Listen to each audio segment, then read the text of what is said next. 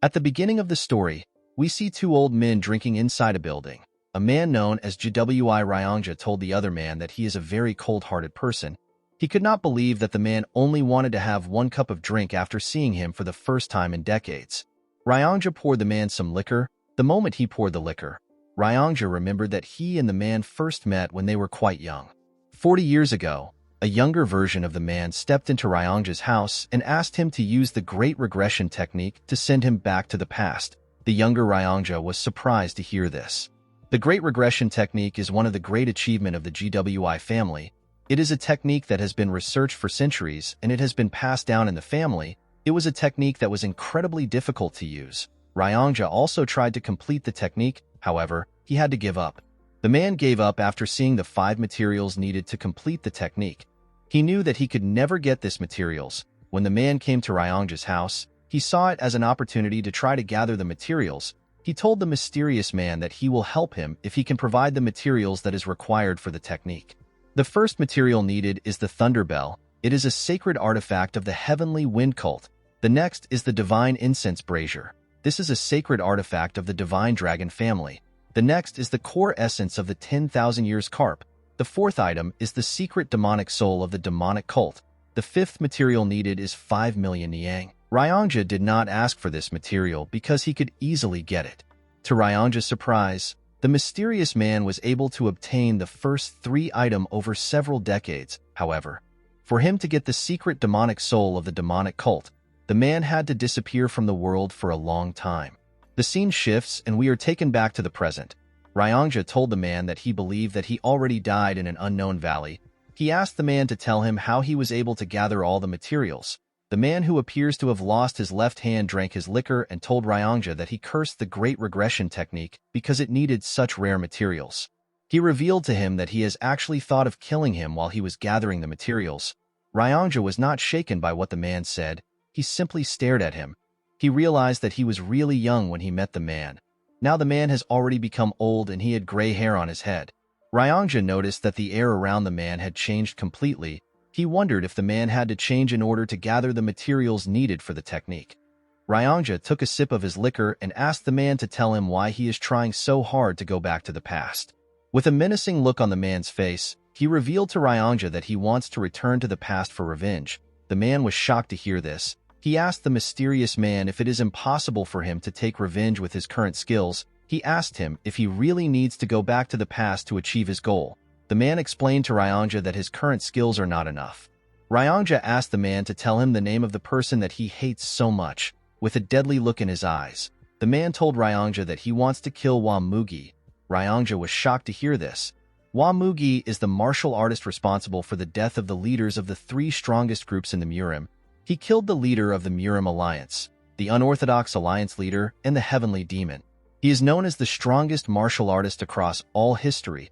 He is the strongest person in their era. Ryongja told the man that he will not be able to defeat Wamugi even if he returns to the past. The man told Ryongja that he must kill him no matter what. The man revealed to Ryongja that the Heavenly Demon who Wamugi killed was his father. Ryongja was shocked to hear this. The man explained to Ryongja that he does not seek revenge because his father was killed, or because his sly bastard of a brother was killed. He did not see it as a big deal for people who have given their lives to demons to be killed. Ryongja asked the man to share his reason. According to the man, on the day of the attack, Wamugi killed servants, cooks, and even young children who did not know martial arts. He even killed all the cats and dogs that were reared. Ryongja was shocked to hear this. He told the man that Wamugi would never do such a thing. He told him that he does not believe him. The man explained to Ryongja that he does not care if he does not believe him. He revealed to him that he cannot kill Wamugi in this age, so he must go back to the past to take his revenge. The man told Ryongja that he will ask Wamugi to tell him why a strong person like him needs to kill children. He told him that he will ask this question before he kills him. Ryongja felt bad for the man when he heard this. He told the man to do him a favor if he successfully returns to the past. He begged the man to find him in the past. The man asked Ryongja to tell him his reason for the favor. With a serious look on his face, Ryongja begged the man to stop him from getting married. The room became silent when Ryongja said this. The man immediately burst into laughter. Ryongja did not understand why the man was laughing. He assured him that he is quite serious. He begged the man to tell him to live alone for the rest of his life. With a smile on his face, the man promised Ryongja that he will fulfill his wish. After hearing the man say this, Ryongja asked the man to follow him to the room where he will perform the technique. When the man stood up, he could barely hold himself. Ryongja quickly ran to assist him. He asked the man if he is all right. The man told Ryongja that he is fine. He revealed to him that he lost one arm and one eye while trying to obtain the secret demonic soul. The man believed that this was a cheap price to pay for such an artifact. The scene shifts and we see Ryongja place 4 items in front of him. He opened the box containing the demonic soul and placed it next to the other materials. Immediately he did this, he began to chant something. The moment he started chanting, the demonic soul began to release a large amount of dark energy.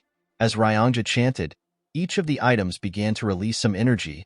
The energy fused together and a bright light shined. The moment the light shined, a large spatial crack appeared in the room.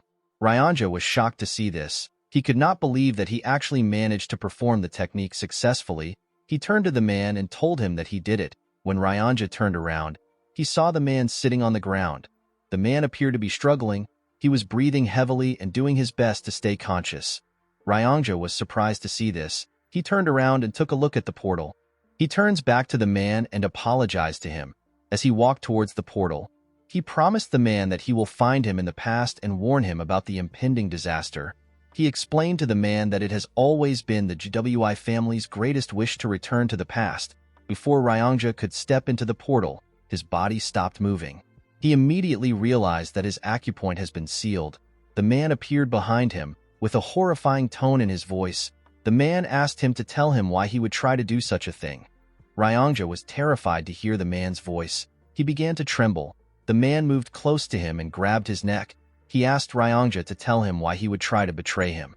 He grabbed his neck and began to choke him. With tears in his eyes, Ryongja explained to the man that he lost his rationality for a short instant. He begged the man to forgive him. He told him that he should have never tried to do such a stupid thing because the man was the one who suffered to get the materials. The man glared at Ryongja when he heard this. He let go of the old man. He told him that he is also a selfish person. He revealed to Ryongja that he was only able to gather the materials by not caring about others. The man grit his teeth and told Ryongja that he would have killed him if he was someone else. While Ryongja was trying to catch his breath, the man places his hand on his shoulder and thanked him for waiting his entire life for him. Ryongja was shocked to hear this. He was surprised to see that the man was smiling at him. With tears flowing out of his eyes, Ryongja began to apologize to the man. While he was apologizing, he suddenly stopped moving. The man was shocked to see this. When he looked around, he noticed that everything had stopped moving. The man could not comprehend what was happening. While the man was looking at Ryongja, someone told him that he has passed the test. The man was surprised to hear this. When he turned around, he saw a very old man who was glowing. The man appeared to be a deity. The man asked the deity for his identity. The deity explained to him that he is the one who can send him back to the past. The man was shocked to hear this. The old man asked our protagonist if he truly believes that a mere creature and some items will make it possible for him to travel to the past. The man used his powers to raise the materials and told our protagonist that the items are not the true materials. He explained to him that the true materials are the efforts he offered when he gathered the items. The deity told the man that he has passed the test by living his life with a single goal and by sacrificing everything he had to achieve his goal. The deity explained to the man that his last test was to forgive Ryongja. He told him that the test was the toughest test out of everything. He was surprised to see that the man easily passed the test. The man asked the deity to send him back to the past since he has passed the test. The old man asked our protagonist to tell him what he will do in the past. With a serious look on his face, the man revealed to the deity that he will kill whoever deserves to die and save those who are not supposed to die. The deity asked him if that is all he wants to do. The man told the deity that he will try to live a meaningful life. He told him that the reason he is so desperate to go back to the past is because he regrets the way he lived his life, and he has so much hatred for Wamugi. The deity asked the man to tell him what he regrets. The man screamed that he regretted everything. He explained to him that since his birth, none of his actions has ever been of his own free will. They have always been driven by something. He told him that he was pushed around by so many things, and before he could live for himself, he had already reached the end of his life. The deity smiled when he heard this. He told the man that he is looking forward to see how he will live his new life. The moment he said this, his body began to fade away. After the deity left, time started moving again. Ryongja continued begging the man. The man was surprised to hear Ryongja's voice. Ryongja begged the man to not forget his promise of stopping him from getting married. The man smiled when he heard this.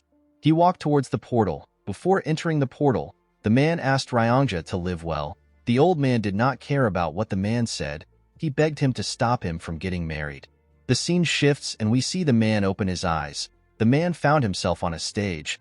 He was surrounded by hundreds of martial artists who were cheering. In front of the man was a statue of a demon. The man looked around and saw the faces of the martial artists cheering around him. The man smiled when he saw their faces. He realized that he had actually returned. While looking around, the man felt a certain energy. When the man looked up, he saw a man sitting on a huge chair at the top of a building. The man was surrounded by other people who were sitting around him. This man is the heavenly demon and our protagonist's father. The heavenly demon noticed that his son was staring at him. Our boy smiled as he looked his father in the eyes. While he was looking at his father, a huge man who was also on the stage hit his sword on the ground and referred to our boy as young master. He told our boy that he needs to start the fight. The moment our boy heard this, he realized that he returned to the day of the new demon skirmish. The heavenly demon declared that he would not limit the selection of the next cult leader to only his bloodline. This declaration caused an uproar within the cult, because this meant that anyone can become the heavenly demon as long as they are the strongest. In order to show that he is serious about his announcement, the heavenly demon launched a fighting competition among the next generational leaders of the cult. The competition is known as the New Demon Skirmish. The victor of the New Demon Skirmish will be given the chance to challenge one of the heavenly demon's two sons. Whoever wins the fight will be given one wish for the heavenly demon to grant. The big idiot currently in front of our boy chose to challenge him in order to get the wish. The man asked our boy to simply give up. While staring at the idiot, our boy remembered how angry he was that the man chose him in the past. He was offended because the man thought that he was weaker than his older brother. However, the truth was that the man chose him for a different reason. The man had bribed the cook in our boy's kitchen. He made the cook mix energy-dispersing poison into his rice. He did this to stop our young master from temporarily using his energy. Our boy lost the match because of this dirty trick. He tried to explain everything to his father, but the heavenly demon did not respond to him. Instead, he looked at his son with eyes that seemed to be blaming him for falling for such a petty trick. Our boy made up for his defeat by doing a few things that pushed him to his limit. Due to the mistakes and failures he experienced, he slowly lost his place in the succession war. Our boy realized that his predicament started from this particular defeat. Due to the fact that the young master did not say anything, the huge man asked him if he is distracted despite being in a fight. Our boy did not know how to respond to this. He asked the idiot for his name. The huge man was annoyed to hear this. He told the young master that his name is Gu Pyungo. He asked our boy if he is ignoring him. The moment he said his name, the man remembered him. He remembered that Gu Pyungo is one of the 7 disciples of the 8 demon supremes. His master's name is Gu Qianpa, and he is known as Blood Heaven Sword Demon. Pyungo is the 5th disciple of Qianpa.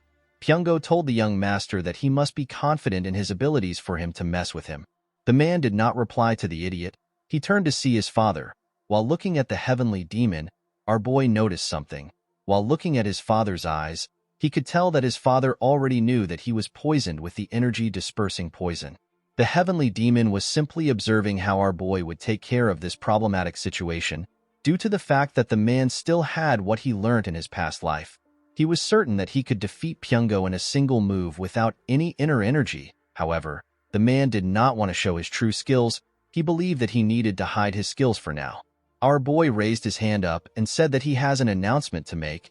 He told the martial artist that he is willing to fight Pyungo without any inner energy. The martial artists and Pyungo were shocked to see this. The martial artists began to scream and cheer for our boy. They referred to him as the Unrivaled Swordsman. Pyungo was shocked to see this. The big idiot panicked and raised his hand up. He told everyone that he will also not make use of any inner energy. The martial artists stopped cheering when they heard this. They did not understand why Pyungo was not fighting with his inner energy. They believed that the duel will be boring if 2 people fight without inner energy. Pyungo was annoyed to see how everyone dismissed his announcement.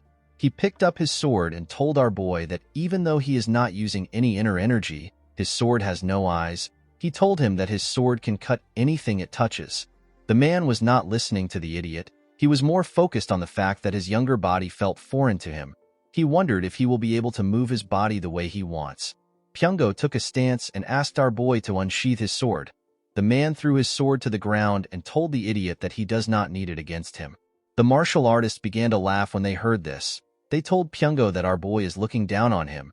The idiot was embarrassed to hear this. He told our boy that he will not kill him because he is the son of the cult leader. He assured him that he will take one of his hands. The moment he said this, he rushed to attack the man. When Pyongo launched his first attack, the man easily dodged it. The man was surprised to see that his body was even faster than he thought. Pyongo moved to the side and tried to cut our boy's head off. Our boy jumped before the sword could touch him. The moment he landed on the ground, he placed his hand on his chest to see how fast his heart was beating. He was happy to see his heart beating with so much strength. Pyongo was annoyed to see that the man was ignoring him. He rushed to attack him. This time our boy closed the gap between himself and the idiot. He used his elbow to hit the man in his chest. Pyongo screamed out in pain. Before he could fall to the ground, the man used his hand to hit him in the head. The attack was quite heavy.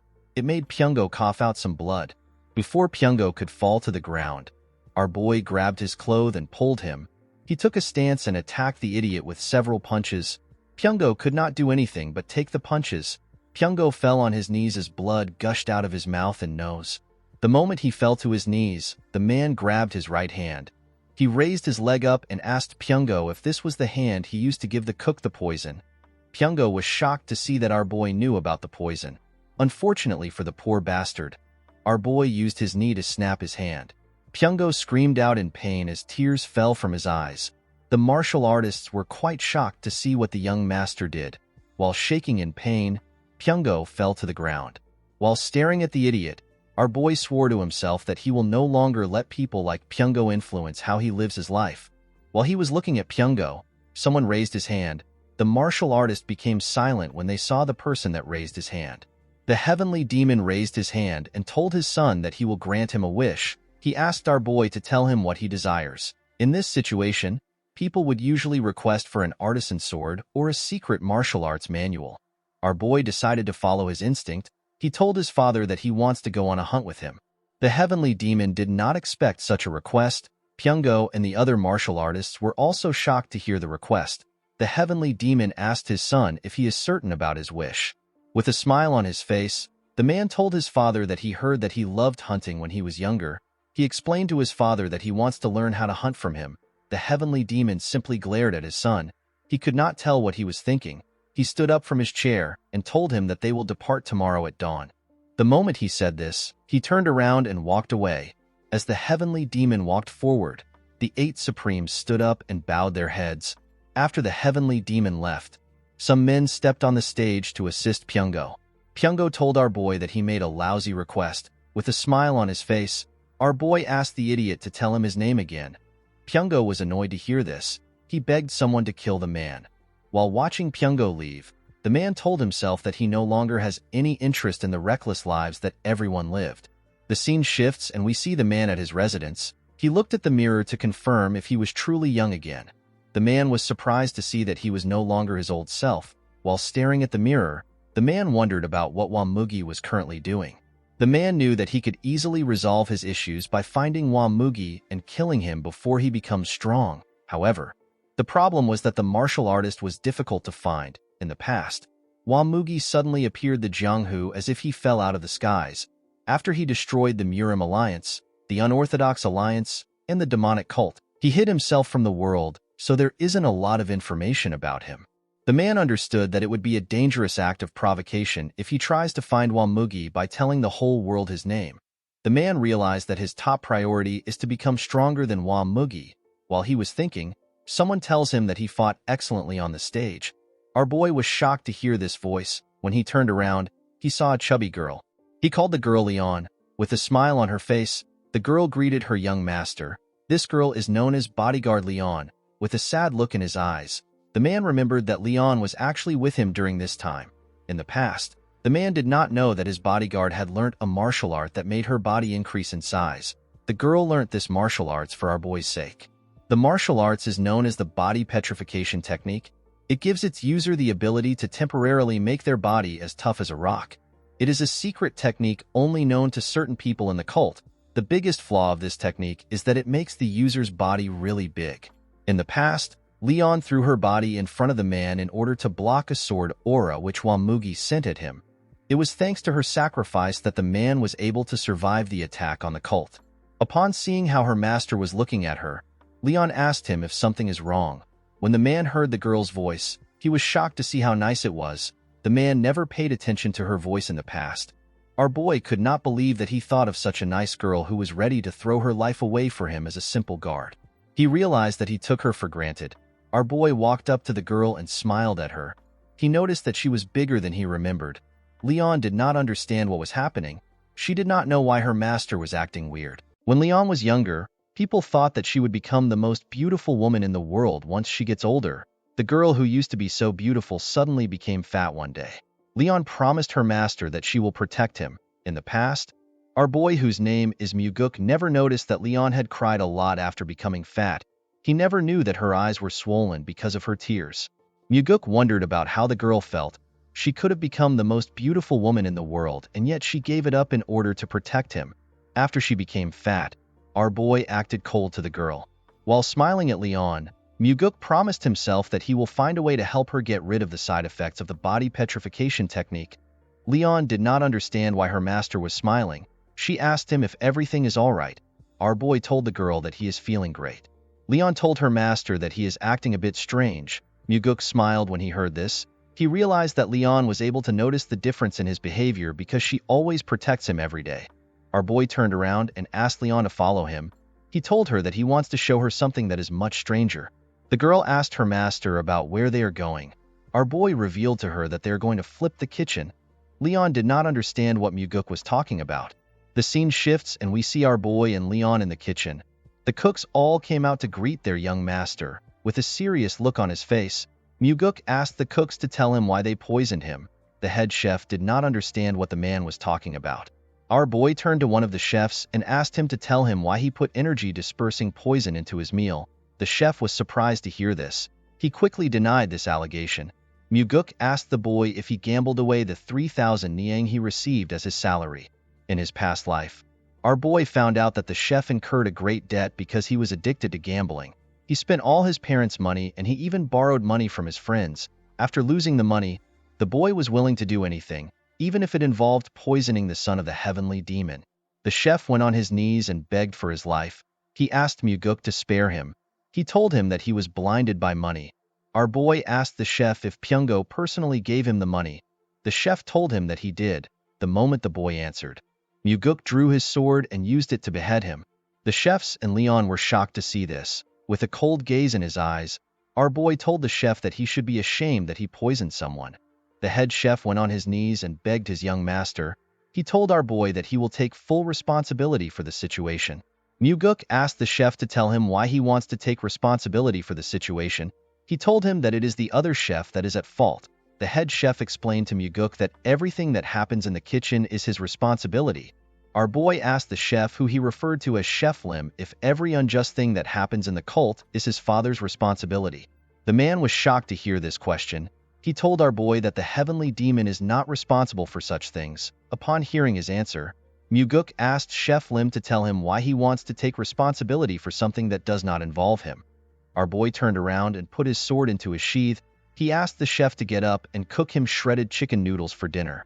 He told the chef that it has been a while since he last had the meal. Chef Lim was surprised to hear this. After they stepped out of the kitchen, Leon reminded her master that he had shredded chicken noodles a few days ago. Our boy smiled when he heard this. He did not know how to tell his bodyguard that it has been a few decades since he last had the meal. The next day, we see the heavenly demon standing in front of the heavenly demon pavilion. The heavenly demon changed his clothes from his usual robe to a hunting attire. When the man saw his son, he asked him to tell him why he is carrying so many useless things. Muguk explained to his father that he is carrying things that are needed for a few days' hunt. The heavenly demon was surprised to hear this. He told his son that he only planned to hunt for a day. Muguk told his father that he might change his mind and spend a few more days hunting.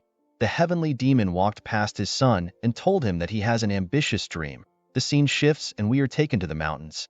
We see Muguk walking next to his father. While walking, the heavenly demon told our boy that he is more skilled than he thought. Our boy was surprised to hear this. He realized that his father was able to find out that he was hiding his skills when he fought Pyongo. Muguk decided to tell his father the truth. He revealed to the heavenly demon that he was hiding his skills. The man told his son that he knew. Muguk explained to his father that he is not a cat that hisses. Instead, he is a beast that is hiding his claws. The heavenly demon turned around and asked his son to tell him why a beast would hide its claws.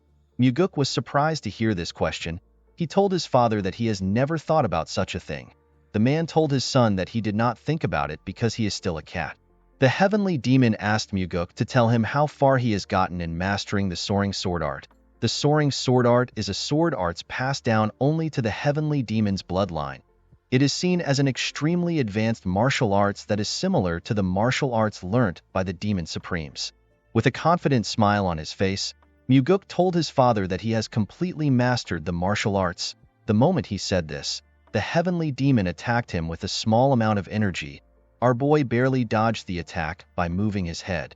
The attack created a hole in his bag. Muguk was relieved that he was able to dodge the attack. He knew that his face would already be gone if the attack had touched him. The heavenly demon was surprised to see that his son actually managed to completely master the soaring sword arts.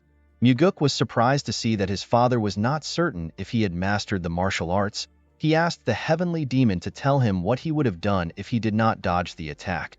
The heavenly demon explained to his son that he was certain that he will be able to dodge it if he truly mastered the martial arts. He told Muguk that he would have paid the price for lying to him if he could not dodge the attack. Our boy told his father that it would be bad if he damages his face. He explained to the heavenly demon that he has a face that resembles his. He told his father that it would not be nice for him to have a scar on his face. The heavenly demon glared at his son when he heard this. Upon seeing his father's expression, Muguk wondered if he went overboard. The heavenly demon turned around and told his son that it is impressive that he managed to master the soaring sword arts at his age. Muguk was shocked to hear this. He thanked his father for his praise. As the two walked deeper into the forest, the heavenly demon placed his hand on the ground to check for traces of animals. While the man was looking around, Muguk asked him about the person that taught him how to hunt. The heavenly demon revealed to his son that he learned from his older brother. Muguk was shocked to hear this. He could not believe that he had an uncle. The heavenly demon revealed to Muguk that he killed his brother when he was the same age as him. Our boy told his father that he did great. The heavenly demon was shocked to hear this. Muguk told his father that he would have not been born if he did not do what he did. The man simply glared at his son. He turned around and walked forward. While watching his father walk, our boy realized that even his father would have hated having to fight his own family. Muguk had seen so many situations like this in the past. Our boy realized that the stronger a person seems, the deeper their wounds would be. The heavenly demon told his son that he could not find a solution when he was younger. Muguk clenched his fist and told his father that he also cannot do it. He told his father that he cannot do something which even he was not able to do. The man turned around when he heard this. With a serious look on his face, Muguk told his father that he cannot find a way because his brother is vicious and cruel. The heavenly demon asked his son if he is speaking ill of his brother because he is not around. The scene shifts and we see our boy and his father climbing a mountain. While he was running on the mountain, Muguk contemplates about the fact that he never got married in his past life. Due to this, our boy did not know what it felt like to have children. Muguk was curious about how his father saw him. When they arrived at the top of the mountain, they saw a large forest in front of them. Muguk asked his father if something is inside the forest. The man told his son that their dinner is inside the forest. Muguk quickly took out his bow. He told his father that they need to kill the animal. The heavenly demon asked his son to tell him how he plans to kill something that he cannot even see. He asked Muguk to close his eyes and feel his surroundings. Our boy was surprised to hear this. He decided to follow his father's orders. Muguk closed his eyes and released some energy. When martial masters try to find their opponents, they sense the vibrations in the air. People usually refer to this as the energy flow of a being. When Muguk closed his eyes, he could only feel one energy flow in the surrounding. This was his father's terrifying energy. The heavenly demon asked our boy to send out some of his energy in a single line. He asked Muguk to make the energy thinner without breaking it. He asked our boy to think of his body as a ball of yarn. He told him to slowly discharge his energy as if he is pulling out a thread. Muguk followed his father's instructions and carefully moved his energy. While moving his energy, our boy hit something. The heavenly demon asked him if he has reached something. Our boy told his father that he sees a tree. The heavenly demon asked his son to search the vicinity slowly. As Muguk carefully moved his energy away from the tree, he pushed it into the forest. The moment he got past the tree, Muguk's energy hit a boar which was in the forest. Our boy was shocked to see this. He told his father that it is a wild boar. He told him that the animal has stiff fur and a long body. The heavenly demon was surprised to hear this. He told his son that he is correct. While staring at Muguk, the man told him that he was not able to quickly guess the animal from their current distance. With a smile on his face, Muguk told his father that he was blessed with a body that is gifted in martial arts. He told him that he can do this level of work easily. The heavenly demon simply glared at his son when he heard this. At night, we see our boy roasting the boar. The heavenly demon asked his son to tell him how he is able to cook hunted animals. Muguk told his father that he learnt from a book. The heavenly demon was surprised to hear this. He told Muguk that he is too skilled for someone who learnt from a book. Our boy told his father that he is glad that he looks skilled. In Muguk's past life, he hunted countless boar for food, so this was not a difficult thing for him. Our boy told his father that he prepared the tiger skin he is sitting on in order to win his favor. The heavenly demon asked his son if he wanted to hunt with him in order to impress him and become the successor. Muguk told his father that such a stupid thing would not work on him. He assured his father that he can become the successor without his help. The man was surprised to hear this. He told his son that he is quite confident. He asked Muguk to tell him why he wanted to hunt with him. Our boy revealed to his father that he has two reasons for hunting with him. The first is to learn whatever he could from the heavenly demon. Muguk told his father that he has already achieved his first goal. The man asked his son to tell him what comes next after strength. Muguk explained to his father that he is not trying to become strong because he wants to become the heavenly demon. He told his father that he does not want to waste his youth trying to become the heavenly demon, especially when his father is still strong and healthy. Muguk took a look at the stars and told his father that he is satisfied with learning the heavenly demon martial arts by becoming the successor. While looking at the stars, our boy reminded himself that he has to learn and master the 9 calamities demonic arts. Muguk quickly removed this idea from his head. He told himself that he has to go beyond the martial arts because even his father who mastered the 9 calamities demonic arts still lost to Wamugi. While he was lost in the stars, the heavenly demon asked his son to tell him his second reason. Muguk revealed to his father that he wanted to spend some time alone with him.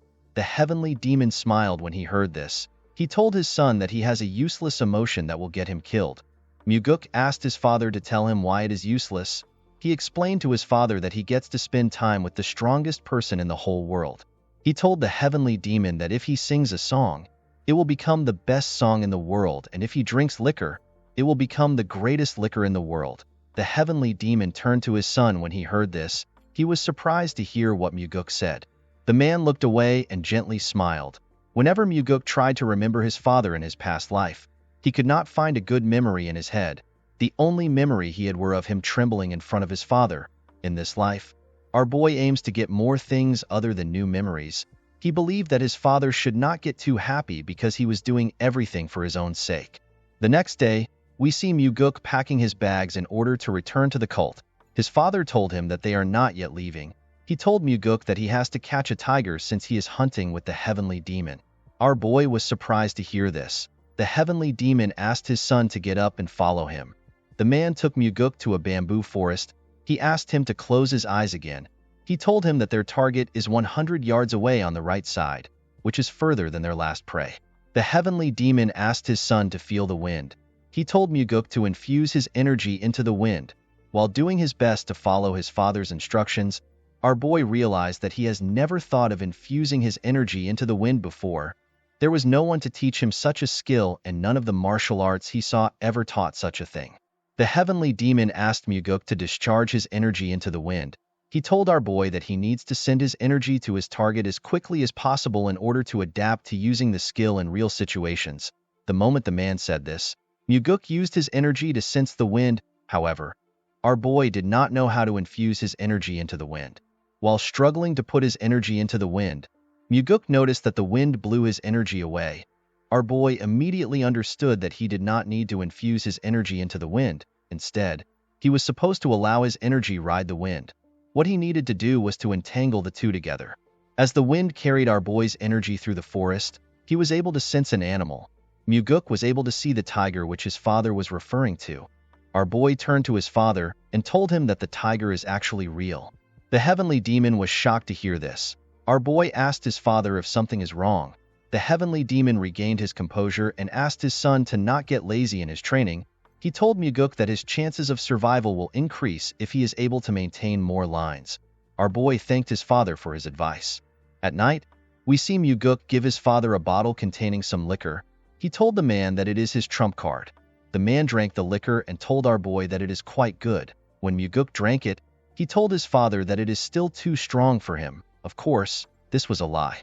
The heavenly demon told our boy that no demonic human would complain about liquor that is strong. Muguk told his father that it is more important to have a vicious heart than to be good at drinking liquor. The heavenly demon asked his son if he can kill him to save himself. Muguk revealed to his father that no child can kill his parent to save himself. Of course, this was not true. Our boy knew that he could kill anyone as long as he had enough reasons to. Muguk realized that this was his first time having a proper conversation with his father, and yet he still treasured his life more than his father's own. The heavenly demon told his son that he does not have a vicious heart if he is hesitant about killing him. Our boy told his father that he will learn how to drink strong liquor first. With his eyes filled with curiosity, the heavenly demon watched his son as he drank his liquor. In the next scene, we see Muguk circulating his inner energy while he was in his training room. After practicing for a while, our boy let out a huge sigh and stopped circulating his energy. The moment he stopped practicing, Muguk realized that he could freely entangle his energy with the wind, and he could now maintain 4 energy lines. Muguk never expected his father to teach him how to discharge his energy into the wind. This technique is like gaining an extra life because its user will be able to easily find an enemy that is trying to attack him. Our boy knew that he will be capable of releasing 10 energy lines at the same time if he continues to train. He was certain that he will be able to neutralize any stealth technique used by his enemies. While thinking, Muguk realized that even his father, who is much more skilled than him, still lost to Wamugi because the Heavenly Demon Pavilion was infiltrated. The Heavenly Demon Pavilion is a place that is thoroughly guarded by 3 barrier formations, 6 trap formations, and a group of carefully selected elites. There is also the 8 Demon Supremes, which are in 8 different directions, and their subordinates, which are protecting the Heavenly Demon. In the north, there is the Demonic Swordsman of the Northern Heaven Sword family, which is led by the 1/Sword Supreme. In the south, there is the Demonic Bladesmen of the Southern Heaven Blade family. They are led by the Blood Heaven Sword Demon.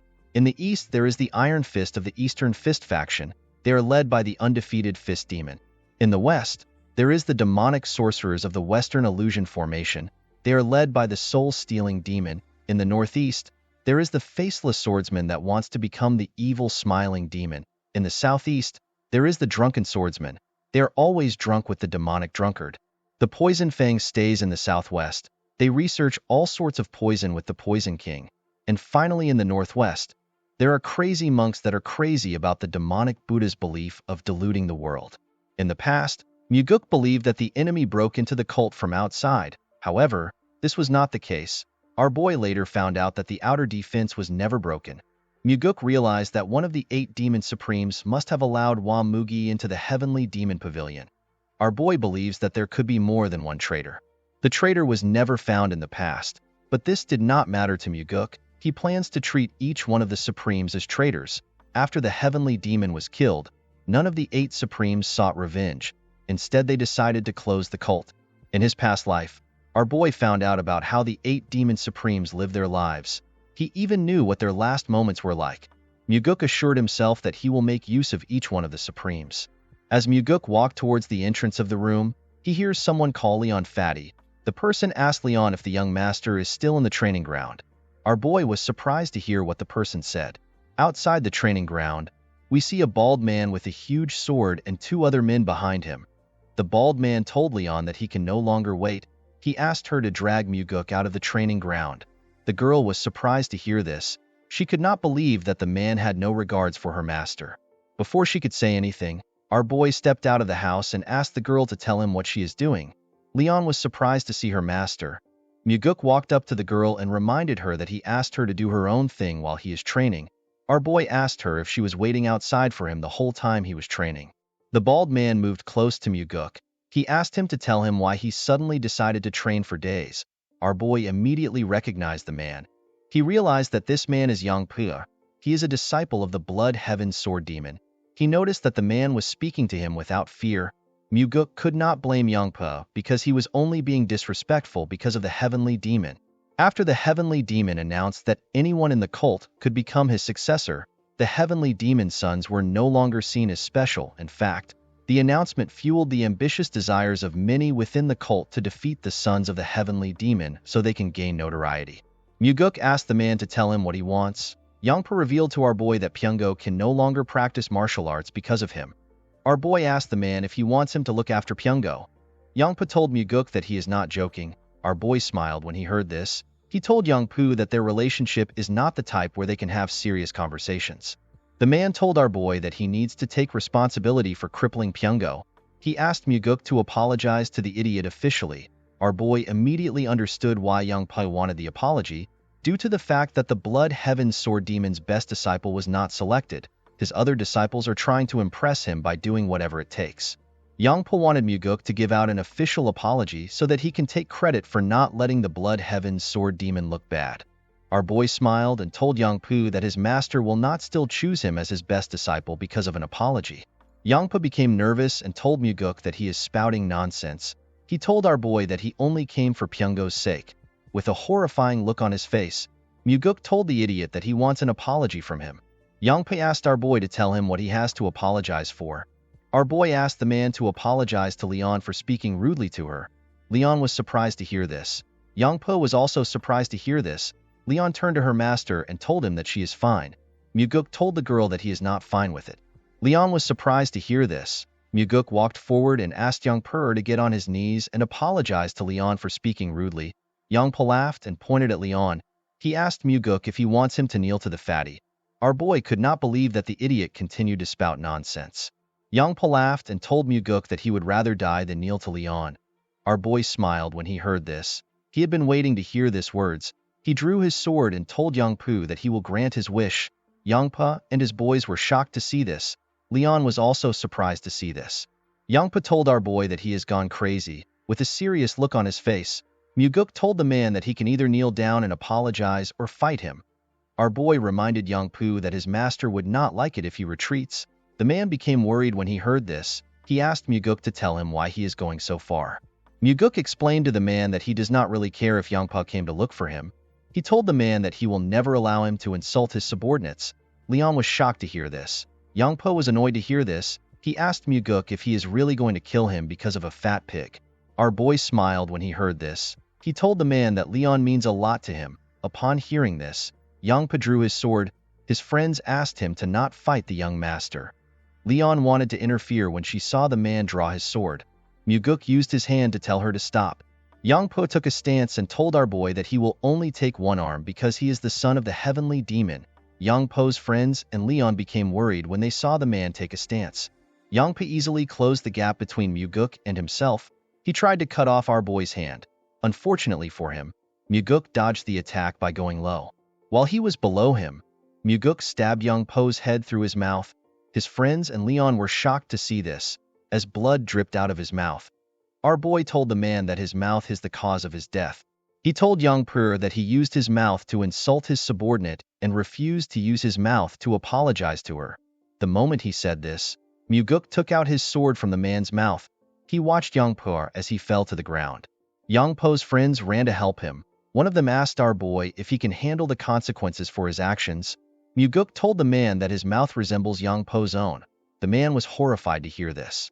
With a terrifying look on his face, Muguk asked the two men to pass on his message exactly the way he says it. He told them that he will find them at dusk if they do not do as he says.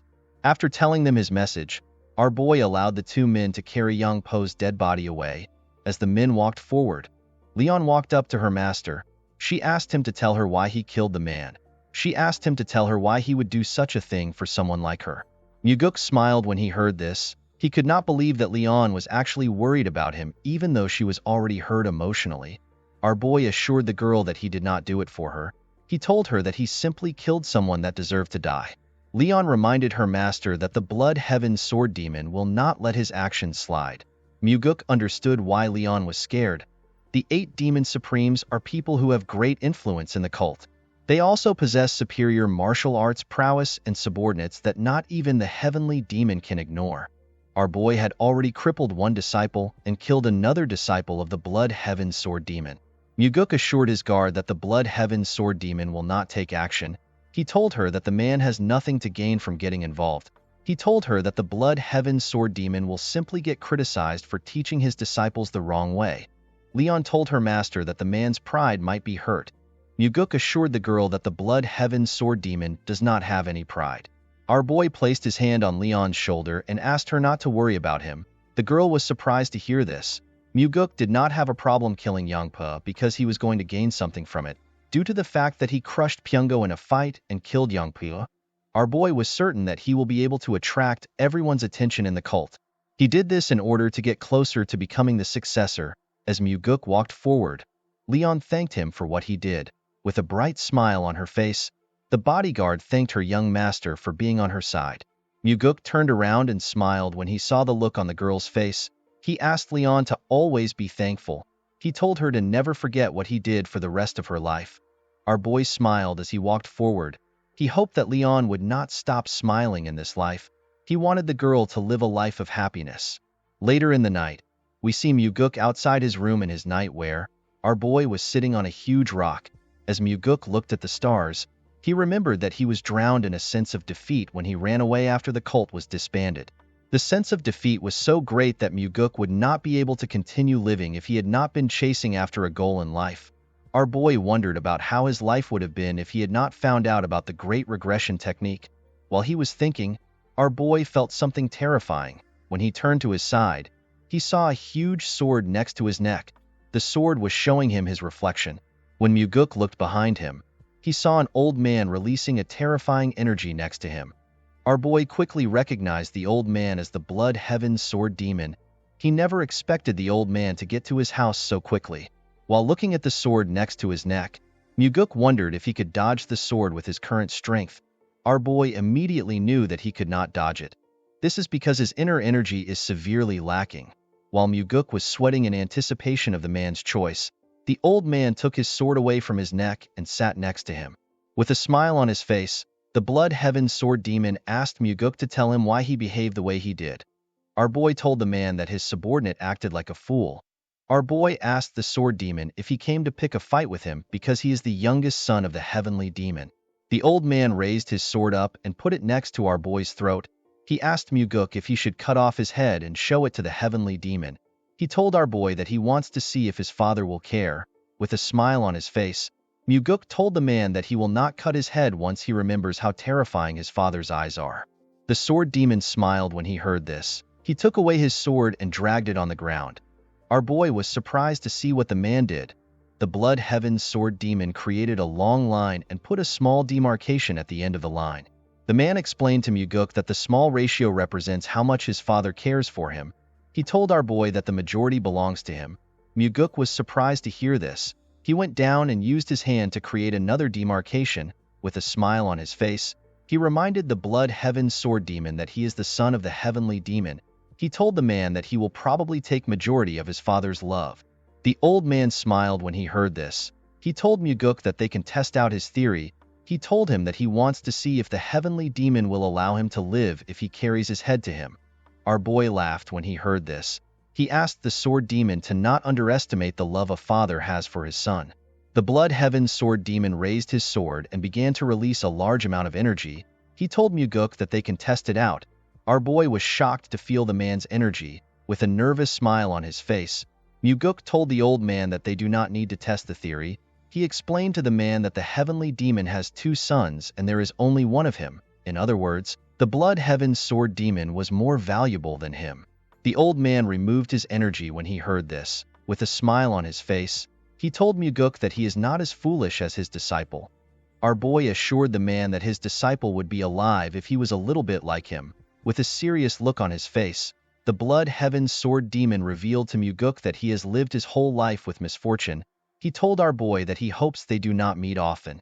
Muguk assured the man that he will remember his words. The moment he heard this, the Blood Heaven Sword Demon jumped out of the residence.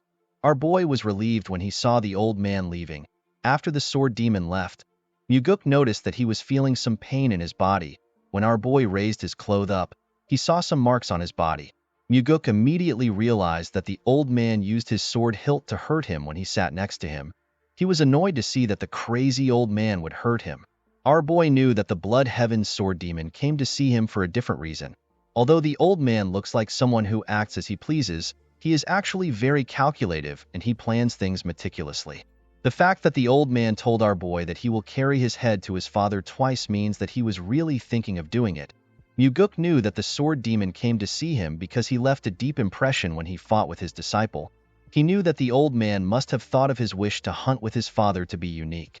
Muguk realized that the Sword Demon felt the need to test him, especially since he killed his disciples. He understood that the man came to see if he was worthy of being the successor. Our boy wondered if his first opponent is going to be the Blood Heaven Sword Demon. In the next scene, we see Muguk circulating his energy in his training room. While trying to improve his energy lines, our boy sensed something above him. He quickly went up to the roof. To his surprise, his father was waiting for him on top of the roof. The heavenly demon asked his son if he really killed a disciple of the Blood Heaven Sword Demon. Muguk told his father that the disciple deserved death. The heavenly demon told his son that he does not care if the disciple deserved to die. He explained to our boy that the Blood Heaven Sword Demon came to him with the issue. He told Muguk that the old man wants him to receive punishment. Our boy was surprised to hear this. He could not believe that the Blood Heaven Sword Demon would meet his father because of his disciple. He was more surprised to hear that the old man wanted him to be punished. The heavenly demon understood why his son was surprised. He told him that the Blood Heaven Sword Demon is not the kind of person who would make such a request over a single disciple's death.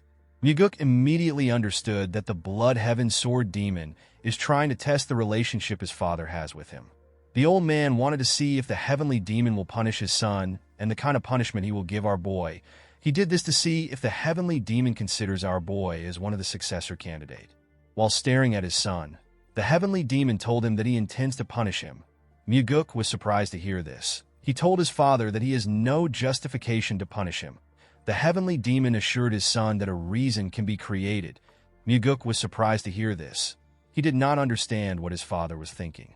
The heavenly demon reminded his son that he asked him about which demon supreme he trusts the most while they were hunting. When Muguk asked this question, his father did not give him an answer. Presently, the heavenly demon revealed to his son that he does not trust anyone in the cult. Muguk was shocked to hear this. The man reminded our boy that he told him that they need to set hierarchy and discipline within the cult. The heavenly demon asked his son to tell him how he wants to do this. He told him that he is not interested in hearing stupid answers. He asked Muguk to share his true thoughts. Muguk realized that his father was truly asking for his opinion. Our boy told his father that their cult has lost the path of the demon. The heavenly demon was surprised to hear this. He asked his son to tell him what the path of a demon means to him. Muguk explained to his father that the path of a demon should be the belief that their cult has to defeat absolute evil. The heavenly demon was very surprised to hear his son's answer. Our boy told his father that the Orthodox faction is not the direct opposite of their cult. The heavenly demon asked his son to tell him what their direct opposite is. Muguk told his father that the opposite of their cult is absolute evil, a form of evil that is so cowardly and terrifying to the point that no human can bear. Evil that even demons will despise and turn away from it. Our boy explained to his father that the justice and chivalry that the Orthodox faction advocates for is only good enough to deal with lesser evils. He told him that their justice is not capable of facing absolute evil. Unfortunately, the Orthodox faction heavily believes in forgiving others. As long as they value people, they can never be a match for evil that has forsaken its humanity. Muguk revealed to his father that they are the only faction within the Murim that can get rid of evil that is atrocious and horrifying. With a serious look on his face, our boy told his father that they will walk the path of the demon if evil which the Orthodox faction cannot handle kneels before them. The heavenly demon was shocked to hear his son's profound thoughts. Muguk told his father that the cult will not go far if they cannot accomplish the true path of a demon. He told him that they need to punish themselves so that they can improve. The heavenly demon found our boy's words to be intriguing. Muguk took a look at his father's face. He was not surprised to see that his father found his words to be confusing. Our boy was certain that his father has probably never thought of such a thing. Even Muguk himself did not learn these things while he was in the cult. He came to this understanding while he was wandering the Central Plains. While our boy was thinking, his father asked him if he has any other arrogant thoughts. Our boy told his father that he has nothing left to share. Upon hearing his son's answer, the heavenly demon understood why the blood heaven sword demon wants him to punish Muguk. He told his son that the old man must have seen something in him. He revealed to Muguk that the old man is trying to use him to test him. Our boy told his father that the blood heaven sword demon must have seen the possibility of him becoming a successor candidate. The heavenly demon told our boy that the old man could have also seen him as someone who would mess up the cult. Muguk told his father that it can be anything. He explained to him that the blood heaven sword demon must have seen something because he has extraordinary eyes. Upon hearing our boy's answer, the heavenly demon turned around and asked him to follow him. Muguk was surprised to hear this. He asked his father to tell him where they are going because it is already late. In the next scene, we see the heavenly demon and our boy standing in front of a cave known as the Minor Heaven Cave. The cave had a huge iron door at its entrance. The Minor Heaven Cave is a place where a possible candidate that could become the heavenly demon, a disciple of the heavenly demon or a child of the heavenly demon, goes to be tested. It is easy to go into the cave. However, if the person is unable to get through the trials inside, they will be stuck inside the cave forever. The success rate for the trial is 50-50. Half the people who are blood related to the heavenly demon have lost their lives inside the cave. The place is so dangerous that even Muguk's overly ambitious elder brother has never talked about going inside. Although he did not like it, our boy knew that he would also have to go through this cave if he wants to become the heavenly demon. Muguk asked his father if he wants him to go into the cave now. The heavenly demon told his son that he also went in when he was the same age as him. Our boy asked his father to tell him the amount of time it took for him to get out of the cave. The heavenly demon revealed to his son that he got out in 2 months. Muguk was shocked to hear this.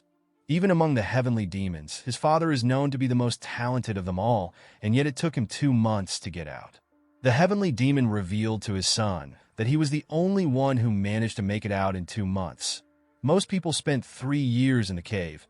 Muguk asked his father if he really wants him to go into such a dangerous place without preparations. The heavenly demon reminded his son that he is giving him a punishment.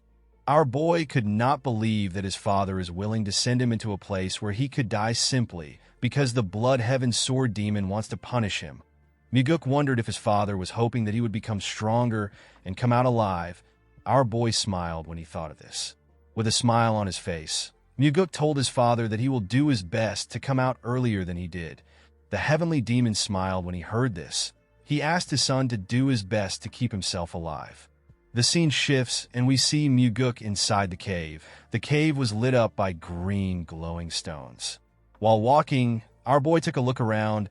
He wondered about how terrible the cave must be for people to get stuck inside. Muguk passed through the first entrance he saw and arrived inside a large room. Next to the entrance was a tablet containing instructions. Our boy was asked to cut down his enemies without using sword aura or enhanced sword aura. He was told that he will be given another chance in 10 days if he does not succeed within the time limit given. He was asked to stand within a crimson circle once he is ready. Muguk was surprised to see that the test would restart in 10 days if he fails. When our boy looked around, he saw a large amount of rice balls in huge pots. Our boy realized that he was expected to eat the rice balls while he waits for 10 days. After looking around, Muguk decided to start the test. He stood in the crimson circle. The moment he stood in the circle, several wooden dolls rose out of the ground. Each wooden doll had a red mark on its body. Our boy realized that he is supposed to slash the dolls where the red marks are. Without wasting time, Muguk immediately began to cut the dolls in front of him. He swiftly tore the dolls apart. As he cut through the dolls, our boy noticed that the test is much difficult than he expected. When he turned around, he noticed that some dolls which he had not yet cut were going back down. Muguk knew that he could not let the dolls go back down because he would fail the test. Our boy immediately ran towards the dolls. He moved close to the doll and bent his body to cut it. The moment he cut the dolls, our boy stood up to check if there were still any dolls left. To Muguk's surprise, there were still 3 more dolls which he had not yet cut. Our boy immediately moved close to the dolls. He barely managed to cut them on their red marks. He fell to the ground after he cut the dolls. However, to his surprise, there was still one last doll that was yet to be cut. The doll had its mark on its neck. The wooden doll was about to completely go down. Muguk grit his teeth and ran towards the last doll. Before the doll's head could go down, our boy got close to it and landed a clean cut on its head after taking care of the doll. Muguk took a look around. He could not believe that he almost had to spend an extra 10 days in the room because he let his guard down for a second. Our boy realized that it would actually be impossible for him to get through this first trial with the skills he had before his regression. The moment Muguk put his sword back into its sheath, the door leading to the next room opened up. Before our boy left the room, he saw another tablet at the exit. The former test takers wrote on the tablet. One of them said that he succeeded after 9 tries. Another test taker said that he succeeded after 16 tries. Another person asked if he was going to die in the room because he could not complete the test. Another test taker wrote that he has tried to go back, but there is no way out. While Muguk was looking through the tablet, he recognized the handwriting at the end of it. The person called the other test takers idiots. Our boy smiled when he realized that this was his father's handwriting. Muguk laughed as he walked to the next test room. He could not believe that his father would berate their ancestors. Inside the second room, our boy saw the crimson circle on the ground and hundreds of weapons on the walls. Due to the amount of weapons in the room, Muguk realized that he would need to make use of some of the weapons for the trial. According to the instructions on the tablet, Muguk was asked to use the weapons that are hung on the wall to split the ball in half within 2 hours. Our boy is allowed to use Sword Aura or Enhanced Sword Aura. He was told that he will be given another chance in 20 days if he does not succeed within the time limit. Muguk was asked to stand in the Crimson Circle once he is ready. Without wasting time, our boy stood in the circle. The moment he stood in the circle, a huge rock rose out of the ground. The rock had a small metal ball on it. Muguk was surprised to see the ball. He could not believe that he was given 2 hours to cut a single ball into half. He was certain he could cut the ball into 100 pieces if he uses Enhanced Sword Aura. Our boy was certain that there must be a reason why he was given 2 hours to cut a single ball. He took one of the swords on the wall and tried to use it to slash the ball. Unfortunately for him, his sword broke in half immediately. He hit the ball. Our boy was surprised to see this. He took another sword and decided to use Enhanced Sword Aura to cut the ball in half. He wanted to quickly move on to the next trial. Muguk took a stance and gathered his aura into his sword. He was about to cut the ball when he realized something. Our boy realized that it would be too easy for the test to end with him using Enhanced Aura. He became curious about how other test takers performed. One of them said he tried to cut the ball 89 times without aura, but he failed, so he ended up using Enhanced Aura. One test taker said that he cut the ball without Enhanced Aura. The other test takers after this person said that the person is lying. They said that it is impossible to cut the ball without Enhanced Aura. While looking through the tablet, Muguk searched for his father's comment. When our boy found his father's comment, he was surprised to see what he wrote. The heavenly demon wrote that if there is heat, the person will lose. Our boy could not comprehend his father's words. He was quite surprised to see that his father did not just insult their ancestors like his usual self and go to the next trial. After reading his father's comments, Muguk went to check the instructions again. Our boy noticed that the instructions said that he may use Sword Aura or Enhanced Sword Aura. Muguk realized that he was not told to use Aura. He was simply given the option to use it. He immediately understood that he could not use Sword Aura if he truly wants to pass the trial. He realized that his father was warning future test takers to not use Enhanced Sword Aura because heat is generated when Enhanced Sword Aura is used. Our boy grabbed another sword and tried to break the ball again.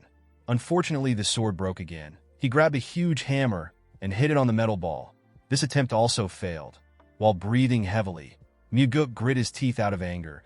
He could not believe that he was not able to leave a scratch on the ball. Our boy could not comprehend how he was supposed to split the ball in half if he did not use Enhanced Sword Aura. He was more annoyed to see that his time is almost up. While staring at the ball like a mad person, Muguk wondered if he should just use Enhanced Sword Aura to pass the test. Our boy let out a sigh and calmed himself. He remembered that his father actually managed to split the ball in half without Enhanced Aura. The moment he remembered this, Muguk realized something. He closed his eyes and he let out his energy. He formed an energy line and used it to touch the ball. Immediately he did this.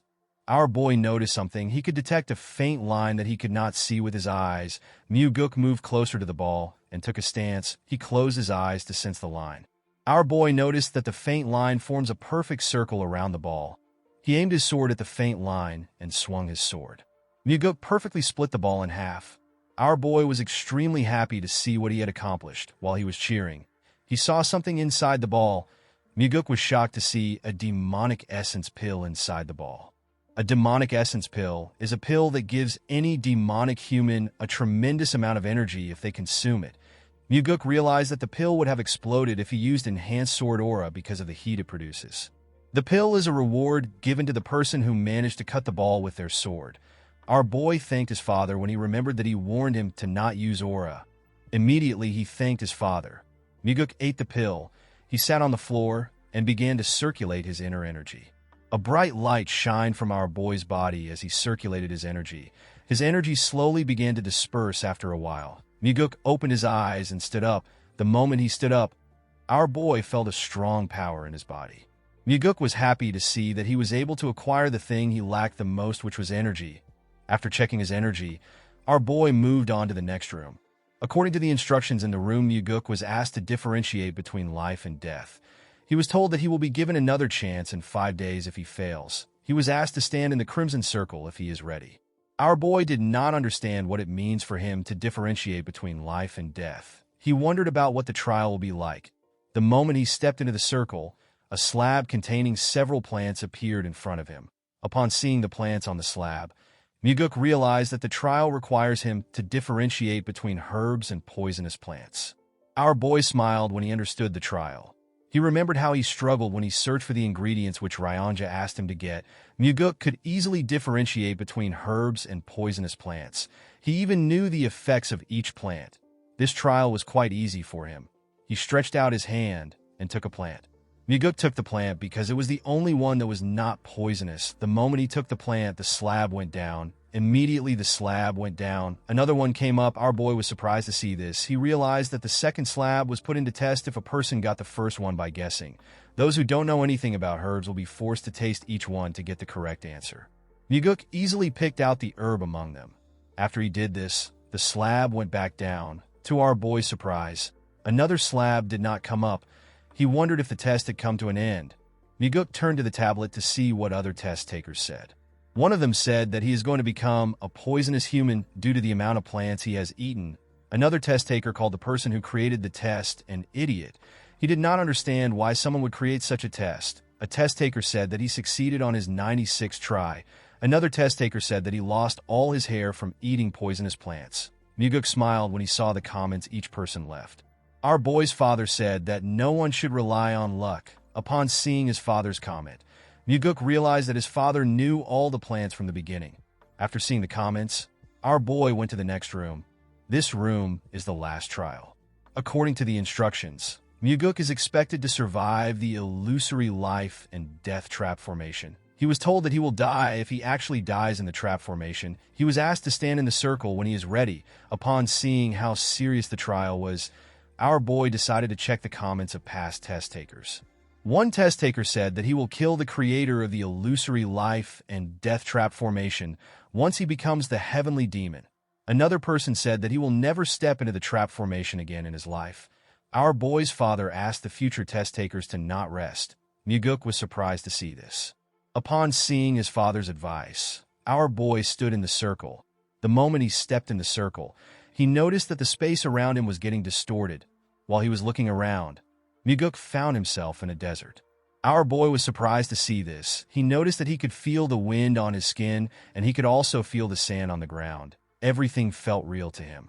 Muguk could not believe that the trap formation was capable of creating such realistic things. While he was looking at the sand, our boy noticed that he was surrounded. Several zombie warriors surrounded him. Although they were illusions, Muguk could feel their presence and their intent to kill him. Our boy was happy to see his situation. He believed that he has been given an amazing opportunity. Our boy drew his sword and took a stance. The moment he drew his sword, the zombies rushed to attack him. A soldier managed to get close to him and tried to pierce his head. Muguk bent his head to dodge the attack. While he was below the zombie, he stabbed it in the head. The moment he stabbed the zombie, 3 more zombies tried to attack him. Our boy jumped and dodged the attack. Immediately, he landed on the ground. Muguk realized that he could fight freely since he is not dealing with humans. Our boy used his aura to tear apart the zombies close to him. Thanks to the demonic essence pill, our boy was now able to freely use his energy. After he killed the zombies, a larger amount of zombies rushed to attack him. Muguk let out a sigh as the zombies attacked him from every angle before their swords could touch him. Muguk swung his sword with his energy and cut each one of them in different parts. Each of the zombies fell to the ground. When our boy looked around, he noticed that there was no more zombie soldier in the area. He wondered if he was already done. Muguk felt bad that the fight ended so quickly. While he was looking around, our boy smiled. He saw more zombie soldiers in front of him. These soldiers were wearing armors and were far more powerful than the ones from earlier. The zombies rushed to attack Muguk. Among the zombies were archers. The archers shot their arrows at our boy. Muguk managed to dodge the attack. While he was breathing heavily, our boy began to smile. He was excited to fight the zombies. While he was breathing heavily, a zombie tried to attack him from behind. Muguk dodged the attack by going low. Our boy noticed that his enemies are slowly getting stronger. He stood up and stabbed the zombie in its neck. He killed the other zombies around him. While fighting the zombies, Muguk understood why his father asked him to never rest. Our boy realized that this was the first battle that felt like a real battle after he regressed. Due to the fact that he was fighting with his life on the line, Muguk was able to digest the insights he had in his past life. Our boy did not stop moving. He continued to use his sword to tear the soldiers apart. As he did this, the insights he got in his past life were slowly becoming one with his current body. Our boy used his sword aura to push back the zombies around him. The moment he did this, a large amount of small blades were fired at him. Muguk managed to block the blades with his sword. He quickly moved close to the zombies that shot at him. He used his sword to strike them. While tearing the zombies apart, our boy moved faster and made his attack stronger. After fighting for a while, Muguk managed to cut down the last zombie. After the soldier fell to the ground, our boy used his sword to hold himself up. He took a look around to see if there are any more zombies around. Muguk did not see anything except dust in the area. He wondered if the battle was over. While his body was dripping with sweat, our boy returned back to the real world. When he moved close to the exit, he saw a stone tablet. Our boy was congratulated for passing the trial. According to the tablet, our boy was expected to use his new strength for the advancement and prosperity of the heavenly demon divine cult. Muguk smiled when he saw this. He could not believe that he completed the trial in a day when it took his father 2 months. Our boy knew that this information will cause an uproar in the cult. He knew that people would doubt his achievements more than they will praise him because of how fast he was. While looking around, Muguk decided to stay in the cave and continue training. He decided to fully comprehend all the insights he had in his past life. He assured himself that he will make the insights fully assimilate with his current body. In the next scene, we see our boy at the Heavenly Demon Pavilion. Muguk told his father that he took 100 days to clear the trial. He told his father that although he did his best, he could not break his record. The Heavenly Demon asked our boy if he cut the metal ball the right way. Muguk revealed to his father that his hint was a big help. He told the Heavenly Demon that he did not rest at the trap formation of the final trial. The Heavenly Demon smiled when he heard this. Muguk was surprised to see this. He wondered if his eyes were playing tricks on him. He was certain that he saw his father smile for a moment. The Heavenly Demon commended his son for not being a fool. Muguk told his father that he cannot be a fool because he is the son of the Heavenly Demon. While looking at his father, our boy remembered how he always thought that his father was a wicked person. Before his regression, Muguk assumed that his father enjoyed pitting his children against each other in a fight of life and death in order to become the successor. After spending some time with his father, our boy understood the Heavenly Demon's behavior. He realized that his father is someone who is willing to endure through his children's death if it is for the sake of the cult. He was certain that his father was not a person who simply enjoyed watching his children fight. While he was thinking, someone told him that he is incredible for making it out of the minor heaven cave in just 100 days. Muguk was surprised to see that the person talking was the chief advisor whose name is Sima Myung. He is the second in command in the cult, and he is the person whom the Heavenly Demon trusts the most. Muguk put his hand together and greeted the advisor. The man told our boy that he is glad to see him. He told him that he actually has a cult-related issue to discuss with him. Our boy was surprised to hear this. He could not believe that the advisor wanted to discuss something relating to the cult. He immediately realized that his father must have asked Myung to discuss the issue with him. Myung revealed to Muguk that they have received an anonymous letter recently. According to the letter, there are corrupt practices taking place in the demonic army. Our boy was surprised to hear this. The demonic army is one of the combat groups of the cult, and the leader of the army is the blood-related sibling of the Blood Heaven Sword Demon. The advisor revealed to our boy that they also received the same letter last year. He told him that they conducted a separate investigation. However, the investigation ended in failure. This is because the special investigation officer that was dispatched was killed. Muguk was surprised to hear this. He asked the man if the person was killed by the demonic army. Myung told him that he is correct. He explained to our boy that the person who killed the officer also committed suicide. Muguk was shocked to hear this. Myung told our boy that he wants him to become the special investigation officer in order to take care of the issue personally. Our boy immediately realized that the situation was dangerous. He knew that anyone who was found to be complicit in corruption would already be executed. Due to this, anyone who dares to engage in corrupt practices will do whatever they can to hide their crimes. Muguk knew that the organization would not go easy on him, even if he is the son of the heavenly demon. Our boy turned to Myung and told him that he could die while investigating. The advisor told our boy that he is correct. He told him that he will have to put his life on the line to carry out the mission. Muguk immediately realized that this was one of his father's tests. The heavenly demon reminded his son that he said that he will control and hold the cult members by their leashes. Our boy explained to his father that he planned to do this when he becomes the heavenly demon. His father asked him if he is too scared to take on the mission. Upon hearing what his father said, Muguk accepted the mission. Although he did not know what his father was planning, Muguk assured himself that he will give him a good performance. Our boy explained to his father that this could be his last moment with him. He asked the heavenly demon to have a drink with him. The moment he said this, the heavenly demon stood up and walked away. The place became awkward for both Muguk and the advisor. Our boy told Myung that although his father acts tough, he actually cares for him and his brother. Myung did not understand what our boy was saying. He told him that his father did not seem like someone who cares. Muguk did not know what to say to the man. He felt embarrassed. In the next scene, we see a man at Muguk's house. The man in a yellow garment told our boy that he is a special investigation officer. He introduced himself as Seo Daryong. He told Muguk that he is from the Nirvana Pavilion. Our boy was surprised to see the man. He did not understand why the man came to see him. He revealed to Daryong that he asked the advisor to send the prettiest woman from the Nirvana Pavilion to him. Daryong told our boy that he must look like the prettiest woman to Myung. Muguk was annoyed to hear this. He picked up his sword and walked past the man. He told Daryong that they need to get to work. Daryong was surprised to hear this. He asked our boy if they are leaving immediately. Muguk told him that they are.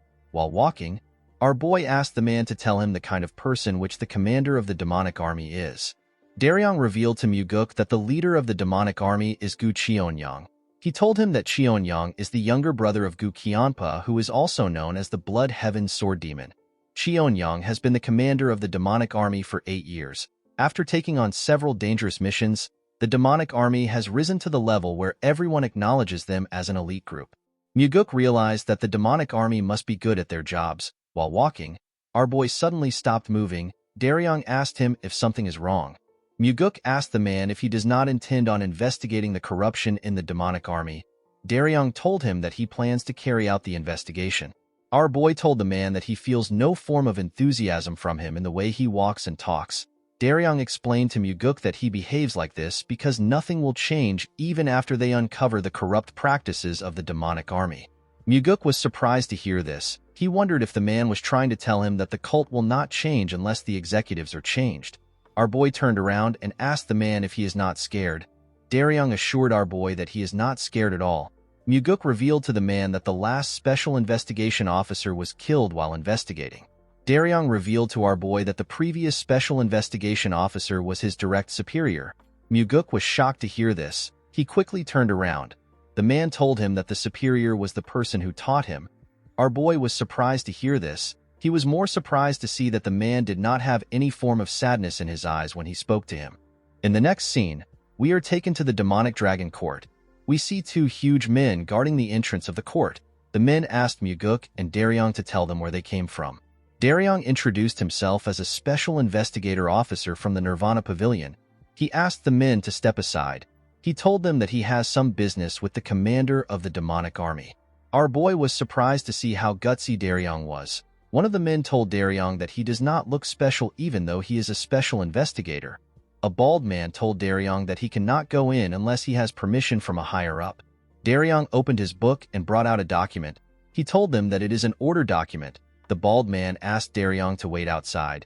He told him that he will report the situation to his superior. Daryong told the man that he does not need to waste his time. He explained to him that they came to meet his superior personally.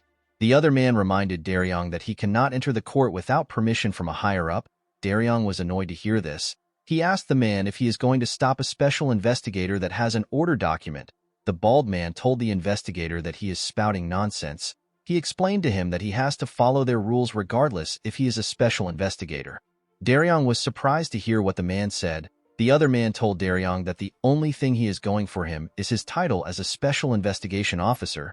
He told Daryong that he is powerless without his title. The moment the man said this, Muguk asked the two of them if they know who he is. The men told him that they are aware of his identity. Muguk could not believe that the two men would act rudely to him despite knowing his identity. He walked up to them and attacked their balls at a frightening speed. The men held their balls and fell to the ground. Daryong was surprised to see what happened. Our boy asked him to stop standing. He told Daryong to show him the way. The man was startled when he heard our boy's voice. He quickly moved forward. Inside the building, Muguk and Daryong were stopped by the members of the demonic army. Daryong was annoyed to see this. He took out the document and asked the men if they are blind. He told them that they are standing in the way of an official investigation. He asked them to step aside if they do not want to rot in prison. None of the men were shaken by Daryong's threat. While the men were standing, a man asked his subordinate to tell him where the idiots who are causing a ruckus came from. Daryong introduced himself to the man and asked him to identify himself. The huge bald man introduced himself as Go Dang. He told Daryong that he is the demonic army's first corps captain. He called Daryong a douche and asked him if the introduction is good enough for him. Daryong used frequency transmission to tell our boy that Dang is the second in command in the demonic army. He revealed to Muguk that Dang is notorious for committing atrocious deeds even among the demonic army. Dang walked up to Daryong and asked him to say something. Daryong was annoyed to hear this. He told the huge man that he is a special investigator from the Nirvana Pavilion that is on official orders. He asked Dang to watch how he speaks to him. Dang asked Daryong to tell him what he will do if he speaks rudely to him. The man explained to Dang that he and his teammates will be arrested on the charges of disrupting the investigation of the Nirvana Pavilion and insulting an investigator. Dang and his teammates began to laugh when they heard Daryong say he will arrest them. With a serious look on his face, the man told the investigator that he will like to see him try to arrest them. The moment he said this, Muguk greeted him and told him that it has been a long time. He asked the man if they last met at the last banquet. Dang did not understand what our boy was talking about. Before the man could say anything, Muguk grabbed his hand and pressed it hard. The captain was shocked to see this. With a serious tone in his voice, our boy told the captain that they came to see the commander. He asked him to stop hazing them and let them through. While using frequency transmission, Muguk assured the man that he will lose his hand forever if he tries to act up. While also using frequency transmission, Dang told our boy that certain people believe that swords don't work on them because they are of noble birth. Muguk asked the man if he believes that he will be able to wield his sword with his hand. Dang told our boy that they can test it. He told him that he wants to see if his hand will fail or our boy's intestine will fall out. Unfortunately for the captain, he had to allow Muguk and Daryong pass through. As he walked past the men, Muguk told Dang that he will buy him a drink next time. The captain was annoyed to hear this. As they climbed the stairs, Daryong asked our boy if he knew the captain before. Our boy told him that it is his first time seeing the man. Daryong asked Muguk to tell him why Dang would step aside for him. Our boy revealed to the investigator that he deliberately broke Dang's hand when he shook him. He told him that the captain will have to eat with only one hand for a while. Daryong was shocked to hear this. Our boy asked the man to stop overreacting. He asked him to lead the way. The man quickly walked forward. He told Muguk that the office of the commander is on the 7th floor. When they arrived on the 7th floor, they met 3 men guarding the entrance. A man told them that they cannot enter the office of the commander unless they have an appointment with him. Our boy and Daryong were surprised to hear this. Muguk asked the men if they are not already tired of their nonsense. He moved close to them and asked them to step aside. The man who appears to be the leader told him that they cannot move. Our boy took out the order document and showed it to the man. He told him that they are stopping the heavenly demon by stopping them. The man and his subordinates became nervous when they heard this. Muguk told the man that he is allowed to look down on them, but he is not allowed to look down on the document.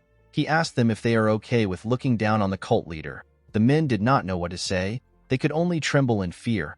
While they were shaking, their commander asked them to let our boy in. In the next scene, we see an old man sitting on a chair. The man welcomed Muguk. With a smile on his face, Cheon-young asked our boy to not be angry that his men were behaving rudely. He told him that his men are quite ignorant. Muguk was surprised to see the leader of the demonic army. He could sense an unfathomable level of strength from the man. The energy the man was releasing made Daryong tremble in front of him. Muguk asked Cheon-young to tell his men to read a book if they have the time to pick a fight with him. The man told our boy that the ignorant are brave. Muguk explained to the man that this is an old adage. He told him that in recent times, those with knowledge are braver. This is because they are not only good at coming up with strategies, but they also become aware of what needs to be done. Cheon-young smiled when he heard this. He told our boy that he has fallen behind the times after growing old. Muguk was surprised to see that the old man was staying calm even after he provoked him. Cheon-young asked our boy to tell him why he has been tasked with the investigation this time. Muguk told the man that he was given the job because his father is trying to punish him. Cheon-young was surprised to hear this. Our boy revealed to him that he made a slight mistake while they were hunting. Cheon-young laughed when he heard this. Muguk knew that Cheon-young and his subordinates must have racked their brains in order to think about why he was sent as a special investigation officer. Cheon-young asked our boy to tell him why the Nirvana Pavilion started another investigation. He asked him if someone sent another anonymous letter like last time. Daryong told the man that they cannot reveal this information to him. Immediately he said this. Muguk told the commander that he is correct. Daryong was shocked to hear our boy share the information with the man. Cheon-young told our boy that he already knew that something like this would happen. He explained to Muguk that he receives all types of slander because he is the leader of the demonic army, which comprises of ignorant and rough people. He told our boy that it is quite tiring. Muguk assured the old man that they will finish their investigation as quickly as possible. He asked Cheon-young to be understanding if the investigation causes some inconvenience. The old man laughed when he heard this. He told our boy that he does not care since their relationship is quite strong. Muguk told the man that it is a known fact that the Blood Heaven Sword Demon is supporting his brother. With a smile on his face, Cheon-young told our boy that his brother is a different person from him. He assured Muguk that he is supporting him.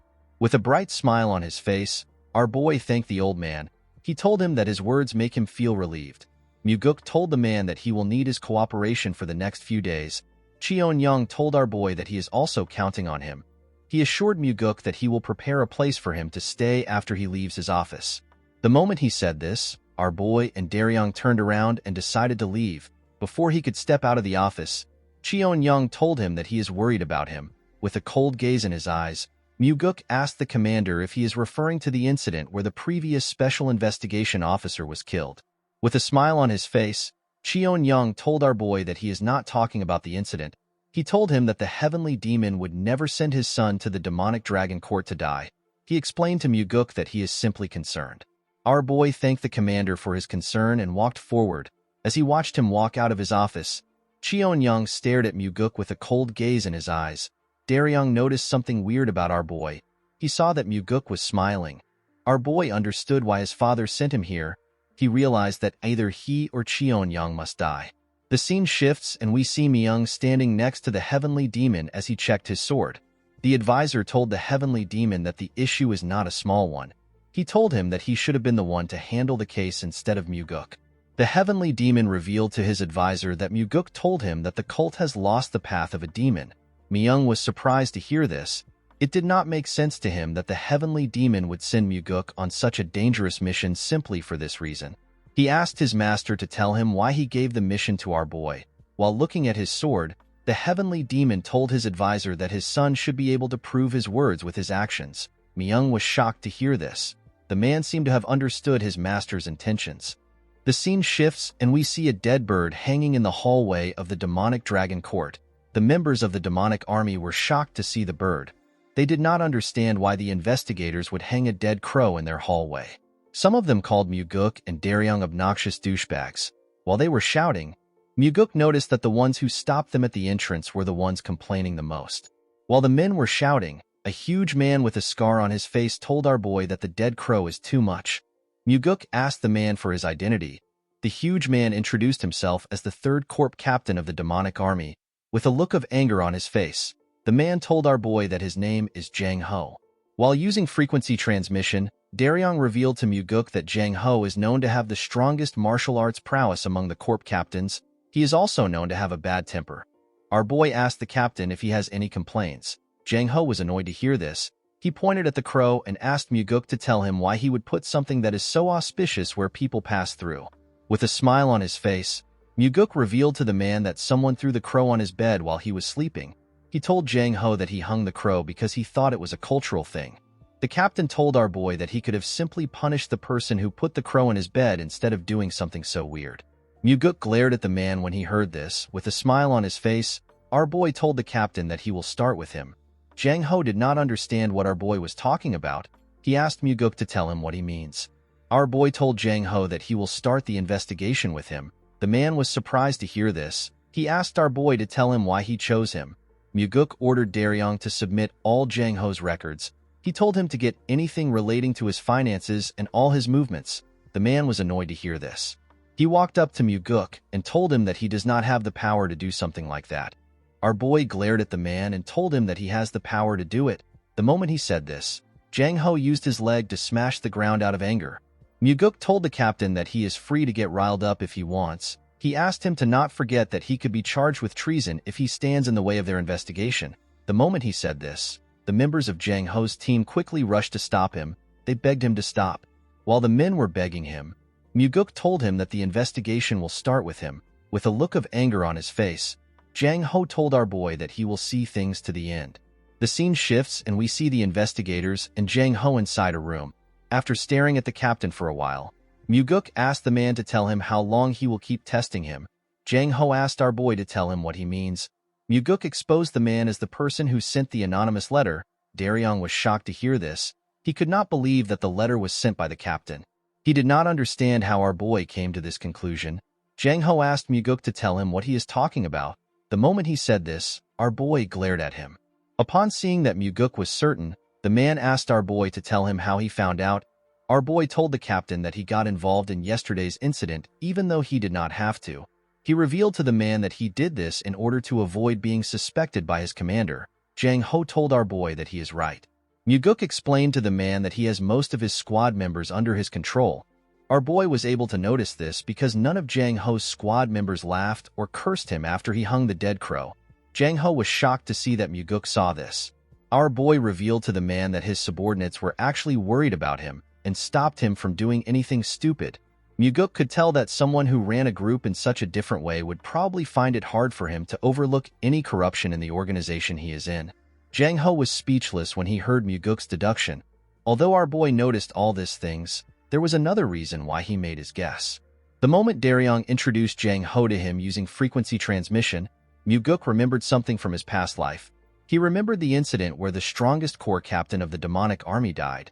Our boy was able to deduce that Jang Ho got killed by someone because he sent the anonymous letter to resolve the issues of the demonic army. Jang Ho revealed to Muguk that he did not know if the letter would work, so he could not write the exact details involved. The captain never expected that the second young master would be sent to perform an investigation. Our boy asked the man to tell him what he thinks now that he is here. The captain apologized to Muguk and told him that he thought that they were done for. Our boy turned to Daryong and smiled when he heard this. He asked the man if it is popular for young people to be so honest. Daryong did not understand what Muguk was talking about. He told him that he and Jang Ho are actually older than him. Immediately he said this, our boy remembered that he was now young again. Muguk turned to Jang Ho and asked him to tell him what is happening in the demonic army. The captain revealed to our boy that his commander is using the demonic army for his own personal gains. He told Muguk that Cheonyang has been taking money for assassination requests, and he has been making his subordinate do the jobs. Our boy and Daryong were shocked to hear this. Muguk assumed that Cheonyang was simply receiving bribes from some martial arts groups. He never expected the commander to do something so insane. Our boy knew that it is already a serious crime for Cheonyang to be moving so many martial masters as he pleases. However, It is a whole other thing for the commander to be moving merely for financial gains. Daryong asked Jang Ho to tell him how it is possible for Cheon-young to do such a thing. Our boy told the man that the commander is able to do this by adjusting the number of members in the demonic army. He told Daryong that the First Corps are probably the ones doing it.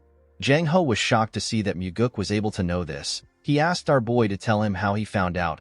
Muguk revealed to the captain that he was able to tell from their reaction. According to our boy, the members of the First Corps were the first to stop them. They were also the ones that cursed them the most after seeing the dead crow. Muguk asked Jang Ho to tell him how he was able to find out that it was the First Corps. The man became sad when he heard this question. He revealed to our boy that the martial artist who committed suicide after killing the previous special investigator was his friend. The martial artist was also the first person to send the anonymous letter. Muguk asked Jang Ho to tell him how close he was with the man. With a shaky tone in his voice, the captain revealed to our boy that he and his friend joined the cult at the same time. He told him that his friend was basically like family to him. Muguk asked the man to tell him the person who he thinks killed his friend. Jang Ho explained to our boy that his commander probably gave the order and Captain Go Dang personally killed his friend by himself. Our boy realized that if Jang Ho's words were true, then he is looking at an immense corruption case that involves the commander of the demonic army and the whole First Corps. Due to the fact that Cheon-young was willing to kill an investigator, our boy wondered if his father and Myung truly did not know anything about the case. Muguk knew that the heavenly demon and the advisor already knew what was happening to a certain extent. Our boy knew that his father sent him here for this reason. Muguk could not believe that his father was trying to see if he could resolve the incident even though he has to go up against the demonic army's commander. Our boy told the captain that he made a good friend. Jang Ho told our boy that he was supposed to do something when his friend died if he was also a good friend.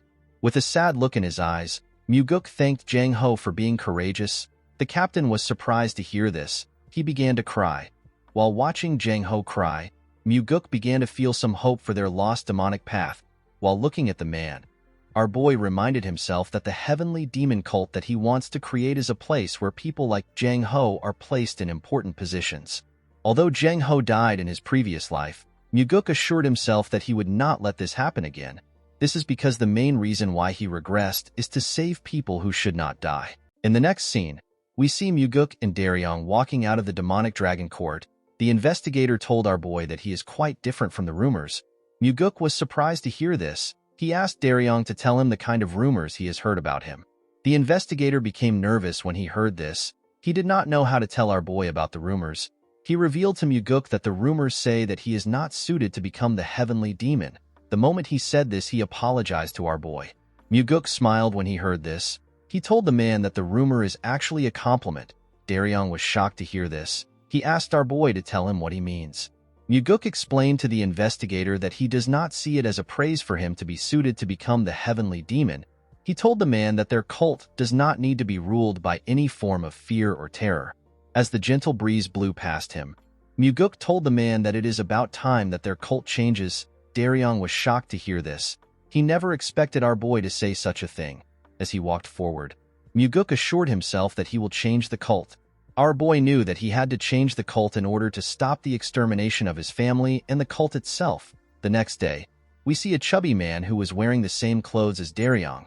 The man was also an investigator. The investigator rushed to meet Muguk. He told our boy that something bad has happened. He asked Muguk to follow him immediately. The man took Muguk to the hallway of the demonic dragon court. When he arrived in the hallway, our boy was shocked to see what happened. Muguk saw members of the Nirvana Pavilion bleeding on the floor. Daryong and another man were bleeding from their heads. The other man appeared to be unconscious. Two men from the Nirvana Pavilion held their swords tightly. They were ready to defend themselves. In front of the investigators were the members of the demonic army. The men held their swords tightly. Our boy ordered the men to stop moving. He walked up to Daryong and asked him if he is badly hurt. Daryong assured our boy that he is fine. He told him that his colleague has been severely hurt. When Muguk touched the man, he noticed that his ribs have been broken. Our boy ordered the other men to take the unconscious man to the infirmary. One of the men holding a sword quickly put the unconscious man on his back and carried him away. Immediately the men left. Muguk turned to the members of the demonic army. He asked Dang if he was the one who wounded the men. With an arrogant look on his face, the captain told our boy that he is right. Muguk asked the captain to give him his reason for harming an investigator of the Nirvana Pavilion. Dang revealed to our boy that the investigator bumped into his shoulder in the corridor and walked away without apologizing. He told Muguk that he taught the man a lesson for his actions. Muguk could easily see through Dang's words. He told the man that he is certain that he bumped into the investigator on purpose. He told Dang that he would have never let the man go even if he apologized. Instead of denying this allegation, Dang laughed and told our boy that he is correct. The moment he did this, Muguk told him that they are poison. The captain was surprised to hear this. He could not comprehend our boy's words. He asked Muguk to explain what he means. With a deadly look in his eyes, Muguk told Dang that his subordinates are poison to him. The captain was surprised to hear this. He asked our boy to tell him why he is spouting nonsense. With a serious look on his face, Muguk asked the captain if he also killed some members of their cult in this manner last year. Our boy told Dang that he also killed 3 members after getting in a fight with them at a bar 2 years ago. The members that Dang fought were low-ranked martial artists. Before things blew out of proportion, the demonic army covered the situation up for the captain. With a confident smile on his face, Dang told our boy that there are too many idiots in the cult that do not revere the demonic army. With a serious look on his face, Muguk asked Dang if he knows that he possesses the authority to carry out an execution. Dang and the other members were surprised to hear this. They became nervous. The captain laughed and told Muguk that he does not care if he has such an authority. He asked our boy if he is even capable of performing an execution. Our boy was not surprised to hear Dang's reply. He already expected it because this was the poison he was talking about. Muguk knew that only fools would act this way when they are conscious of how others around them see them. Normally, this ought to be a situation where Dang would be nervous, but instead he is acting tough in front of his subordinates. Muguk realized that the captain's head is too far up his own ass. Dang did not have any idea about the kind of stage he is standing on. When our boy walked forward, Dang's subordinates placed their hands on their swords and took a stance. The men were ready to attack. With a confident smile on his face, Dang told our boy that if he messes with him, then he will be messing with the entire demonic army. He asked Muguk if he has the courage to do this. Our boy decided to taunt the man. He told the captain that he is better than him because he is not hiding behind his subordinates. The captain raised his right hand. He told Muguk that he is injured because of a certain coward. He asked our boy to count himself lucky. Our boy raised his right hand up. He told Dang that he will not use his right hand. He asked the man if he will fight with him now. The captain was surprised to hear this. He told our boy that he will probably tell the heavenly demon what happened after he gets injured. Dang's teammates laughed when they heard this. Muguk swore to the captain that he will not hold him responsible for whatever happens. He assured him that nothing will happen to him even if he dies here. Daryong was surprised to hear this. He did not understand what Muguk was trying to do. Dang smiled when he heard this. He picked up his sword with his left hand and told our boy to start the fight. The moment he said this, Daryong used frequency transmission to reveal to Muguk that the captain is ambidextrous. He told him that Dang can use a sword with his left hand as proficiently as he can with his right hand. Our boy realized that this was the reason why the captain was confident. Muguk placed his sword in his left hand and took a stance. Daryong and the members of the demonic army were surprised to see our boy's smooth stance. The moment he took his stance, Dang swung his sword at him. Our boy managed to easily dodge the attack. The captain's sword hit the floor and destroyed the bricks. Dang quickly turned to his side and tried to stab Muguk, who was close to the wall. Our boy easily dodged the man's attacks and landed on the floor. The moment he landed on the floor, Muguk changed his stance and used his sword to cut off Dang's left hand. The arrogant man screamed out in pain. While he was screaming, Muguk hit his sword hilt on his face. The attack destroyed the man's face. As blood gushed out of his nose, the captain fell to the ground. The members of Dang's group were annoyed to see this. They unsheathed their swords and rushed to protect their captain. Daryong was shocked to see this. He called out to our boy. Muguk turned around and simply swung his sword once. His attack killed the 3 men in front of him. He stabbed them in different parts. The men could not even react. They all fell to the ground. Daryong and the other members of the demonic army were shocked to see this. Muguk told the rest of the members that the crime of the men who just died was treason. The other men became nervous when they heard this. While our boy was staring at the men, he hears someone begging him to spare him. When our boy turned around, he saw Dang trembling on the ground. Muguk asked the idiot if he knows what happened to the families of the people he killed in the fight at the bar. The captain did not know what to say. Our boy was not surprised to see this. He knew that the man did not care. Muguk told the idiot that the families lost their father, son, and husband. He asked Deng if this families will be able to continue to live a normal life. Deng began to tremble when he heard this. He told our boy that he was wrong. Muguk asked him to shut up. He raised his leg up and used it to crush Deng's head. The members of the demonic army and Daryong were shocked to see this. They never expected our boy to kill the captain. With a horrifying look on his face, Muguk asked Deng's dead body to tell him who gave him the right to kill the members of the cult. In the next scene, we see a beautiful woman playing a musical instrument. Some women were dancing to the music which the instrumentalist was playing. The women were in the same room as Muguk and the demonic commander. Cheon-young poured our boy a drink. He asked Muguk about the trouble he got into while he was downstairs. Our boy explained to the man that he got into a conflict which was not intentional. The demonic commander said that it is a bit sad that his first corps captain was killed. He told our boy that he has no choice but to let Deng go since there were so many questionable things about him. Muguk was surprised to hear this. He realized that Cheon-young is a complete trash. He could not believe that the commander would badmouth someone who served him. Instead of trying to avenge the captain, Cheon-young was trying to make him out as a criminal. After taking a sip of his drink, the commander explained to Muguk that although Deng was killed in an investigation, he is still a captain of the demonic army. The commander told our boy that he will be in a tough spot if his group decides to make an issue out of it. Cheon-young put his cup down and told Muguk that it will be better to bring the whole case to a close. The commander assured our boy that the death of a captain and 3 of his subordinates should be enough to close the case. Our boy thanked the man for his consideration. With a worried look on his face, Muguk told the man that he will also like to close the case on a good note. He revealed to Cheon-young that he has only one problem. The man glared at Muguk when he heard this. He asked our boy to share the problem with him. Muguk revealed to the man that he has no evidence. He explained to the commander that he came for an official investigation, but he has nothing to give to his superior. Cheon-young poured more liquor into his cup and asked Muguk if he cannot just create some evidence. Our boy explained to the man that this will not be possible. He told Cheon-young that in the letters they receive, they were told that external requests were carried out for money. Muguk told the man that they cannot easily cover the issue. With a serious look on his face, our boy told the man that evidence is required to close the whole investigation. Of course, what Muguk really wanted was for the commander to give him enough evidence to close the case. In the next scene, we see Daryong surprised to see our boy. The man asked Muguk to tell him why he came to such a place. Our boy did not know why Daryong was surprised. He told him that he came to see an injured man. Daryong explained to Muguk that the demonic physician is currently treating his colleague. He thanked our boy for asking the demonic physician to come for his colleague. Muguk reminded the man that they are colleagues even if he is just a temporary investigator. Daryong was surprised to hear this. While they were talking, someone asked if our boy had arrived. An old man stepped out of the patient's room. This man is the demonic physician. He is the most skilled physician in the cult. He does not treat everyone in the cult. He only takes care of a few important people within the cult. Muguk asked the old man about how the investigator is doing. The physician revealed to our boy that the man's life is not in danger.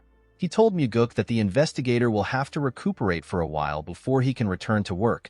Our boy explained to the physician that the man was hurt while he was faithfully carrying out his duties for the cult. Muguk asked the old man to use the best medicine for the investigators. The demonic physician assured our boy that he will do his best. While he was talking to the old man, Muguk noticed something weird. Our boy did not understand why the investigators were smiling brightly at him. He wondered if something is wrong. While smiling warmly, the chubby investigator thanked our boy for his help. After hearing the men's thanks, Muguk stepped out of the room. The scene shifts and we see our boy and Daryong walking in a hallway.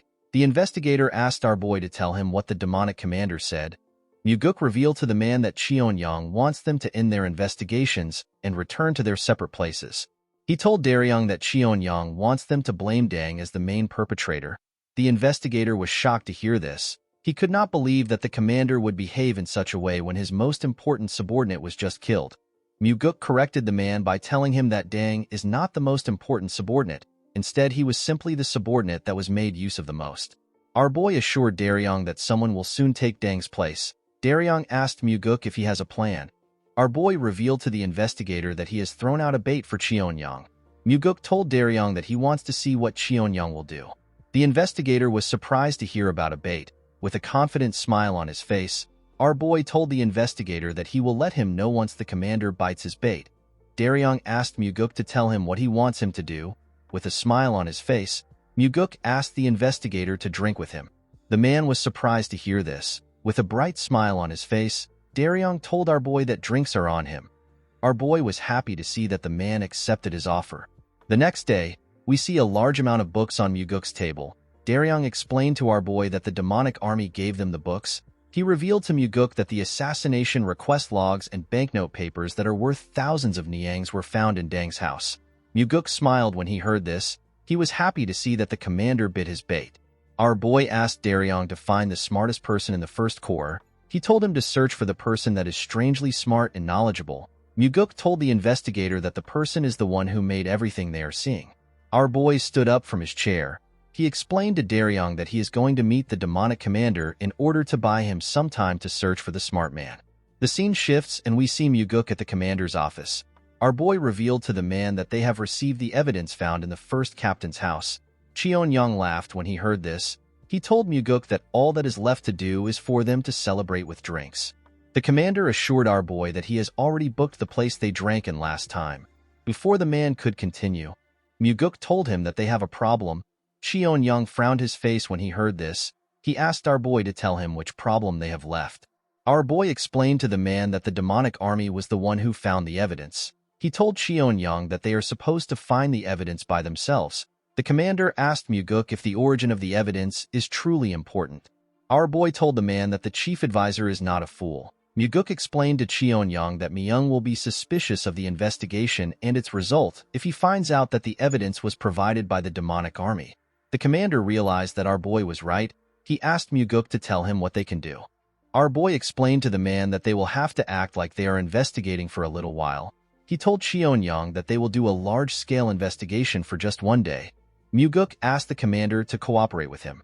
Cheon-young became suspicious when he heard this. He stared at our boy with an odd expression on his face. Upon seeing the look on the commander's face, Muguk told him that he actually doesn't want to carry out the investigation. He assured Cheon-young that the investigation is simply a formality. He told the man that he simply needs to get some common official documents. The commander decided to not question our boy. He told him that he will ask his subordinates to cooperate with him. Muguk smiled when he heard this. Our boy never needed any top-secret documents from the demonic army. Muguk was searching for the first few documents used to hire the members of the demonic army. He was also searching for the wills that were left behind by those who went on dangerous missions. Muguk was searching for these things in order to see the handwriting and figure out who wrote the records of the request logs. The scene shifts and we see a member of the First Corps tied to a chair. The man looked weak compared to the other members of the unit. His name is Yong-gu. With a shaky tone in his voice, Yong-gu asked Muguk to tell him why he captured him.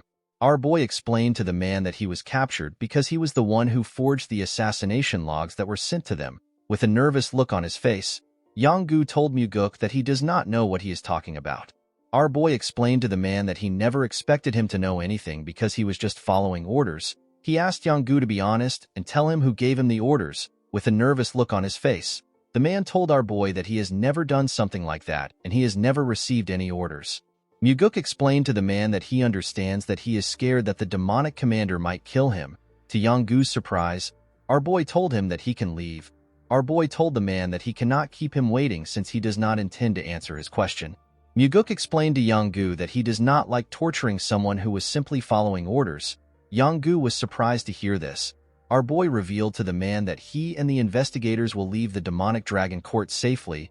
He told him that Cheon-young will eventually kill him. Yong-gu was shocked to hear this. He asked our boy to tell him what he is talking about. Our boy explained to the man that the commander has probably heard that he was captured. He asked Yong-gu to tell him what would happen if he leaves the building without any injuries. With a cold gaze in his eyes, Muguk told the man that the commander will probably think that he has told them everything. Our boy told the man that he must know how the commander will respond to the situation. Yong-gu became terrified when he heard this. In the next scene, we see Daryong talking to our boy. The investigator told Muguk that Jang Ho already informed them that Cheon-young was the one who ordered the killing of the Nirvana Pavilion investigator and one of his peers. According to the investigator, the person who carried out the order was Go Dang, who is already dead. The demonic commander also committed numerous atrocious deeds. Daryong told our boy that the commander has killed a lot of people. However, Cheon-young will never let himself simply get arrested. Muguk revealed to the investigator that he does not plan to arrest the commander. Daryong was surprised to hear this. With a cold gaze in his eyes, our boy told the investigator that he will kill Cheonyang. Daryong was shocked to hear this. Our boy explained to the man that the Blood Heaven Sword Demon will make a move if the demonic commander is arrested. There is no way he will watch his own brother get executed. The situation will become far too complicated if the old man gets involved. Muguk explained to the investigator that there will be plenty of forged evidence to show that no one ordered Dang to commit any of the crimes. All the crimes will be pinned on Dang, and there will be a lot of slandering and scheming in regards to our boy. Most importantly, if the commander is allowed to leave, there will be people who will be killed to keep the silence about the crime. Muguk told the investigator that Jang Ho, who wrote the letter, will eventually be killed. All the members of the Third Corps will also be killed for trying to protect their leader. Our boy assured Daryong that he is also on the list.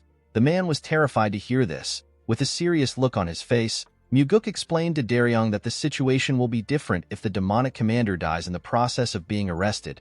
The only thing that would be left to do is to prove his crimes. Daryong became nervous when he heard this. He asked our boy if he will be okay. He told him that the Blood Heaven Sword Demon will definitely seek revenge. Muguk stood up and told the man that not everyone will seek revenge when their family dies, especially someone like the Blood Heaven Sword Demon.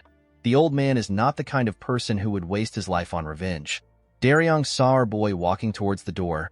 He asked him to tell him where he is going. With a smile on his face, Muguk told the man that he is going to kill the commander of the demonic army. Daryong was shocked to hear this. He asked our boy if he is going right now. In the next scene, we see Muguk drinking with the commander in a room. Our boy told the man that they were able to complete the investigation with his help. Cheonyang told our boy that he is happy that the investigation is over. He told Muguk that he is sad that he has to part ways with him now that the investigation is over. Muguk assured the commander that he will definitely repay his goodwill in the future when he becomes the successor. Cheonyang told our boy that he is the one who is indebted to him.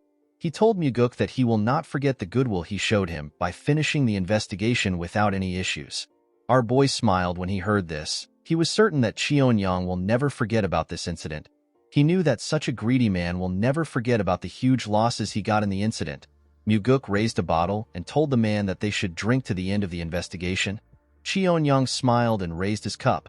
While pouring some liquor for the man, Muguk asked the man to tell him why he did it. The commander asked our boy to tell him what he means. With a cold gaze in his eyes, Muguk reminded the commander that he should already have more than enough money to use until he dies of old age. Our boy asked the man to tell him why he is so greedy to the point that he would use the demonic army to take in requests for money. Cheonyang was shocked to hear this. He placed his cup down and told our boy that he does not know anything about that. He told Muguk that he will have to ask the dead First Corps captain his question. Our boy smiled when he heard this. He told the commander that a puppet cannot know anything. With a serious look on his face, Cheonyang asked our boy to tell him what he is talking about. With a smile on his face, Muguk told the man that he is curious about what he thinks. Our boy explained to the man that he does not expect much from him since there is nothing but pitch darkness within him. He told Cheonyang that his body must be filled with greed that will never cease to want more. Cheonyang crushed his cup when he heard this. With a terrifying smile on his face, the commander asked Muguk if he has lost his mind. Our boy took a sip of his liquor and told the commander that he is the one who is crazy for taking on so many assassination requests. The moment he said this, Cheonyang released his energy. He told Muguk that he has had enough of his nonsense. He used his energy to crush the table and the things around him. Our boy was not even surprised. He simply drank his drink and stared at the man.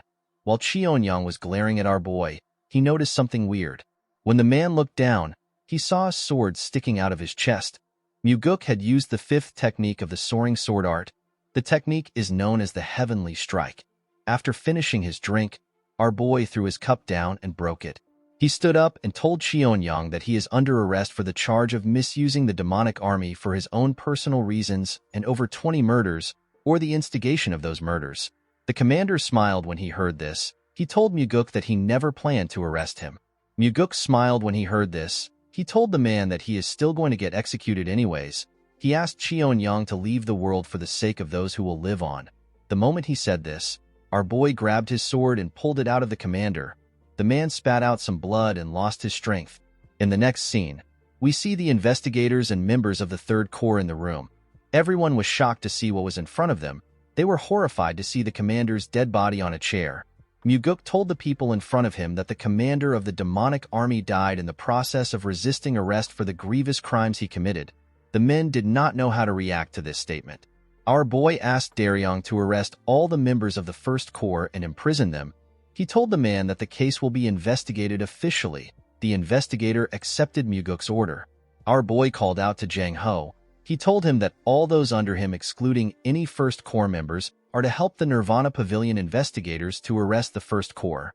Muguk explained to the men that he has received the authority to take full charge of the matter. He told them that his orders are equal to the heavenly demon's orders. Muguk told the men that they are to execute his orders immediately. Jang Ho put his hand together and accepted our boy's orders. Daryong and Jang Ho were both nervous after they received our boy's orders. Muguk smiled when he saw the look on the men's faces. The scene shifts and we see Muguk walking into the Heavenly Demon Pavilion. Inside the pavilion, we see the Heavenly Demon, the Chief Advisor, and the Blood Heaven Sword Demon. As Muguk walked towards the men, he noticed that the Blood Heaven Sword Demon was staring at him. Our boy also glared at the man. Muguk greeted his father and Myung. He also greeted the Blood Heaven Sword Demon. The old man asked our boy if he has been well. He told Muguk that he wants to know about what happened. Our boy informed the old man that everything is written in his reports. He told him that he can simply read it himself. The old man told Muguk that he wants to hear it directly from him. Our boy was surprised to hear this. He turned to his father and the advisor. Due to the fact that they were simply observing, Muguk realized that they wanted to hear his reply. Our boy explained to the Blood Heaven Sword Demon that they found out that his brother had committed grievous crimes. He told the man that the commander tried to kill him in the process of arrest.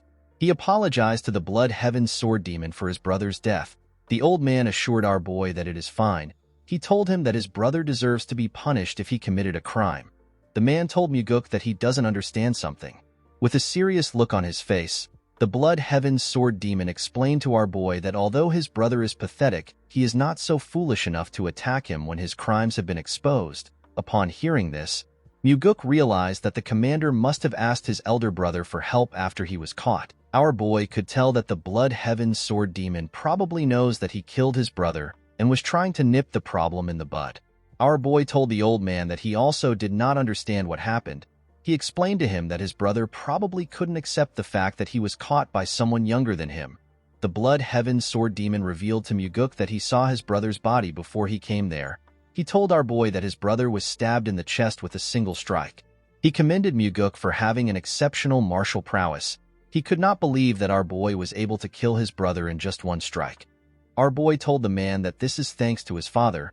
He explained to the Blood Heaven Sword Demon that Cheonyang was not able to use his full strength because he was agitated.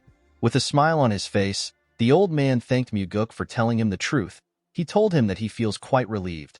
Our boy told the man that he actually feels sorry. While talking, Muguk noticed that Kyampa was not even showing any signs of anger.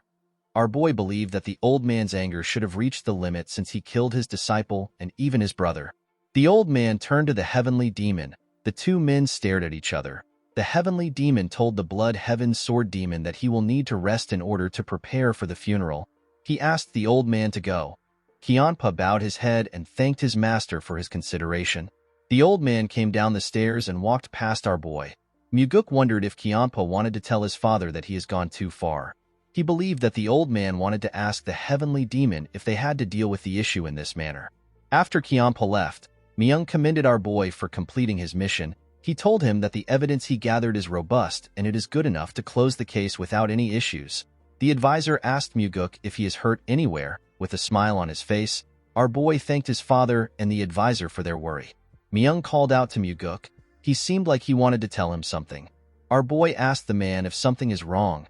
The advisor asked our boy to forget about it. Immediately he said this. Someone walks up to Muguk. The person was holding a box. Myung told Muguk that his father wanted to give him a reward for his hard work.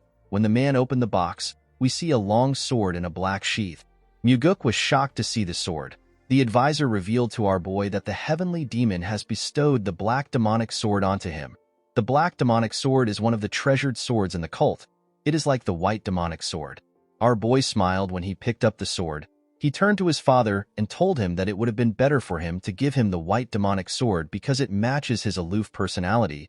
With a serious look on his face, the heavenly demon informed his son that the black demonic sword suits him. Muguk grabbed the sword and took it out of its sheath. The sword released its energy the moment our boy took it out. Muguk never expected the sword to be able to release such a cold energy, even though he had not infused any energy into it. The cult leader stared at his son when he saw him take out his sword. Myung was surprised to see this. He realized that his master was feeling proud when he saw his son acting happy. Our boy returned the sword into the sheath. He told his father that the reward feels too great. The advisor assured Muguk that he deserves the sword. He revealed to him that the issue with the demonic commander was their most dire problem within the cult. He told our boy that he never expected him to end the case in such a clean manner. He turned to the heavenly demon and asked him if he expected Muguk to solve the case this way. The heavenly demon told the man that he believed that his son would be lucky to survive. He told him that he did not know that our boy could solve the case. Of course, Muguk could easily see through his father. He knew that the heavenly demon sent him there because he actually believed in him. The heavenly demon knew that our boy had mastered the soaring sword arts. He also knew that Muguk had consumed the demonic essence pill. He was certain that his son would not die easily. Our boy could tell that his father never expected the commander to die. While thinking, Muguk understood why his father gave him the sword. The heavenly demon was making a statement to the blood heaven sword demon. He was telling the old man that he acknowledges everything he has done for the cult, but it would be best for him to not besmirch his son over the incident. Upon understanding his father's intentions, Muguk put his hands together and thanked him for giving him the weapon. With a smile on his face, our boy thanked the heavenly demon for the meaning of the sword. The cult leader was surprised to see that his son understood the meaning of the weapon. He asked him to leave. Immediately our boy stepped out of the building. He hears someone say that the son feels good. The person asked him to take a short break with him before leaving. When Muguk turned to the side, he saw the blood heaven sword demon sitting on the floor next to a small garden. Our boy was not surprised to see the old man. He already knew that Kiampa would not have left easily as Muguk walked towards him. Kiampa saw the black demonic sword on his waist. Our boy sat next to the man and told him that the summer feels hotter than usual. Immediately our boy sat down. Kiampa released his energy. With a horrifying look on his face, the blood heaven sword demon called Muguk a damn whelp. He asked him to tell him what gave him the guts to ambush and kill his brother. Our boy was shocked to see what was happening. Kiampa promised to rip him apart limb by limb and offer him to his brother's grave. The flowers around them began to wither when the old man's energy touched them. It was hard for Muguk to withstand the man's energy. After lashing out, the blood heaven sword demon began to smile. He asked Muguk if he should have said this to him earlier. The moment he said this, the old man tried to move his sword hilt close to our boy's body. Muguk immediately stopped the man with his hand. Our boy also released his energy. With a horrifying look on his face, he called the blood heaven sword demon a useless old man who only aged with no maturity. He asked Kiampa to tell him what gave him the right to destroy the order within the cult for his own personal desires. Muguk told the old man that he will chop up his body and pound it into dust if he does anything for his corrupted brother. The blood heaven sword demon was shocked to feel our boy's energy. He never expected him to also behave the same way as him. Immediately our boy said this. He took away his energy. With a smile on his face, Muguk informed the old man that he would have responded in this manner if he had spoken like that. The blood heaven sword demon was quite shocked to see this. He began to laugh like a crazy person. The energy of his laughter was quite strong. Muguk had to cover his ears. Other people in the cult could also feel the energy. He turned to our boy when he stopped laughing. He told him that he should have gone easy on his brother for his sake. Muguk revealed to the man that he did his best to finish things nicely.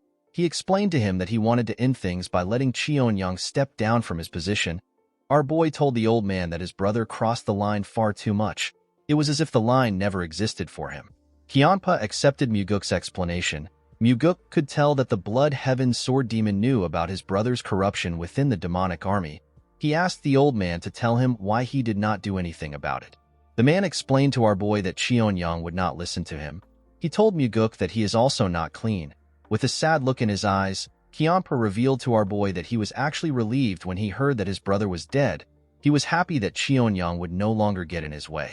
Muguk was shocked to hear this. He never expected the Blood Heaven Sword Demon to be honest about his relationship with his brother. Our boy told the old man that he understands how he feels.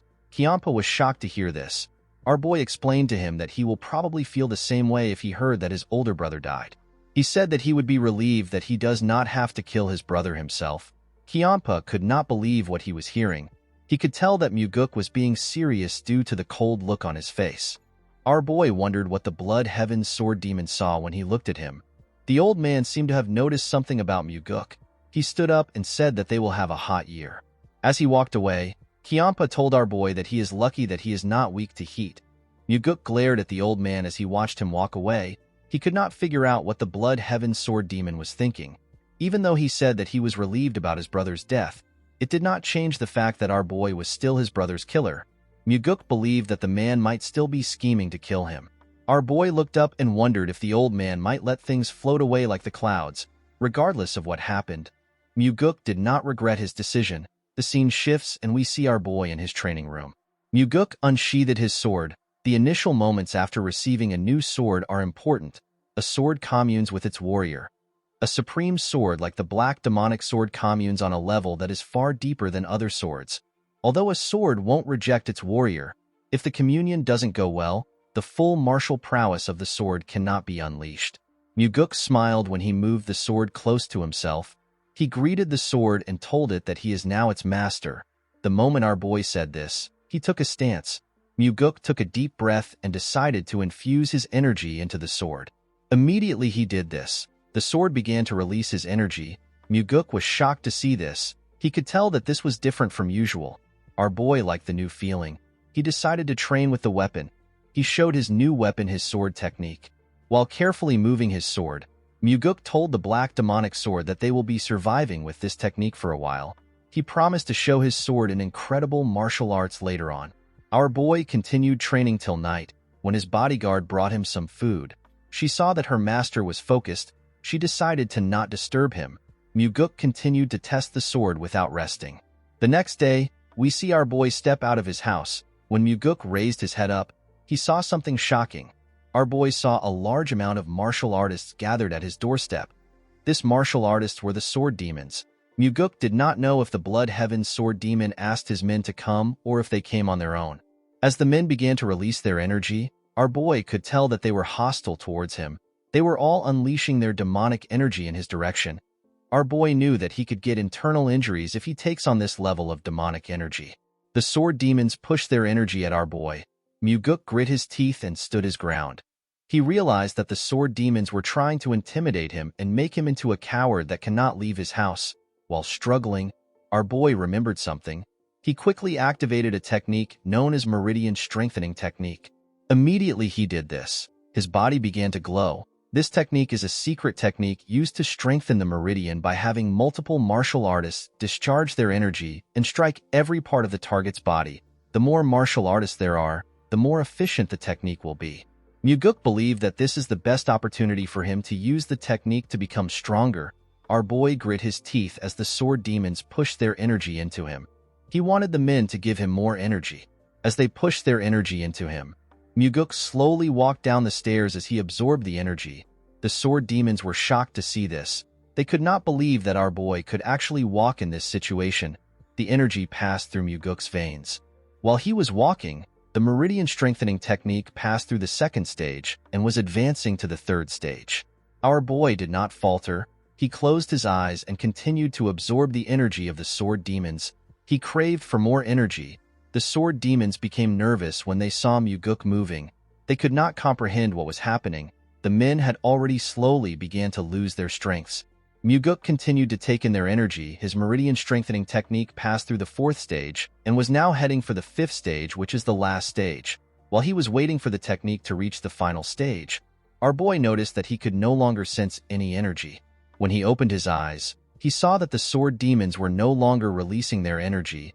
The men all seemed to be scared of our boy. The man that stood in front of Muguk was quite nervous. With a cold gaze in his eyes, our boy glared at the man. The poor guy became more nervous when he saw the look on his face. He and the other sword demons cleared a path for Muguk. Our boy walked past the martial artists. While walking forward, Muguk smiled. He was happy to see that the sword demons had acknowledged his strength.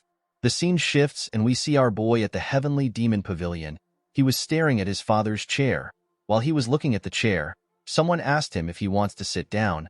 Muguk was surprised to hear the person's voice. He was shocked to see that it was the Heavenly Demon. Muguk did not know when the man arrived into the pavilion. He told his father that he does not want to be trapped by the chair. The Heavenly Demon asked his son to stop trying to sound sophisticated again. He climbed the stairs and asked his son to come up. When Muguk climbed the stairs, his father asked him to sit down. The moment our boy sat down, the Heavenly Demon asked him to tell him how it feels. Muguk looked around the building from the top. He turned to the side and looked at a statue of a demon which was next to him. Our boy told his father that he thought he would feel excited. Instead, he actually doesn't feel anything. The Heavenly Demon revealed to his son that he also felt the same way. Muguk remembered that his father had to kill numerous people and even his own brother to climb up to the seat. He wondered about what his father felt if it was not excitement. While our boy was thinking, his father revealed to him that the sword demons went to look for him on their own. He told him that Kyampa never asked them to do anything. Muguk was surprised to hear this. He did not expect his father to know about what happened. Our boy explained to the Heavenly Demon that he acted like he was strong when he was enduring the energy they threw at him. He refused to be suppressed by them. However, after Muguk left that place, he began to tremble. The Heavenly Demon asked his son if the sword demons were really that scary. Our boy clenched his fist and told his father that he was scared that his judgment was wrong. According to Muguk, if any one of the sword demons got agitated and tried to fight him, he might have died there. Even if he survives, he wouldn't have been able to become the successor after he killed the sword demons. Our boy revealed to his father that he is scared of the fact that there could be another moment when he is to make a decision where everything is on the line. Muguk told his father that he actually missed him when he had these thoughts. Our boy did not understand why he would miss his father. It did not make sense to him. The Heavenly Demon informed his son that demonic humans do not look back. Instead, they look forward and advance. Our boy was surprised to hear this. He could not believe that his father was trying to comfort him with words. Muguk smiled when he thought of this. Our boy turned to the statue and told his father that he has been thinking about something else. He advised his father to change the demon statue into a statue of a beautiful woman. He told him that they can create a statue of the famous Central Plain Four Flowers. With a smile on his face, Muguk wanted to give his father more suggestions. He quickly closed his mouth when he saw the look on his father's face. The Heavenly Demon looked at his son as if he was spouting nonsense. Muguk immediately stood up. He told his father that it is better for him to leave before he continues to spout nonsense. Our boy walked down the stairs. Before he left the pavilion, Muguk turned around. With a cold gaze in his eyes, our boy asked his father if he can kill the Blood Heaven Sword Demon. The Heavenly Demon's expression changed when he heard this. The Heavenly Demon laughed when he heard what his son said. With a smile on his face, he revealed to his son that he stands no chance against the Blood Heaven Sword Demon. Muguk smiled when he heard this. He asked his father to tell him the reason why he created conflict between him and the old man if he did not want them to fight. Our boy told his father that he needs to take responsibility for his actions. The Heavenly Demon revealed to Muguk that he will appoint him as the Nirvana Pavilion leader. Our boy was shocked to hear this. He could not believe that his father wanted him to become the leader of the Inspection Bureau. With a smile on his face, the Heavenly Demon asked Muguk if something is wrong. He reminded him that he was the one who said that he wants discipline and order in the cult. Our boy did not understand what was happening. He wondered if his father wanted to use him to resolve the matters that he had postponed. He could not believe that his father was sending him to a place where he could die. Muguk took a careful look at his father's face. He decided to stop thinking about his father's intentions. He realized that it is better for him to make a decision based on what he hears and sees. The Heavenly Demon is someone who will leave information on the wall for his children, but he could also make use of his children for something dangerous if they are able to handle it. Muguk clenched his fist and told his father that he wants him to go out and kill a cow. He told him that he needs to go out with a sword. The Heavenly Demon asked our boy if there is something he wants. Muguk asked his father to allow him enter the Heavenly Demon's archives. The Heavenly Demon was shocked to hear this. The Heavenly Demon Archives is a place where all sorts of rare Murim secret manuals are kept. Aside from the Heavenly Demon, only a small number of people can go inside. The Heavenly Demon explained to his son that he will not be able to learn any supreme martial arts just by going into the archives. He told him that the manuals there are too much for him. Our boy knew that his father was correct. Even if Muguk gets lucky and finds one of the top martial arts manual, it will be on a similar level as the soaring sword arts that he already knows. With a confident look on his face, Muguk told his father that he wants to test his own luck. The heavenly demon could not understand his son's request. He told Muguk that he cannot see through his impure intentions. Our boy smiled when he heard this. The heavenly demon granted Muguk the right to enter the heavenly demon archive for 7 days. Our boy bowed his head and thanked his father. The scene shifts and we are taken to the heavenly demon archives. We see Muguk looking through the shelves. In his past life, our boy went back to the cult to get the secret demonic soul. People in the cult already believed that our boy died. It had been decades since he left. His face was disfigured so no one recognized him. It took Muguk a long time to go from being a normal warrior to a rank where he could meet the new heavenly demon privately. During his meeting with the cult leader, our boy heard about a certain martial arts. The name of the martial arts is the 4 strides of the wind god. This martial arts is the greatest mobility art that consists of just 4 moves. It was said to be a supporting technique for the heavenly demon's martial arts at one point in time. Unfortunately, knowledge of it went missing and it was no longer passed down. In Muguk's past life, the person who obtained the manual is Ju Baekdo. This person was the cult leader. While pouring himself a drink, Baekdo revealed to Muguk that he was able to become the heavenly demon because he found the lost 4 strides of the wind god. He told our boy that he found it in the heavenly demon archives. Muguk was surprised to hear this. He asked the cult leader to tell him why people thought the manual was lost when it was in the archives. The man told our boy that the manual was not kept on the shelves. While looking around the archives, Muguk looked down. He went down to look at a book. He remembered asking Baekdo to tell him where he found the manual. The man told him that the precious book was used to prop up the 19th shelf. While on his knees, Muguk took out the manual from the leg of the shelf. The book has a huge hole on its surface. Our boy opened the book to see it. He smiled when he realized that 4 steps were enough to walk all over the world. The 4 strides of the wind god has 4 main techniques. The first is the shadow step. The second is the flicker step. The third is the death step, and the last is the swift step. The shadow step is used when trying to infiltrate a place. At the start, it would only be used to avoid being detected by one person. However, as a person becomes more skilled with it, they can increase the number they want to avoid. It is said that once a person masters the shadow step, the person will be able to disappear even if tens of people are looking straight at him. The flicker step is used for defense. It is a technique that will definitely help you find a way to escape, even when an unavoidable attack is coming towards you. The death step allows a person to charge into the enemies. The person can then pierce through or neutralize any defense. The swift step is said to be a technique that is so fast that the word fast is an understatement. Muguk sat in a lotus position and began to practice this techniques. 7 days later, we are taken to the heavenly demon pavilion. Muguk bowed his head and told his father that he has returned. The heavenly demon asked his son to tell him what he learned in the heavenly demon archives. With a smile on his face, our boy revealed to his father that he learned a mobility art. The heavenly demon asked his son to tell him which mobility art he learned. Our boy told his father that he learnt the 4 strides of the wind god. The heavenly demon was shocked to hear this. He asked his son to not play with him. He asked him if he learned the shadow step, which is said to be lost. Muguk explained to his father that he does not have the guts to lie to him over something like this. The heavenly demon asked our boy to show him what he learned. Muguk asked his father to tell him what he will give him if he shows him his technique. The heavenly demon told his son that he will spare his life. Our boy smiled when he heard this. He closed his eyes and released some of his energy. The moment he opened his eyes, he activated the shadow step technique and disappeared in front of his father. The heavenly demon was shocked to see this. He quickly got up from his throne. He could not believe that he was seeing different afterimages of his son in his pavilion.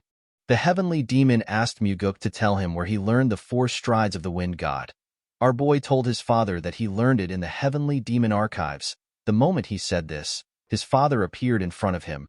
With a scary look on his face, the heavenly demon asked Muguk to not lie to him.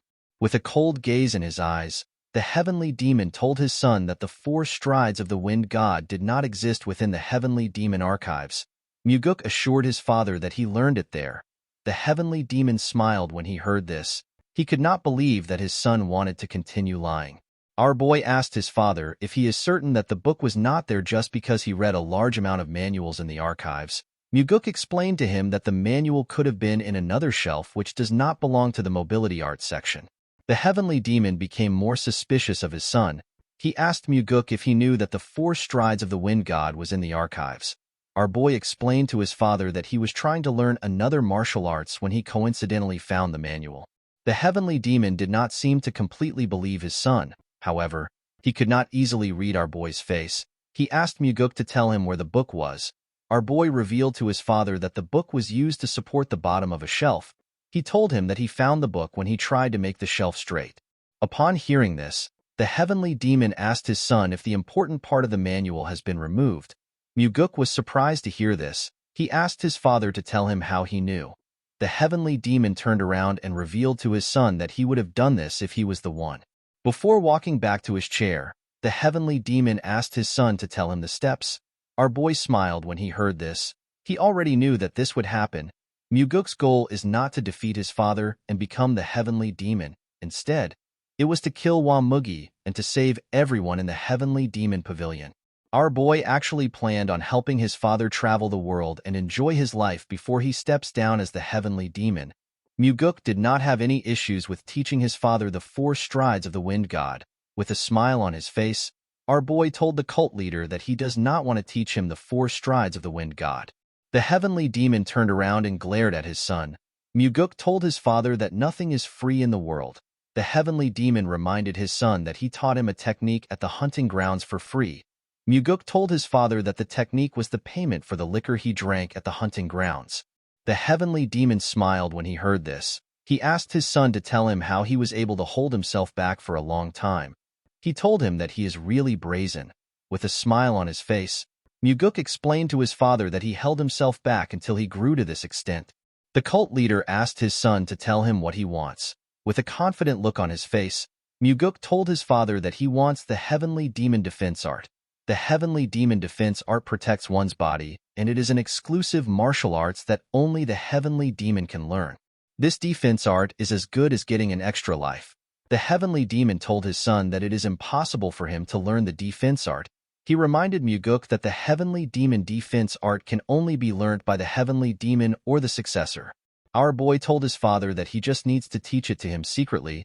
The heavenly demon was surprised to hear this.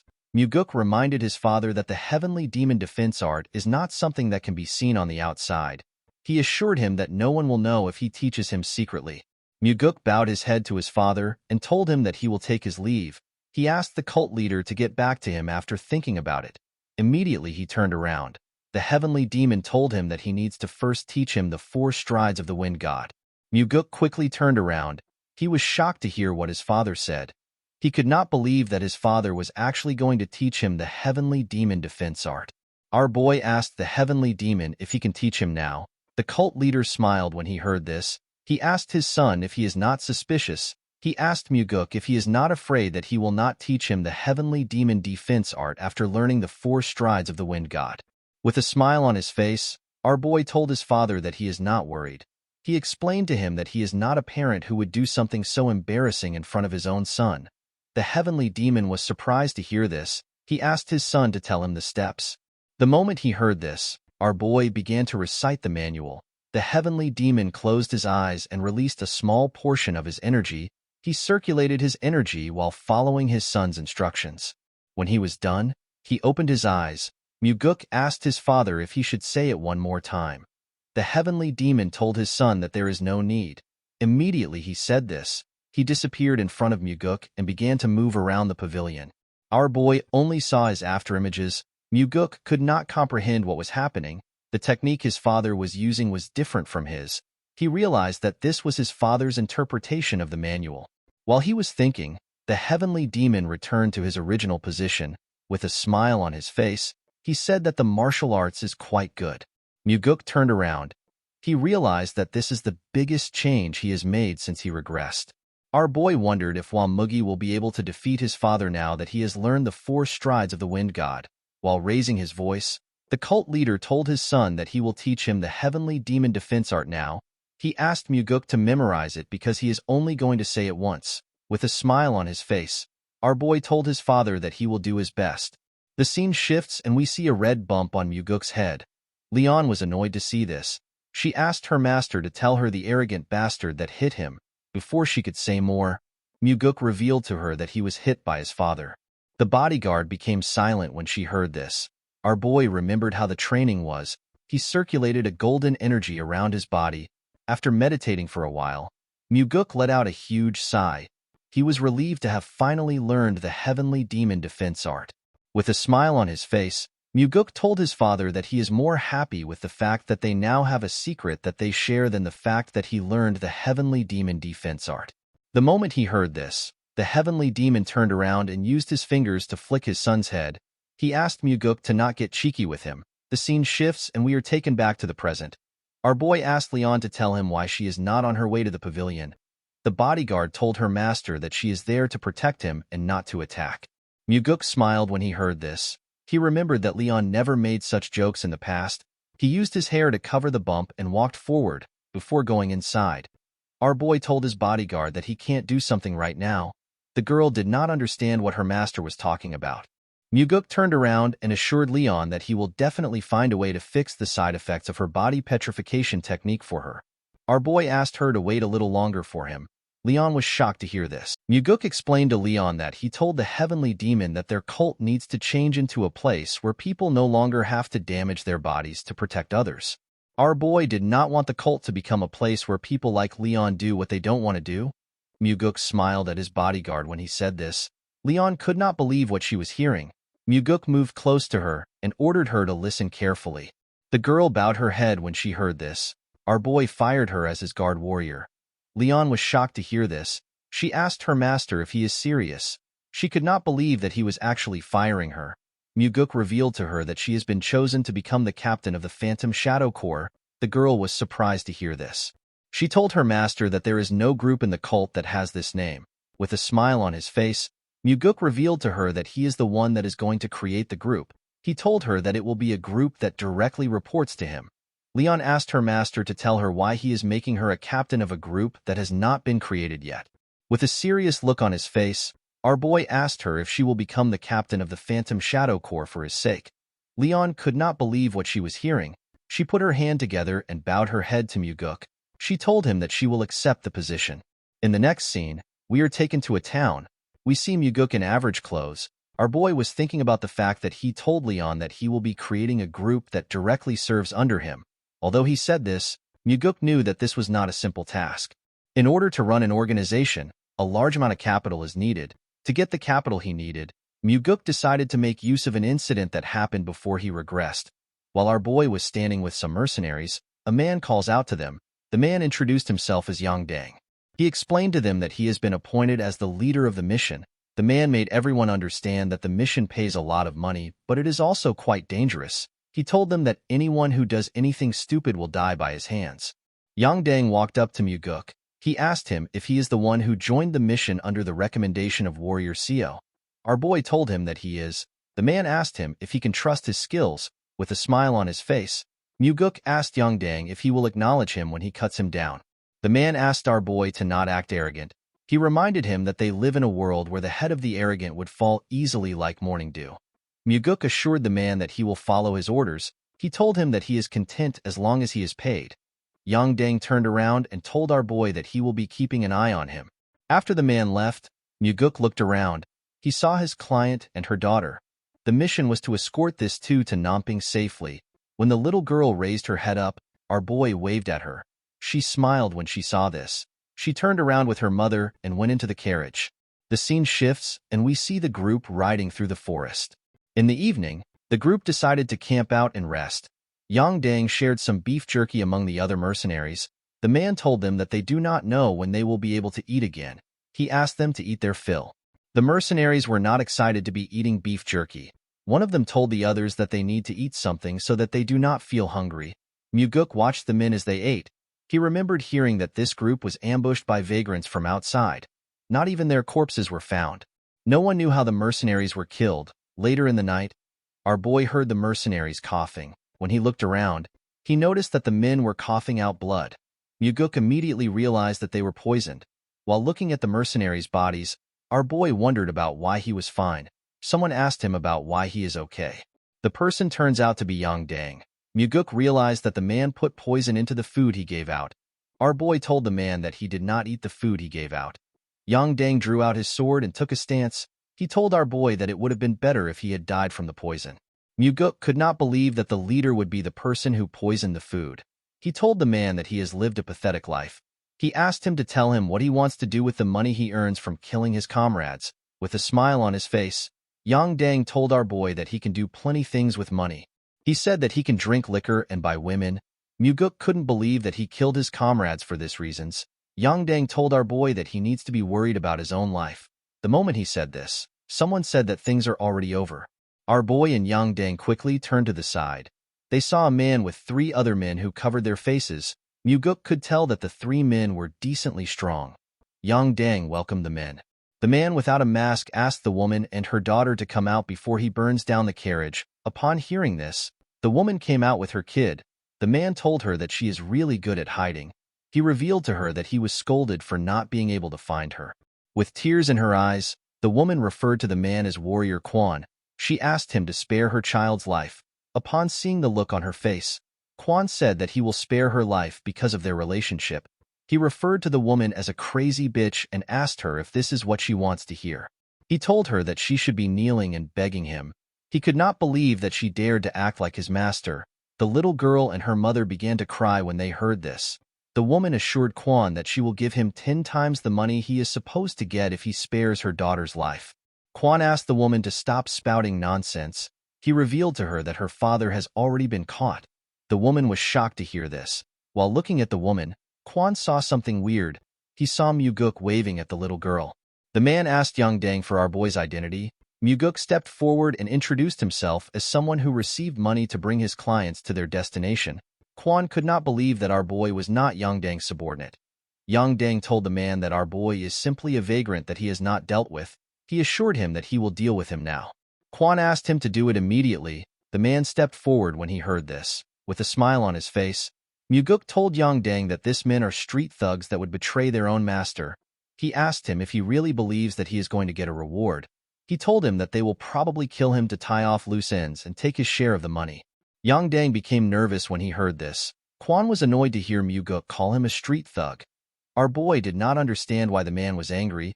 He told him that he is actually speaking politely because a child is here. Quan could not believe that some crazy bastard was calling him a street thug. Muguk asked the man if he is flustered because he hit the bullseye. Quan became enraged when he heard this. He referred to Muguk as a filthy vagrant and ordered his men to kill him first. Our boy told Yang Dang that they said that he is first. He assured the man that he will be next. Yang Dang became nervous when he heard this. Before the man could react, something hits him in the neck. Yang Dang fell to the ground. It turns out that Quan stabbed Yang Dang in the neck with a blade. Quan said that the idiot was too sloppy. He could not believe that he entrusted an important mission to a vagrant. Our boy watched the man as he bled out, with a cold gaze in his eyes. Muguk said that this is what happens to those who betray others for money. Quan asked his subordinates to stop listening to Muguk's rambling. He ordered them to attack.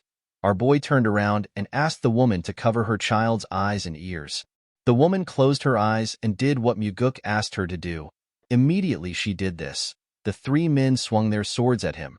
Our boy was not even bothered. He activated the death step, which is one of the techniques of the 4 strides of the wind god. The moment he did this, he appeared in front of Quan. The man was shocked to see him. He did not know how he got so close to him. When the man looked behind our boy, he saw his subordinates' heads in the air. The heads fell in front of the woman. She quickly opened her eyes when she heard the sound. Quan became scared. He asked Muguk to tell him who he is. Our boy told the man that he has the same question for him.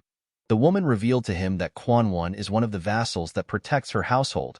She introduced herself as Jiam Seon. She revealed to Muguk that she is the daughter of the Golden Manor Master. Our boy smiled when he heard this. He already knew about the woman. This is why he hid his identity and joined the group as a vagrant warrior. Seon's father is known as Jiam Ah-su. He is one of the top 10 largest merchants in the Central Plains. He is the richest man in Fujin and the master of the Golden Manor. In Muguk's past life, there was an incident where the Golden Manor Master was betrayed by his most trusted vassal and lost his life. His daughter also died as well. Quan noticed that our boy was looking at Seon. He believed that he had gotten an opening. He quickly drew out his sword. Before the man could attack, Muguk swung his sword without turning around. Kwon did not know what was happening. All he knew was that he was seeing Muguk and everything around him upside down. He did not know when his head left his body. Seon was shocked to see this. Muguk put his sword away and said that scums like this always try to attack him whenever he is looking elsewhere. While holding on to her child, Seon told Muguk that she wants to hire him. She begged him to help them. Muguk explained to her that it will cost her more now that the situation is different. Seon assured our boy that they will be able to pay him no matter how expensive he is. She begged him to save her father. With a smile on his face, Muguk asked the woman to follow him. The scene shifts and we see a man laughing when he saw the carriage arrive into the compound. He was happy to see that they had finally caught Seon and her daughter. He said that the plan they have prepared for 10 years has finally succeeded. While the man was talking, he noticed that it was only Muguk and the family that came down from the carriage. He asked our boy to tell him where Kwon is. Muguk revealed to him that everyone is dead except for him. The man was surprised to hear this. He asked our boy to tell him who killed Kwon. Muguk told the man that Kwon was killed by a mysterious martial master who is young and handsome. The man was surprised to hear this. He asked Muguk to tell him why he is praising the enemy. Our boy did not respond to the man. After carefully looking at him, the man realized that Muguk was the one who killed Kwon. With a smile on his face, our boy told the man that he has a good eye for people. The man's subordinates quickly surrounded Muguk. They pointed their weapons at them. The man told our boy that he should have ran far away if he saved Seon and her child. He could not believe that Muguk came back into the tiger's den. Our boy asked the man to tell him where the tiger is. He told him that he only sees stupid dogs that bit the master that raised them. The man became nervous when he heard this. He found it weird that Muguk would come into the enemy's base after killing Kwon. A normal person would have ran away. More importantly, Muguk looked confident and relaxed even though he was surrounded. The man was certain that our boy was not an ordinary person. The man put his hand together and asked Muguk to follow him in to have a drink. He assured him that he will give him some good liquor even though they are meeting under these circumstances. Muguk asked the man to stop behaving polite. He told him that he will not go easy on him even if he acts kind. He asked him to curse and swear as he wishes. The man realized that he could not get through to our boy. He ordered his men to kill him. The men charged at Muguk when they heard this. Our boy drew out his sword and disappeared in front of the men. He tore a man apart when he reappeared. One of them said that Muguk is too fast. Immediately he said this. Muguk cut off his head. Our boy used his sword to tear through the men. It did not even look like a challenge for him. The man became terrified. He saw Muguk standing in the middle of his subordinates' bodies. He asked our boy to tell him who he is. Muguk swung his sword to clean off the blood on it. He told the man that he is simply a hired swordsman who smelled an opportunity to make a lot of money. With a nervous look on his face, the man asked Muguk if money is the only thing he wants. He asked him to tell him the amount that would make him go away. With a smile on his face, Muguk told the man that he looks rich. The man revealed to our boy that he has enough money to change a person's life. He asked him to tell him the amount he wants. Muguk asked the man to tell him why he betrayed his master when he is already so rich. He asked him to tell him why he did not use his money to change his life. He urged the man to tell him why he wants to steal his master's money. The man did not know how to respond to Muguk. While he was staring at our boy, someone asked Muguk to drop his sword. The man was surprised to hear this. He quickly turned around. He saw his subordinate holding a sword to their master's neck. Seon called out to her father. The man smiled when he saw this. He believed that his situation had changed. He asked Muguk to drop his sword if he does not want the Golden Manor Master to die. Our boy neatly raised his sword up. The man did not understand why he did this. Before he could react, a red line passed by his side and it also passed through his subordinate. The energy tore through everything in its path. The subordinate's sword broke. Before he could do anything, his body tore apart. His blood splashed all over the place. Muguk used the fourth form of the soaring sword art. This technique is known as the Flaming Heavens. The man began to scream when he saw what happened to his subordinate. With a look of disappointment in his eyes, Muguk asked the man to repeat what he said. Muguk moved closer to the man. He began to panic. He asked our boy to wait. Muguk told the man that he has no interest in waiting. He asked the man to come at him if he doesn't want to die. The man was surprised to see that Muguk gave him the chance to attack. He believed that our boy would be almost out of inner energy because he used a powerful attack. The man drew his sword and rushed to attack him. He believed that this was the only opportunity he had. He decided to end the fight quickly with all his energy. When Muguk blocked the man's attack, he noticed that it was heavy. He quickly pushed his sword aside. The man's sword destroyed the ground. He quickly swung it at our boy again. Muguk tried to stop the attack, but his sword was pushed back. The man's sword destroyed the ground again. The man did not slow down. Instead, he began to attack our boy more aggressively. His attacks were heavy, but Muguk was blocking them. The man became nervous when he saw this. He wondered if our boy really used up all his energy. He believed that Muguk must be having issues blocking his attacks. He decided to attack a little more aggressively. Before he could do anything, he saw a sword in his chest. The man was shocked to see this. Our boy never expected the man to be so pathetic. He told him that he should have spent his life training himself instead of indulging in his greed. He told the man that the head bodyguard of the household is supposed to protect the manor. He told him that he shouldn't have lived his life like this. After saying this, Muguk took out his sword. He asked the man to become a merchant if he wants to be rich in his next life. After he took care of the manor master thanked him. Asu assured him that he will never forget his help. He referred to him as the benefactor that saved his family from ruin. He asked our boy to tell him his name. Muguk told the man that he is just a mere vagrant that was passing by. Asu found this funny. He told our boy that even the king of vagrants wouldn't have been able to defeat all this people easily. Seon revealed to her father that she promised to give Muguk money as his reward. With a smile on his face, Asu commended his daughter for making a smart choice. He told her that this is a promise they can keep. He turned to Muguk and told him that he is in the right place if all he needs is money. Muguk smiled when he heard this. This was the reason he approached Seon as a vagrant to help them. The scene shifts and we are taken to an underground treasury. Asu told our boy that they want to give him everything they have because he saved their lives. However, this was not something he could easily do. Muguk assured the old man that he wouldn't ask for such a thing. Asu explained to him that he has no interest in determining an amount. He asked Muguk to take as much as he can carry. Our boy was shocked to hear this. The old man revealed to him that he has a condition. He explained to our boy that he cannot use any carts or get help from others. He told him that he needs to use his own inner energy. Muguk was surprised to hear this. He revealed to Asu that he will still be able to carry quite a lot. Asu put his hand together and told our boy that they would have been dead if it wasn't for his help. He told him that he needs to do this much. Muguk bowed his head and thanked the man. Asu pushed a button and the huge door of his treasury slowly opened. When the door got opened, our boy walked inside the dark treasury. After he went in, Seon reminded her father that Muguk has a high level of martial arts. She told him that he might take much more than he can imagine. She asked her father if he is all right with this. Asu asked his daughter if there is anything inside that could be more precious than the protection they received today. Seon was shocked to hear this. The old man explained to her that he is fine as long as she and his granddaughter are alive. This words touched the woman's heart. Asu told his daughter that Muguk is not an ordinary man. Seon agreed with him. Although he was trying to hide it, Seon could tell that our boy was exceptionally skilled even though he looked so young. Asu told her that he is not referring to the skills they saw today. He explained to her that there is something about Muguk that he cannot express with words. The manor master has met countless people in his life. Even he had never met someone so young and confident who has such a unique air around him. Asu reminded his daughter that they can always earn more money, but they will never be able to build a connection to someone like Muguk ever again. He assured her that it is fine if our boy takes a lot. This is because the more Muguk takes, the deeper their connection will be. Seon was surprised to hear this. She never expected him to hold our boy in such high regards.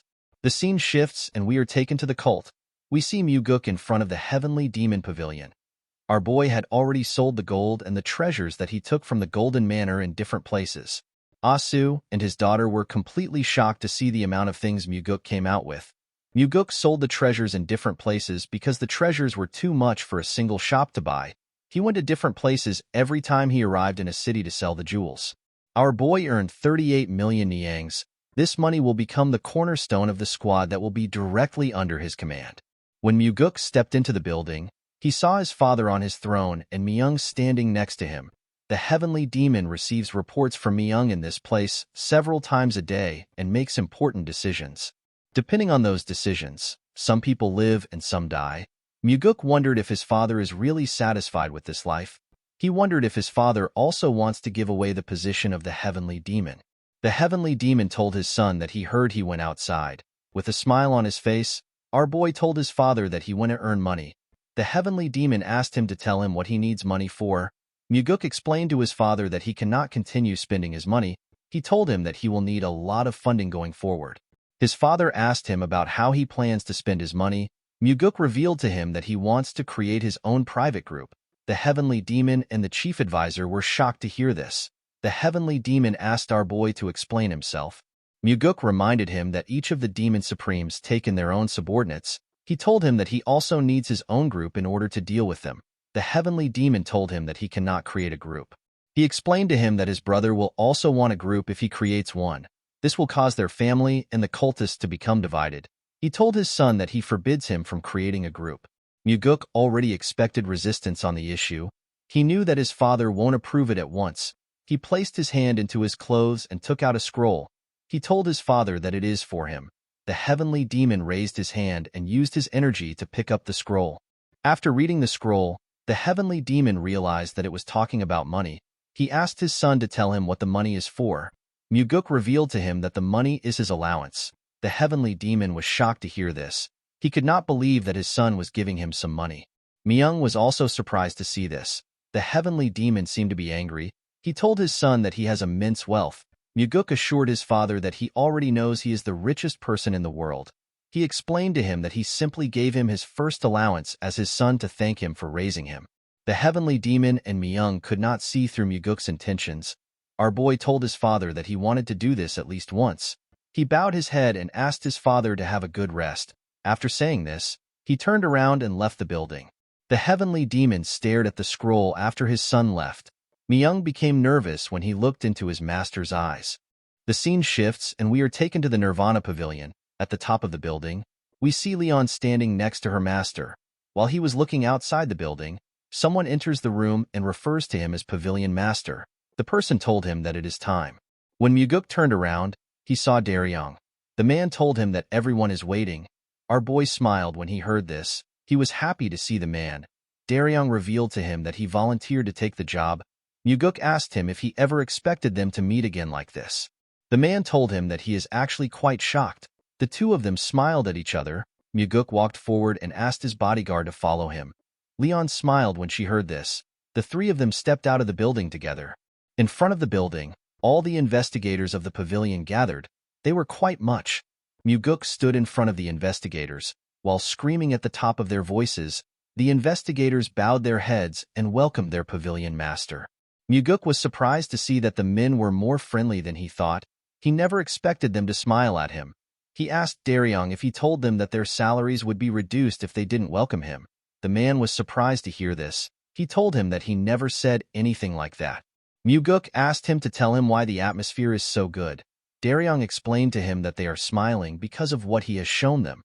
Our boy realized that the man was referring to the investigation incident against the demonic army commander.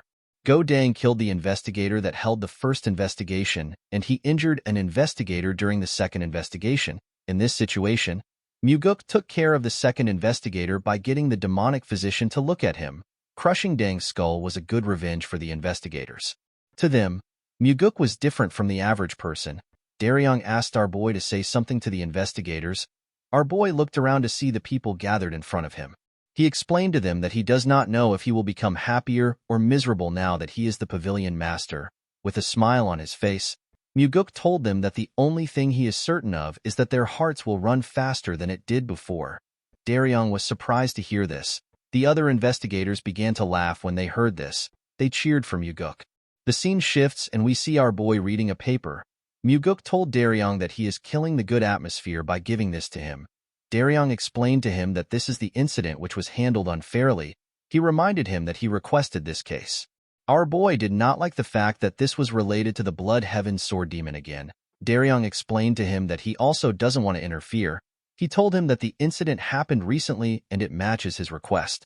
Leon told her master that he needs to hold himself back this time. She reminded him that the old man was already about to explode last time. Muguk stretched out the paper to her. He explained to her that the stories written there are way too unfair. It would be impossible for them to cover it up just because of the Blood Heaven Sword Demon. He asked her to read them. He asked her to see if she can cover it up. After reading the paper, Leon told her master that he needs to do something about it. The scene shifts and we are taken to the entertainment pavilion. We see a man drinking. The man seemed to be quite drunk. The owner of the place asked the man to stop drinking. He told the man that he understands his situation. He told him that he is too drunk. The man told the owner that he cannot stop drinking. He revealed to him that the scumbags who put his child in a comatose state for 10 days were acquitted as innocent. The owner was surprised to hear this. He reminded the man that the Nirvana Pavilion is investigating the case. The man took another sip of his drink and revealed to the owner that the Nirvana Pavilion investigator said that his child was sparring with his friend and got injured. He placed his cup down and told the owner that the father of the child who led the attack on his child is the 100 Sword Demon. The owner was shocked to hear this. The 100 Sword Demon is a subordinate of the Blood Heaven Sword Demon, and he is the leader of 100 Sword Demons. With a look of anger on his face, the man said that the Nirvana Pavilion is even worse than the 100 Sword Demon. The owner asked him to keep his voice down. He asked him to not let anyone hear him. The man did not care about this. He said that the Nirvana Pavilion and the 100 Sword Demon can come there to kill him. The owner told him that he needs to pull himself together in times like this. With tears in his eyes, the man said that his wife won't be able to live if his son doesn't wake up. He said that he will kill the bastard by himself if his son doesn't wake up. Someone asked him if he thinks he can kill the boy. The man was shocked to hear this. When he turned around, he saw 3 guys. He asked the guy with a mohawk for his identity. The mohawk boy asked him to tell him who he is for him to go around saying that he will kill someone else's precious son. The man was annoyed to hear this. He recognized the boy in front of him. He stood up and referred to the mohawk boy as a bastard. He asked him to bring back his son. He told him that they haven't received a single apology from him. The boy bowed his head and apologized to the man for what he did. He told him that he committed a heinous crime. He assured him that it will never happen again. The man was surprised to hear this. Immediately he said this. The boy told the man that he has done enough. He asked him to not say that he never apologized. The man was shocked to hear this. The boy's friends laughed when they saw the look on the man's face. The man grit his teeth out of anger. He picked up his sword. Before he could draw it, the boy appeared in front of him with his fist next to his face. He gave the man a heavy punch in his face. The punch sent the man flying. The boy told everyone that the man was the first to pull out his sword. His 2 friends told him that they saw it.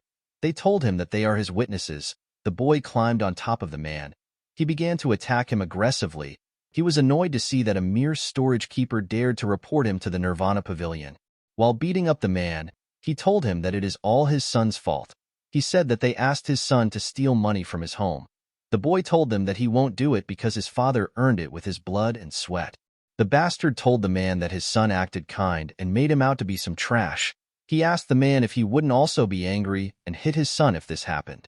Immediately he said this. The man told him that he just confessed with his own mouth. The boy asked him to tell him what he means. The man revealed to him that everyone just heard the reason why he beat up his son. He told the bastard that he just confessed that he attacked his son. The boy did not seem to be surprised. He raised his head and asked everyone if they heard anything. The people there quickly turned their heads away. Even the owner could not say anything. With an arrogant look on his face, the boy told the man that no one heard anything. The man began to cry when he heard the bastard laughing. With a cocky smile on his face, the bastard told the man that he is crying like a retard. He said that his son cried just like him. The bastard's friends laughed when they heard this. While they were laughing, someone said that he heard what he said. The idiots turned around when they heard this. The person turns out to be Muguk. Our boy was with Leon and Daryong. The bastard raised his head and yelled at Muguk. He asked him to tell him who he is. He did not seem to recognize our boy. Muguk could not believe that the bastard spoke rudely even though he did not know who was talking. He could tell that this loser grew up pampered and entitled. The boy was surprised to hear what Muguk said. He bowed his head and apologized to him for being too emotional. He begged Muguk to not be angry. Immediately he said this. He called our boy a retard. He asked him if he believes that he will apologize to someone like him.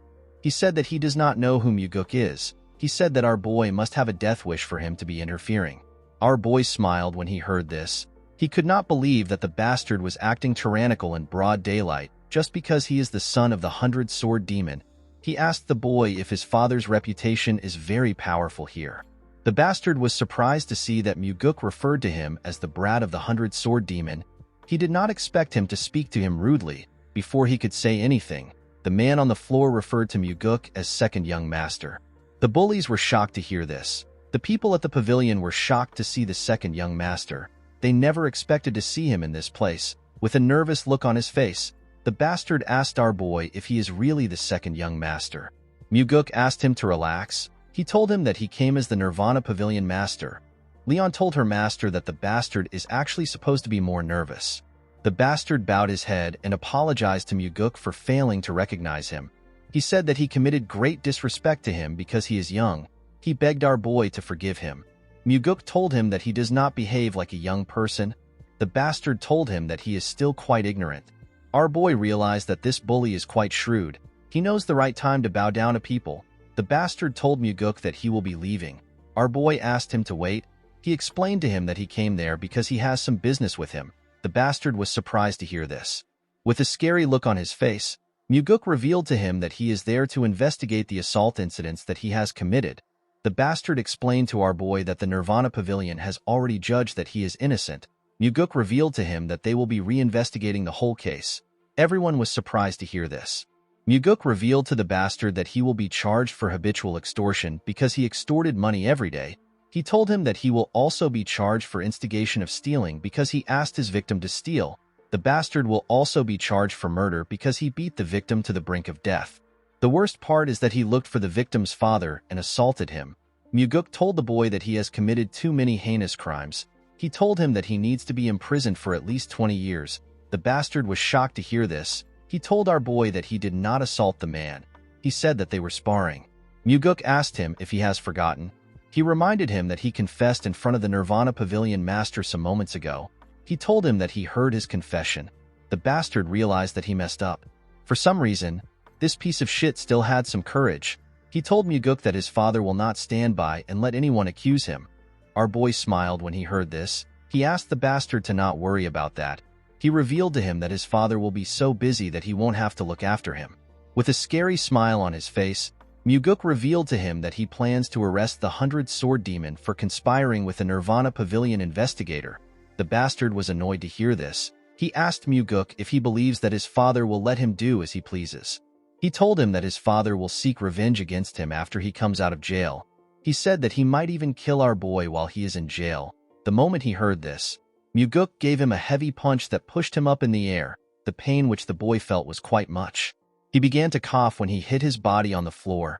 Our boy revealed to him that his sentence has increased to 30 years because he threatened the Nirvana Pavilion master. While he was coughing, tears poured out of his eyes. He begged Muguk to forgive him. Our boy glared at him. He asked him to give him one reason why he should forgive him. The boy did not know what to say. Muguk asked him if he has ever spared or helped anyone.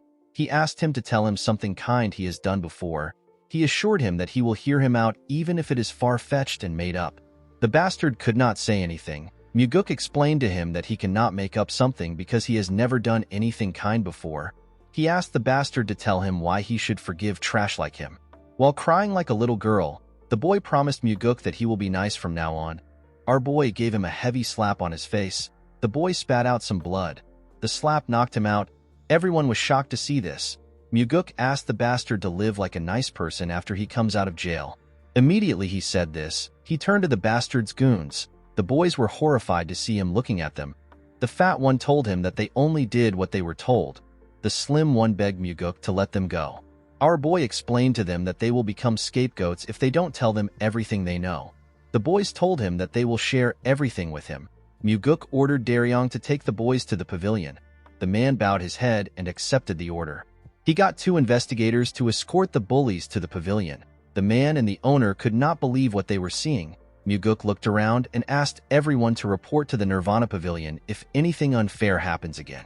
He assured them that no amount of external influence will work on the pavilion as long as he is the Nirvana Pavilion master. The people were surprised to hear this. With a smile on his face, Muguk told them that he will call his father if anyone dares to call their father to intimidate them. The owner and the people in the restaurant began to laugh when they heard this. Leon moved close to the injured man. She revealed to him that the demonic physician has already taken a look at his son before they came to the restaurant. She told him that Muguk was the one who ordered the physician to do it. The man was shocked to hear this. He asked our boy if it is true that the important physician took a look at his son. With a gentle smile on his face, Muguk told the man that his son is more important. He revealed to him that he saw his son wake up before he came there. He advised him to go to his son right now. The man began to cry when he heard this. He tried to bow his head, but our boy stopped him. The man thanked him for what he did. He assured him that he will never forget the kindness he showed him. With a smile on his face, Muguk reminded the man that he has already devoted his entire life to their cult. He told him that it is natural for them to protect someone like him. The man was shocked to hear this. He could not believe that someone was acknowledging his hard work. He held our boy's hand and thanked him for what he has done. Daryong and Leon smiled when they saw how the man was thanking their master. Everyone was feeling emotional. Muguk told the man that it is the cult that is thankful to him. The scene shifts and we are taken to the Nirvana Pavilion. We see the investigators of the pavilion standing in front of our boy. Muguk believed that the first people to show opposition would be the Blood Heaven Sword Demon and the Sword Demons. He never expected it to have come from within the Nirvana Pavilion. At the front of the investigators was Gok Myung. Myung is the highest special investigator. He put his hand together and apologized to Muguk for not seeing him alone in the office. He told him that there were too many people. Our boy asked them about why they came to see him. Myung explained to him that he heard that he was going to reopen an investigation that was already ruled as innocent. Muguk told them that he plans to do it. Myung explained to him that they are worried that this action will crush the morale and authority that the investigators have. Muguk asked them if they all agree with the man. The investigators said that they do. Our boy told them that he does not agree with it. He told them that he believes that Yang Ho's incident is what destroys their pavilion's authority in a very severe manner. The investigators were surprised to hear this. Myung asked him to explain what he means. With a cold gaze in his eyes, Muguk asked the man if he heard about how Yang Ho confessed to his crimes in front of everyone else when he arrested him. Myung told him that he heard about it. Our boy asked him to tell him why he came if he has heard about it. The man told him that what they are talking about is the reopening of an investigation that has been closed. Muguk asked him if it is a matter of principles. Myung told him that it is. He revealed to him that a reinvestigation has never happened before. Our boy reminded the man that an innocent child was beaten half dead, and they got a confession from the culprit himself. He asked him if this does not warrant a reinvestigation.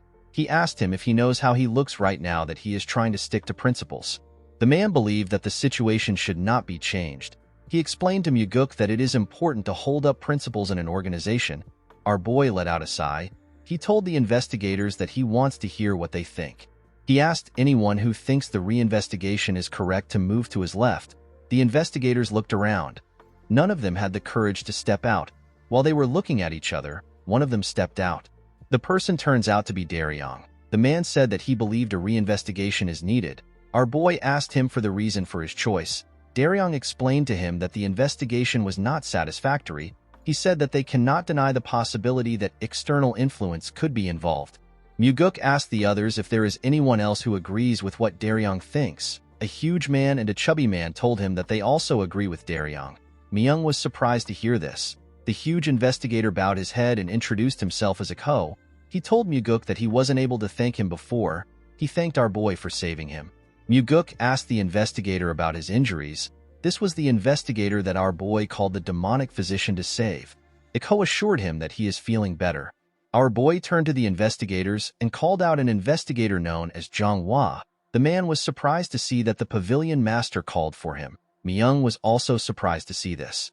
Muguk reminded Hua that he is the investigator that was in charge of the case. He asked him to tell him what he thinks about the issue. Hua assured his pavilion master that he investigated the incident thoroughly. Our boy asked him if he received any bribes. The man was shocked to hear this. Myung asked Muguk to not say such a thing. Our boy released his energy. With a scary look on his face, he asked the old man to not speak without his permission. Myung became nervous when he heard this. Muguk turned to Hua and asked him if he received money from the 100-sword demon. The man placed his hand on his chest and assured the pavilion master that he did not accept any money. He swore on his life that he did not receive anything. He told Muguk that he can investigate him if he does not believe him. Our boy smiled when he heard this. He revealed to him that he already carried out an investigation on him. The investigators were shocked to hear this. Muguk told him that he knows he did not take any money. Myung asked him if he conducted an internal investigation on the investigators. He told our boy that this is not allowed unless it is a special investigation. Muguk assured the man that it was a special investigation. He revealed to him that he received direct orders from the heavenly demon. Myung was shocked to hear this. Our boy asked Hwa to tell him why he covered up the investigation if he did not take any money. With a nervous look on his face, the man said that he did not cover the investigation up. He wanted to say more, but Muguk interrupted him. He asked Hwa if he was threatened with the safety of his sister. The man was shocked to hear this. Muguk revealed to him that he found out that he is incorruptible based on the result of the investigation. Our boy found it rare to find someone so incorruptible. He didn't even believe the result of the investigation. He looked into Hwa by himself because he did not believe that there is someone who would hate money. Muguk told the man that he was surprised to find out that he was truly incorruptible as reported. He asked Hwa to tell him why someone like him would do a slidshot investigation and cover things up. He told him that he has a big weakness. This weakness is his younger sister, who is the only family member he has left. Hwa was shocked to hear this. Myung asked the man if he was really threatened by the 100-sword demon. Hwa could not say anything. Myung yelled at him and asked him to answer the question. Muguk knew why Myung took the lead and gathered everyone for this case. Hwa is a junior that Myung really cares for. The old man came out so that he could help make sure that his junior, who was the lead investigator, does not have any blemishes on his record. Our boy asked the man to not worry about his sister. The man was surprised to hear this. Muguk revealed to him that he has already sent warriors to his house to protect her. He assured him that his sister will be protected until the incident is over. Hwa was shocked to hear this. He asked our boy if he is serious. Muguk told him that he is. Hwa burst into tears when he heard this. He fell on his knees and told the pavilion master that he has committed a grave offense. Myung was shocked to see this. He asked his junior if he was really threatened. Muguk told the man that he shouldn't have covered the case up. With tears in his eyes, Hwa told him that he knows. He told him that he will gladly accept any punishment. The investigators were surprised to see what was happening. Our boy asked him to get up. He explained to him that he wouldn't have forgiven him if this happened after he became the pavilion master. He told Hwa that he will make an exception because the incident happened before he got there. The man was surprised to hear this. He asked Muguk if he will really forgive him. Our boy told him that he will. He revealed to him that he is forgiving him because of the life he lived as an incorruptible investigator. He told him that the incorruptible life he lived before no longer exists because of the incident. He asked him to start building his incorruptible life again. Hwa thanked our boy for the chance he gave him. Muguk asked the other investigators to listen to him. He explained to them that he thinks of their families as his own now that he has become the pavilion master. He assured them that he will crush anyone who dares to mess with his family. The investigators were surprised to hear this. Muguk told them that they will no longer allow themselves to be swayed by any external influence. He told them that he will not allow anyone to mess with them with their influence. He assured them that he will protect their families if they receive a threat and tell him about it. Our boy asked them to trust their cult leader if they do not trust him. He revealed to them that he is willing to beg his father if he has to beg. He asked them to report to him if anyone dares to try to exert influence on them from outside. He assured the investigators that he will make it possible for them to do their work with their heads held high. The investigators were shocked to hear this. Muguk told them that the Nirvana Pavilion will work as it is supposed to when they are sure that their families are safe. He said that everyone deserves to be punished if they commit a crime. Their status is irrelevant. He told them that he will even punish someone from the Heavenly Demon Pavilion if they commit a crime. With a serious look on his face, our boy said that he will even hold the cult leader responsible if he commits a crime. The investigators were shocked to hear this. Muguk revealed to them that he is not afraid of the Heavenly Demon or the 8 Demon Supremes. He said that he fears that the Nirvana Pavilion will become useless and they will not be able to protect those they are supposed to protect. The investigators looked at each other when they heard this. Muguk told them that those who were supposed to be punished walk away scot-free while smiling. They are saying that the pavilion is not able to do anything to them. The investigators knew that he was right. One of them announced that she wishes to follow the wishes of the pavilion master. The investigators turned around when they heard this. They saw their fellow investigator, who happens to be a beautiful woman. Daryong seemed to be smitten by the woman's beauty. He referred to her as Jo Hyang. The woman moved close to Muguk and stood behind him. The other investigators began to doubt themselves when they saw this. They looked at each other and nodded their heads. They all moved to Muguk's side. The only person that was left was Gok Myung. The old man was surprised to see that the investigators left him. Our boy explained to him that he will need his experience and assistance if he wants to turn his resolve into reality. He stretched out his hand to Myung and asked him to help him. The man was shocked to see this. He took a look at Muguk's face. He noticed that he was smiling at him. Myung grabbed the pavilion master's hand and thanked him for the opportunity. His hands were trembling when he said this. Muguk noticed this. He used his other hand to gently pat the man's hands. He called out to Daryong and asked him to go with enforcement warriors to arrest Yang Tae, who is also known as the 100-Sword Demon. Myung explained to our boy that Yang Tae won't let himself be arrested.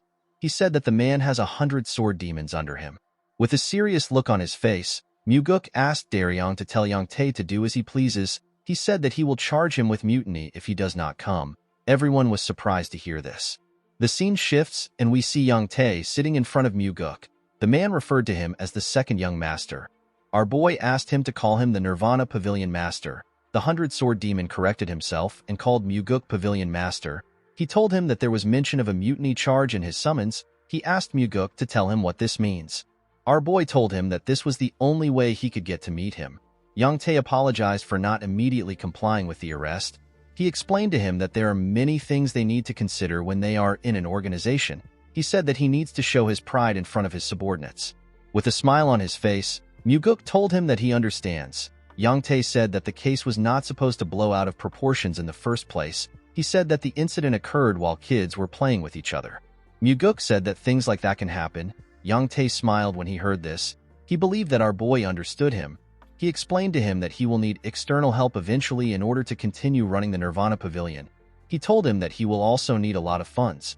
Muguk could tell that the bastard was beating around the bush. He knew that Yang Tae wanted to bribe him. Yang Tae told him that he will also need their help if he wants to become the official successor in the future. He told our boy that everyone is currently supporting his elder brother. With a smile on his face, Muguk told him that he will really appreciate it if he helps him. Yang Tae put his hand together and told him that he is truly magnanimous. He promised to serve our boy well from now on. He told him that he will also host a great meal for him soon. He stood up after saying this. Muguk asked him about where he is going. Yang Tae was surprised to hear this. He asked him if they are not done talking already. With a look of surprise on his face, Muguk asked the 100-Sword Demon if he was planning to help him after he got out of prison. Yang Tae was shocked to hear this. He asked him to stop making such jokes. With a serious look on his face, Muguk asked the man if he sounds like he is joking. He reminded him that he threatened to kill a family member of a Nirvana Pavilion investigator. Yang Tae reminded our boy that he already said that he did not make any threat like that. Muguk told him that he does not care about what he said. He revealed to him that he has already received the testimony of the investigator that was threatened. He explained to Yang Tae that rules of their cult determine that the testimonies of all warriors of the Nirvana Pavilion have a higher weight when compared to others. This is a clause made to protect the authority of the Nirvana Pavilion investigators. Yang Tae became nervous when he heard this. With a cold gaze in his eyes, Muguk told the man that he must have not known about this because he is just finding out about it himself. He told him that the clause was made because of people like him. He revealed to the 100-Sword Demon that there are many others who think they can talk their way out like him. He explained to him that he will reduce his sentence by 10 years if he confesses now. He told him that he will receive a 20-year sentence if he doesn't confess. He told him that this is as far as he can negotiate. Yang Tae asked our boy if he has lost his mind. Muguk told him that he will gladly go crazy if he has to. He said that it is hard to deal with people like him with a sane mind. He told him that he will give him a few minutes to think. Yang Tae asked him about the reason he is doing this. Muguk explained to him that his son almost beat his own friend to death. It wasn't just over a single fight. He bullied the victim every day for years. He told the 100-Sword Demon that he threatened to kill an investigator's family member to cover his son's crime up. Muguk could not believe that this bastard still had the guts to ask him about why he was doing this. Yang Tae said that a storage guard is not the same as them. He said that they should be treated as superiors. He revealed to him that the Nirvana Pavilion has always closed its eyes for matters on this level. With a cold gaze in his eyes, Muguk told the man that his words are upsetting and frightening. Yang Tae was surprised to hear this. Our boy told him that the Nirvana Pavilion will no longer act this way. Yang Tae told him that the Blood Heaven Sword Demon will not let him mess with him. Our boy assured the man that his boss will not do anything. He told him that the old man did not do anything when he cut down the demonic commander. He asked him to tell him why Kyampa will do anything for him. Yang Tae broke the table out of anger. He wanted to yell at our boy. Before he could say anything, Muguk asked him if he wants to threaten to kill his family. The 100-Sword Demon became quiet when he heard this. Our boy stood up and walked to the door. He told the man that he has a few minutes to confess his crimes. After saying this, he walked out of the room. Young Tae screamed out when our boy left. When he stepped out of the building, Muguk realized that while Mugi might have not been responsible for the downfall of the demonic cult, he could not believe that a mere 100-sword demon had the guts to threaten a Nirvana Pavilion investigator. The order within the cult has fallen to the point where Young Tae would dare to threaten the second young master. Muguk began to wonder if while Mugi was the only reason the cult fell. When our boy stepped into his courtyard, he saw someone waiting for him. The Blood Heaven's sword demon was having a drink in front of his house. The old man rested on his huge sword. The man took a sip of his drink and welcomed the pavilion master back home. Kyampa asked our boy to have a drink with him. Muguk walked up to him and sat down in front of him. The old man reminded him that he warned him last time. He told him that nothing good comes out of meeting him often. Muguk told the Blood Heaven's sword demon that he is the one who keeps looking for him. Kyampa glared at him when he heard this. Our boy did not back down. He looked the old man in the eye. Kyampa took a sip of his drink and placed the cup down. He revealed to Muguk that there was a moment when he felt something new towards him recently. He told him that he shouted in his mind when he heard the wish he made to the heavenly demon, with a crazy look on his face. The man said that he thought that Muguk's wish was perfect. He believed that our boy needed to make this kind of wish if he is someone smart. With a smile on his face, Muguk told him that he agrees with him. He said that he made a very good wish. The Blood Heaven's sword demon poured himself a drink. He explained to our boy that everything started the day he made the wish. He said that Muguk began to make his blade cry. Our boy asked Kyampa to tell him why the blade would be crying because of him. He told him that his blade is probably lamenting. The old man was surprised to hear this. Muguk explained to him that his disciple used the energy-dissipating poison on him before their fight. Later, his other disciple came to find him and shamed his guard. Kyampa's brother made use of the demonic army for his own personal gains, and his subordinate threatened to kill a Nirvana Pavilion investigator's family. Muguk told the man that it is expected for his blade to cry. This is because it is lamenting that those around him do not reach his standards. Kyampa smiled when he heard this. He told our boy that he has a way with words. He revealed to him that he is actually wrong. Muguk asked him to tell him what he got wrong. Kyampa reminded him that he said that the people around him don't match his standards. He told our boy that these people are perfect for him because that is all he amounts to. Muguk was surprised to hear this. He realized that it will be hard for him to deal with this old man. It is usually easier to deal with people when they are prideful and like to chase after fame. Kyampa asked our boy to release the imprisoned 100-sword demon. He explained to him that the morale of his people have dropped to an all-time low because of him. Muguk told him that he will release Young Tae if he is found innocent after the investigation. The Blood Heaven's sword demon released his energy when he heard this. Muguk was shocked to see this. The man's energy was ridiculously powerful. Our boy could barely stand the pressure. He could tell that Kyampa's demonic energy was on an entirely different level. He now understood why his father said that the time is not yet right. With a terrifying tone in his voice, Kyampa told him that he wants to give him some advice. Muguk put himself together and asked Kyampa to stop. The old man was surprised to hear this. Our boy told him that he should just ask for a favor if he came here to do that. He asked him to not ask for a favor and give advice at the same time. The Blood Heaven's sword demon smiled when he heard this. He took away his energy. He glared at Muguk. With a smile on his face, he told our boy that he is right. He said that it is rare for someone to speak so straightforwardly to him. He poured himself another drink. Muguk advised him to be on guard. He told him that stagnant water is bound to rot. He said that no one stays stagnant because they want to. After staying in the water for a while, they start to like it and lose opportunities to get out of the stagnant water. This is why people don't put themselves in rotten water. Muguk advised the old man to use this chance to let out the rotten water. He told him that Young Tae is not someone worthy of his protection. Kyampa drank his wine. He stretched out his cup and asked our boy if he will accept a drink from him. Muguk did not expect this. He took the cup. The Blood Heaven's sword demon poured him a drink. He told him that he will let out the rotten water. With a smile on his face, Muguk told Kyampa that he made a wise decision. Kyampa revealed to him that he wants him to become his water in return. Our boy was shocked to hear this. He found the statement to be odd. He wondered about what the old man was trying to say. The Blood Heaven's sword demon asked Muguk to drink the liquor if he intends on becoming the heavenly demon. He told him that he will become his backer. Our boy was shocked to hear this. He never expected Kiampa to say something like this. Everyone knows that he is openly supporting his older brother. He didn't expect the old man to abandon his brother and choose him. He asked Kiampa if he isn't already supporting his brother.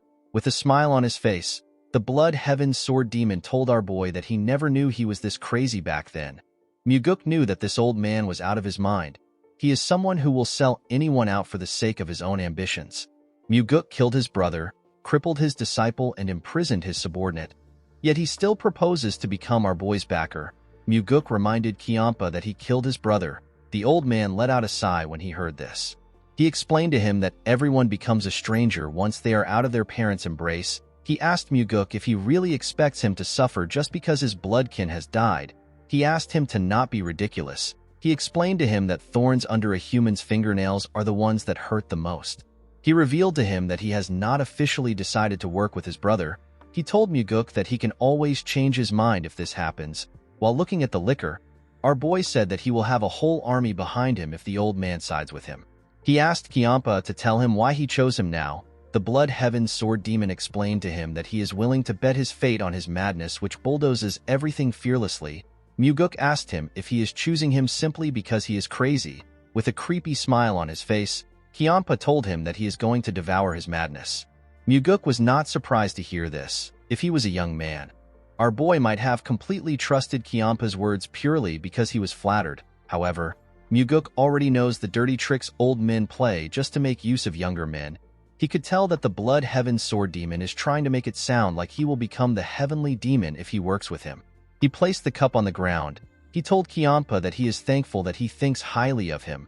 He said that it is time for him to do what has been entrusted to him. He asked Kiampa to tell him what he thinks his father will say. The Blood Heaven Sword Demon glared at our boy when he saw him place the cup down. Muguk told him that his father would say that he is shirking work and playing politics when he has given him an important role. The Blood Heaven Sword Demon asked him about what he thinks will happen if he performs well as the Nirvana Pavilion Master. He asked him if he intends to rot in the Nirvana Pavilion if the Heavenly Demon asks him to stay there. He told our boy that there is only one path that he can choose. He can either decide to become the heir or not. With a smile on his face, Kiampa told Muguk that his father will actually pay more attention to him if he works for him. He explained to him that being chosen by him will make him more visible and would allow him to catch the attention of everyone else. Muguk knew that the old man was not wrong. However, there was one thing he overlooked. Kiampa did not think about the will to set the hierarchy straight in the cult. Muguk was not the only one who had this will. His father also desired a proper hierarchy. He asked the Blood Heaven Sword Demon to give him some time to think. He told him that he will drink the liquor once he has decided. Kiampa stood up when he heard this. He accepted Muguk's request. He grabbed his sword and told our boy that it would have been stupid of him to drink the liquor immediately like a fool. He took his sword out of the ground and swung it at Muguk's head. Fortunately, Muguk managed to block the attack with his sword. The Blood Heaven Sword Demon told our boy that he will hear his answer tomorrow. Muguk told him that he will give him an answer in 5 days. Kiampa gave him 3 days to decide. After doing this, he jumped out of the courtyard. Muguk put his sword back in its sheath. He gently moved his wrist. He was annoyed to see how painful Kiampa's attack was. In the next scene, we are taken to the Nirvana Pavilion. We see the enforcement warriors working out. They put huge logs of wood on their backs and did push-ups together. Their fists were covered with their blood. They all screamed out in pain. Jang Ho yelled at them. He asked them if this is all they can do. He said that this is a normal training for the demonic army. He asked the enforcement warriors if they are incapable of completing this training. He asked them if they think that they will be able to complete their missions when they cannot complete their training. The enforcement warriors did not give up. They continued to push themselves up.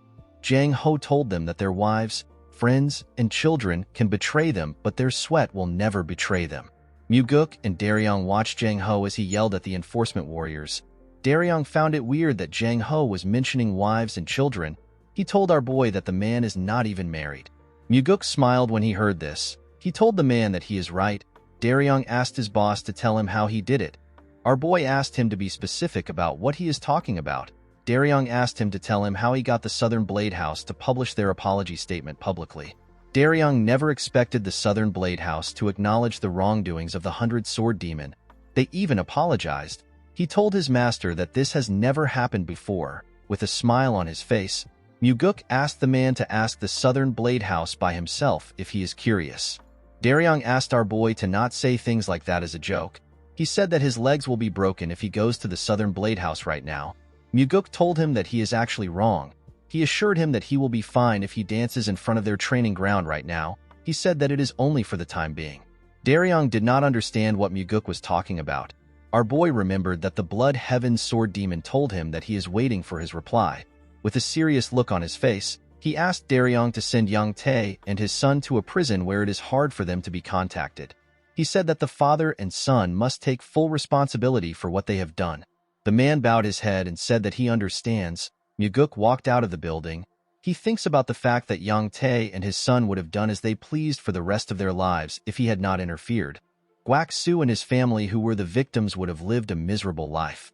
Muguk was certain that there are other victims like Guak Su who he doesn't know about. He knew that more victims will continue to appear in the cult. Our boy did not want people like Yang Tae to continue wreaking havoc in the cult. The scene shifts and we are taken to the demonic village. We see the restaurant owner and other people gathered somewhere. They seem to be surprised. They saw some people hanging the sign of the Nirvana Pavilion on a building. The man wondered if this was the branch of the pavilion. Muguk appeared next to him and told him that he is correct. He asked the man and the others to report there if any of the cult's warriors abuse their authority. The people were surprised to hear this. Muguk asked them about what they do when the warriors abuse their authority. The restaurant owner seemed to be confused by the question. Our boy realized that this people simply took the abuse and stayed quiet. Even those who knew that it had to be reported to the Nirvana Pavilion did not do anything. Before they even get to the pavilion, they have to declare their reason for visiting at the main gate. They will also go through an identification test and a body search. They have to go through this same process multiple times before they even arrive at the Nirvana Pavilion. Muguk asked everyone to report to the Nirvana Pavilion on matters relating to the cult's warriors. The restaurant owner asked him if he is serious. Muguk assured him that he is being serious. He asked him to spread the word. He asked the people to tell the rest of the villagers that they can report to the branch if they experience any form of injustice from the warriors. He assured everyone that there won't be any retaliation. He revealed to them that those who retaliate against the people who made a report for a Nirvana Pavilion investigation to take place will be executed. The man could not believe that Muguk opened a branch for the sake of the people. He bowed his head and assured our boy that he will tell everyone about it. Our boy smiled when he heard this. In the next scene, we see Muguk walking home. He told himself that this is how it starts. He believed that they will be able to protect the villagers with the Nirvana Pavilion. Low-ranked warriors, and those who suffer injustice because they are weak will have a place to keep them safe. Our boy believed that they will be able to teach everyone an important principle with the new branch. Muguk wanted to teach the people that everyone's life has the same worth.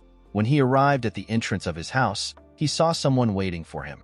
The person turns out to be the insane old man. He asked Muguk if he is ready to take his drink. Our boy sat in front of him.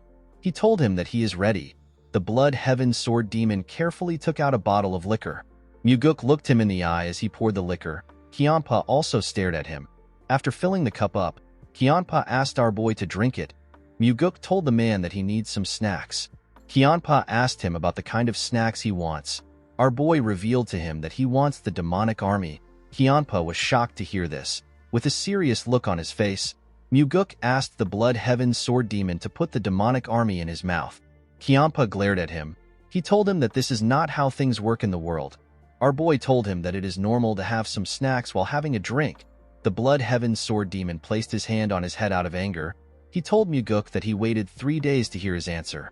With a horrifying look on his face, Kyanpa asked Muguk to tell him what gave him the guts to ask for such an absurd snack. He took out his huge sword from the ground. He asked our boy to forget his offer. He told him that he will cut off his head and take it to the Heavenly Demon Pavilion by himself. The moment he said this, he swung his sword at Muguk. Our boy managed to block the attack with his sword. However, he got pushed back. He noticed that his hand was shaking from a single strike. The insane old man told him that he is not bad. He said that he made a good use of his inner energy in blocking the attack. With a creepy smile on his face, the old bastard said that he now understands that it won't be easy to take Muguk's head. The moment he said this, he swung his sword with a large amount of strength. Our boy quickly drew his sword. He managed to block the old man's attack. The Blood Heaven Sword Demon seemed to be excited to kill our boy.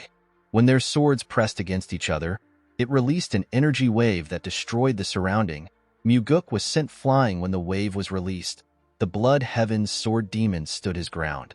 Our boy quickly regained his stance. The Blood Heaven's Sword Demon noticed that his sword was shaking. He smiled when he saw this. He said that the fight is very interesting.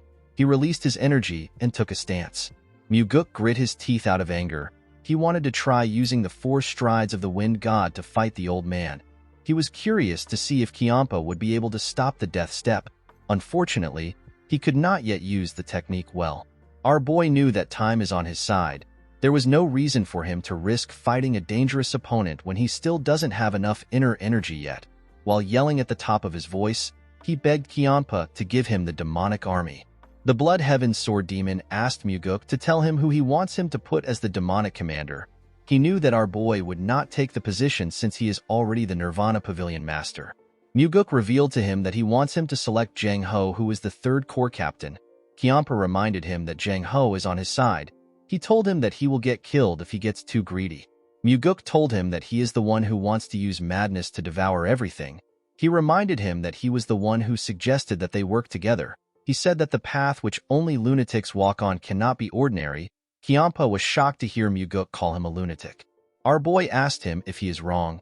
He told him that he must be crazy in order for him to want to work together with him. This word seemed to connect to the old man. Muguk did not know the final destination of Kiampa's ambition. In his previous life, Kiampa died before he could show the world his goal. Surprisingly, Kiampa was the first among the 8 demon supremes to die. Muguk did not understand how someone as scrupulous and savage as him was the first to die. The Blood Heaven's Sword Demon glared at our boy. He was quite angry. He told Muguk that his greed has ruined the negotiation. He used his leg to destroy the cup out of anger. The moment he did this, he jumped out of Muguk's house. Our boy smiled as he watched the old man leave. He knew that Kiampa would not be able to reject his offer. This is because Kiampa knows better than anyone else that our boy still has 7 other demon supremes that he can work with. 2 days later, we see Jang Ho in front of Muguk. He asked our boy about what is happening. He revealed to him that the Blood Heaven's Sword Demon recommended him to become the demonic army commander. He asked Muguk if he is the one behind this recommendation. Muguk realized that his judgment was correct. Jang Ho was smart and observant enough for him to come there and ask about the recommendation. Our boy revealed to him that he is right. He told him that he asked Kiampa to do it. The captain thanked Muguk for thinking highly of him. He told him that he does not deserve the position. Our boy asked him to stop being humble. He asked him to lead the demonic army the same way he has been leading the 3rd Corps. He assured him that he will be able to become the best demonic commander in history if he is able to do this. Jang Ho was shocked to hear this. He did not think that Muguk saw him as such a competent person. With a shaky tone in his voice, he told our boy that he is overestimating him. Muguk told him that he might be right. He reminded him that there are still other candidates being recommended. He told him that they need to wait and see how things pan out. Jang Ho told him that it is fine.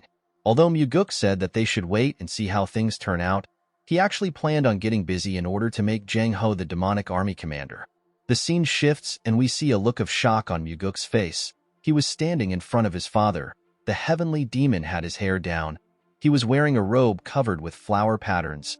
Muguk had never seen his father in such odd clothes. He did not know how to react. He asked him if this is a new garb. The heavenly demon said that these are actually his pajamas. Our boy did not know what to say. His father asked him to tell him why he came to visit him late at night. Muguk was surprised to hear this. He told his father that they are actually in the evening. He reminded him that it is supposed to be a top secret that he goes to bed this early. He told him that the Murim Alliance can target him if they find out about the time he goes to sleep. The heavenly demon asked his son to tell him why he came. Muguk revealed to him that he intends on using the Blood Heaven's Sword Demon as one of his swords. The heavenly demon reminded his son that he recently said that he wants to kill Kiampa. Our boy told his father that it will be a waste to kill Kiampa. Muguk knew that his father already knew that he was working with the Blood Heaven's Sword Demon. He must have realized it when Kiampa recommended Jang Ho. The heavenly demon told his son that the Blood Heaven's Sword Demon is not someone who he can tame easily to become his sword. Muguk explained to him that he does not plan on taming the old man. He said that he will use Kiampa until he breaks. He said that the old man is not yet valuable enough to keep as a part of his collection. His father asked him about what he will do if the sword cuts him. With a smile on his face, Muguk said that Kiampa can try it. He told his father that there is something different between the two of them. He told the heavenly demon that Kiampa will be done if he breaks once because he is already old. He told him that he actually becomes stronger the more he slashes. The heavenly demon told his son that words are cheap. He asked him to tell him why he is revealing all these things to him. Muguk told him that he has to report anything he does because he is receiving a salary from him.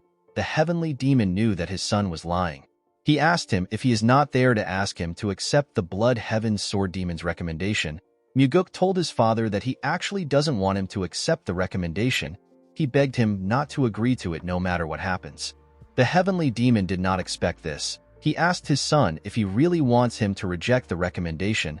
Muguk explained to his father that he wants to use this chance to show the Blood Heaven Sword Demon his place. He said that the old man was acting high and mighty when he was with him. He told the heavenly demon that others might even think he is better than the cult leader. He said that he wants to put the old man in his place. The heavenly demon wondered about the kind of game his son was playing. He reminded him that this is a chance to acquire the demonic army.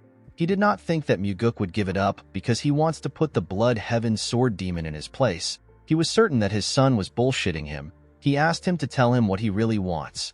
Muguk was not surprised to hear this. He knew that his father was going to catch on to his plans. With a smile on his face, he revealed to him that he actually has something to gain from the Blood Heaven Sword Demon. In order for him to take what he wants, the matter must not go in the old man's favor. The heavenly demon asked Muguk if what he wants is more important than the demonic army. With a smile on his face, Muguk told him that it is. He said that he will still get the demonic army. He said that he will get everything he wants. The heavenly demon could not see through his son's intentions. He turned around and asked him to not be ridiculous. To Muguk, nothing was more ridiculous than his father's pajamas. In the next scene, we see the Blood Heaven Sword Demon talking to the heavenly demon. He told the heavenly demon that Muguk has been able to distinguish himself in the cult lately. The heavenly demon reminded the old man that he was the one who allowed Muguk to do this. Kiampa bowed his head. He told the heavenly demon that it is all thanks to his efforts. He said that he only understood our boy's aptitude recently. The cult leader said that Muguk is still immature. Kiampa found this statement to be strange. He told the heavenly demon that he wishes to raise Muguk to higher heights. The cult leader believed that this is a rare opportunity for his son. He asked Kiampa to do as he wishes. He stood up after saying this. Kiampa bowed his head and thanked him. He asked the heavenly demon if he can assist him in giving Muguk a good push from the back. The heavenly demon asked him to explain what he means. Kiampa said that he wants the person he selects for the demonic army commander selection to become the commander. The cult leader remembered that our boy asked him to not accept Kiampa's recommendation no matter what happens. He told the Blood Heaven Sword Demon that it will be hard for him to accept his request. Kiampa informed him that Muguk also wants the position. The heavenly demon told the old man that he has done a lot to support his second son. He said that he needs to consider the feelings of his first son. Kiampa assured him that he understands. He told him that he learned something while raising his disciples. He said that if they are going to support a certain person, they must choose to go with only that person. He said that he has been criticized a lot for failing to stick to one person. The heavenly demon told him that he doesn't care. With a cold gaze in his eyes, the heavenly demon told Kiampa that he does not have a generous heart like him. He said that he simply kills anyone who says anything about him. The Blood Heaven Sword Demon did not know what to say. The cult leader asked him if he has something else to discuss. Kiampa bowed his head and said that there is nothing else to talk about. He told the heavenly demon that he will see him next time. As he walked out of the building, Kiampa wondered about why the heavenly demon was no longer supporting Muguk. He believed that the cult leader should support Muguk fully if he has already chosen him. The scene shifts and we are taken to Muguk's house. We see Kiampa holding a cup of liquor. He told our boy that his father values his older brother more than him. Muguk asked him if he really believes this. He told the Blood Heaven Sword Demon that their team-up was not meant to happen. He explained to him that he should have been able to fill the things he lacks. The Blood Heaven Sword Demon was shocked to hear this. With a look of anger on his face, he asked Muguk if he is saying that he is not good enough. Our boy told him that he is simply disappointed. Kiampa placed his cup down. He told Muguk that it was impossible to make Jang Ho the demonic army commander from the beginning. Our boy asked Kiampa if he is giving up already. The old man poured himself another cup of liquor. He advised Muguk to not be hung up on something that won't work. Muguk told him that he was acting high and mighty even though he couldn't do one thing for him. Kianpa stopped moving the bottle when he heard this. With a look of anger on his face, he asked Muguk to repeat what he said. Our boy reminded him that he was the one who promised to support him and become his backer. The Blood Heaven Sword Demon told Muguk that he was the one who pestered him like a child to do something that can't happen. Our boy told the old man that he should have rejected his proposal if he knew that it was impossible to do. He told him that he shouldn't have recommended Jang Ho as the demonic army commander the next day. The Blood Heaven Sword Demon did not know what to say. Muguk took out his sword from his hip. He used the sheath to draw a line in front of Kianpa. He reminded him that he also drew a line in front of him in the past. The line was to show how much the heavenly demon cared about them. At that time, he said that the small portion of the line belongs to our boy while the large portion belongs to him. Muguk drew another line in the middle. He told Kianpa that he is the one who has the smaller portion now. Kianpa could not say anything. He could only stare at the line. Muguk smiled when he saw this. He knew that the old man could not think of anything to say. He told Kianpa that he would have gotten Jang Ho the position no matter what happens if he was him. The Blood Heaven Sword Demon asked Muguk to give it a try. Our boy was shocked to hear this. With a serious look on his face, Kianpa reminded Muguk that he mocked him for being incapable of achieving such a small feat. He told him that he should be able to easily do it. Our boy asked him about what he will do if his father agrees to his request. Kianpa asked him to go ahead and try it. He assured him that it will backfire. Muguk could tell that Kianpa was certain that his father will reject his request just because he got rejected. He asked the Blood Heaven Sword Demon if he is suggesting a bet. With a smile on his face, Kianpa told Muguk that it can be a bet. He told him that he will have to come to his side if he fails. He explained to our boy that he will also have to stop talking about wanting more from him. Our boy asked Kianpa about what he will do if he wins the bet. The old man glared at him. He told him that he will do what he wants. Muguk revealed to him that he wants an elixir. He said that the elixir has to be better than the demonic essence pill.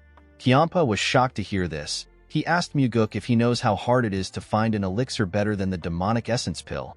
Our boy assured him that he is well aware of how hard it is to find such a pill. He reminded the old man that they are now in the same boat.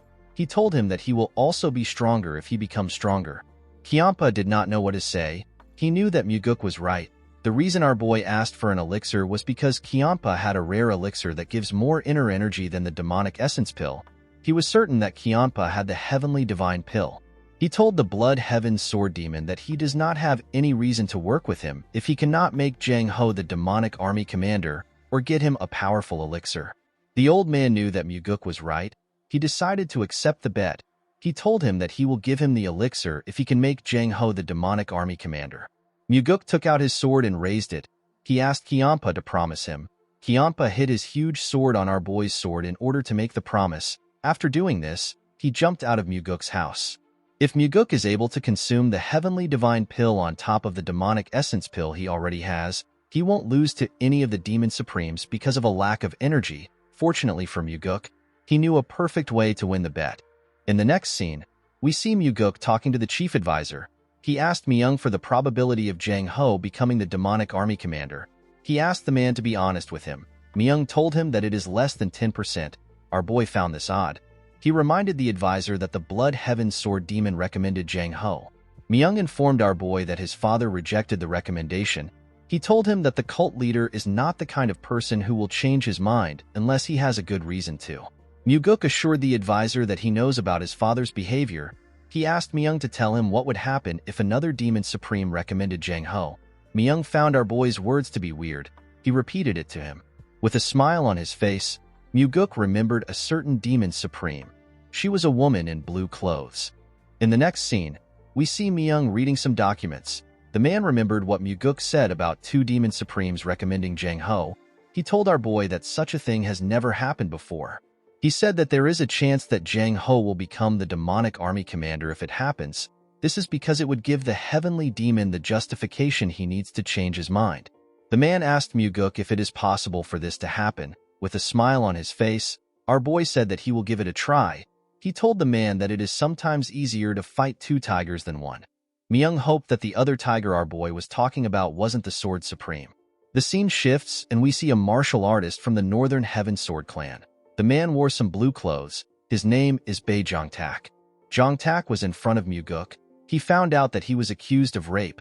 He said that the servant is trying to frame him. He begged Muguk to let him confront her. Our boy asked the man to tell him why he believes that the servant would frame him. Jongtak told him that someone might have asked the girl to do it, or he might have offended her in some way.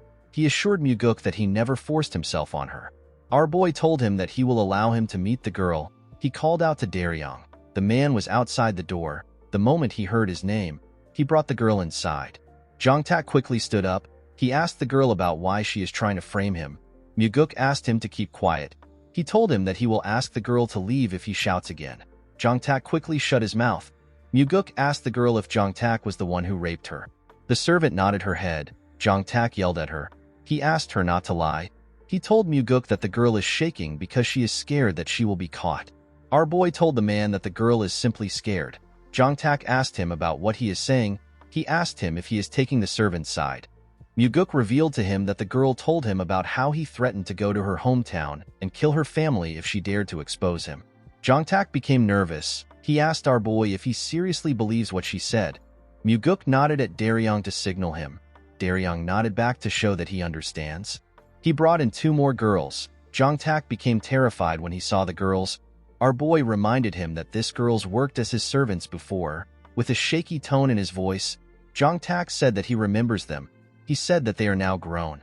The girls glared at the man. Muguk asked him to stop feigning ignorance. He revealed to him that the girls have already testified against him. He told him that he has forced the girls the same way, and he has threatened them the same way. The bastard would sleep with the girls for about 2 to 3 years. Then he will change to a new child. The bastard realized that he has been caught. He said that he simply made a mistake after getting drunk. He begged Muguk to give him a chance. He said that no one has gone to jail because they touched their servants. Muguk told him that he is right. He told him that he made the right research. Jongtak swore that he will never do this again. He told our boy that he can even write a vow if he wants. Muguk asked him not to worry about it. He assured him that he won't go to jail. The girls were shocked to hear this. With a smile on his face, Jongtak thanked our boy. He promised to repay the favor. The moment he said this, Muguk drew his sword and cut off his head in one strike. With a cold gaze in his eyes, our boy told him that he is going somewhere else instead. He put his sword back into its sheath. Everyone was shocked to see what Muguk did. Our boy told the girls that the person that tortured them is dead. He told them that their families will no longer be threatened. He advised them to live without worries from now on. Muguk told the girls that they might not be able to forget what happened to them until the day they die. He advised them to remember what happened today if they are going to remember what happened to them. He hoped that the moment Jongtak paid for his crimes would be enough to console them. He asked them to remember the last look on the bastard's face. Unfortunately, this was all Muguk could do for them. The girls were shocked to hear what he said.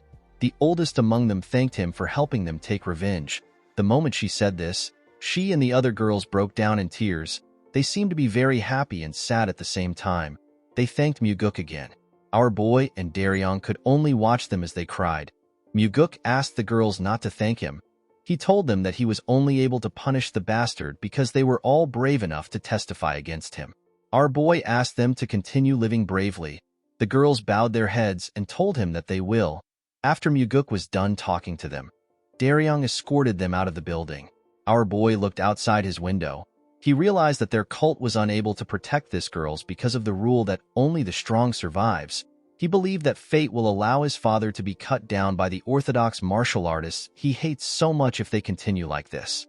Muguk told himself that his father needs to be cut down. While he was thinking, Leon stepped into his office. She revealed to him that the person on the floor served the Northern Heaven Swordsman. She said that the Flower Sword Supreme won't let him off easily. She asked her master if he is not afraid. Muguk said that he is afraid. With a serious look on his face, he said that he is afraid that he will die before he can take care of all this trash. Leon told her master that their cult has slowly began to become good. She said that they will soon have more good people than the Murim Alliance. Muguk smiled when he heard this. He explained to Leon that it is not a good deed to not rape a servant. No one should be allowed to do such a thing. He said that their cult just wasn't able to do what was naturally expected from them. The moment he said this, he called out to Daryong. He asked him to notify the Sword Supreme right now. He asked the man to tell her that a problem occurred in the process of an investigation. He asked Daryong to tell her that he is going to meet with her to explain everything. In the next scene, We are taken to the Northern Heaven Sword clan. We see a man in blue clothes escorting Muguk and Daryong.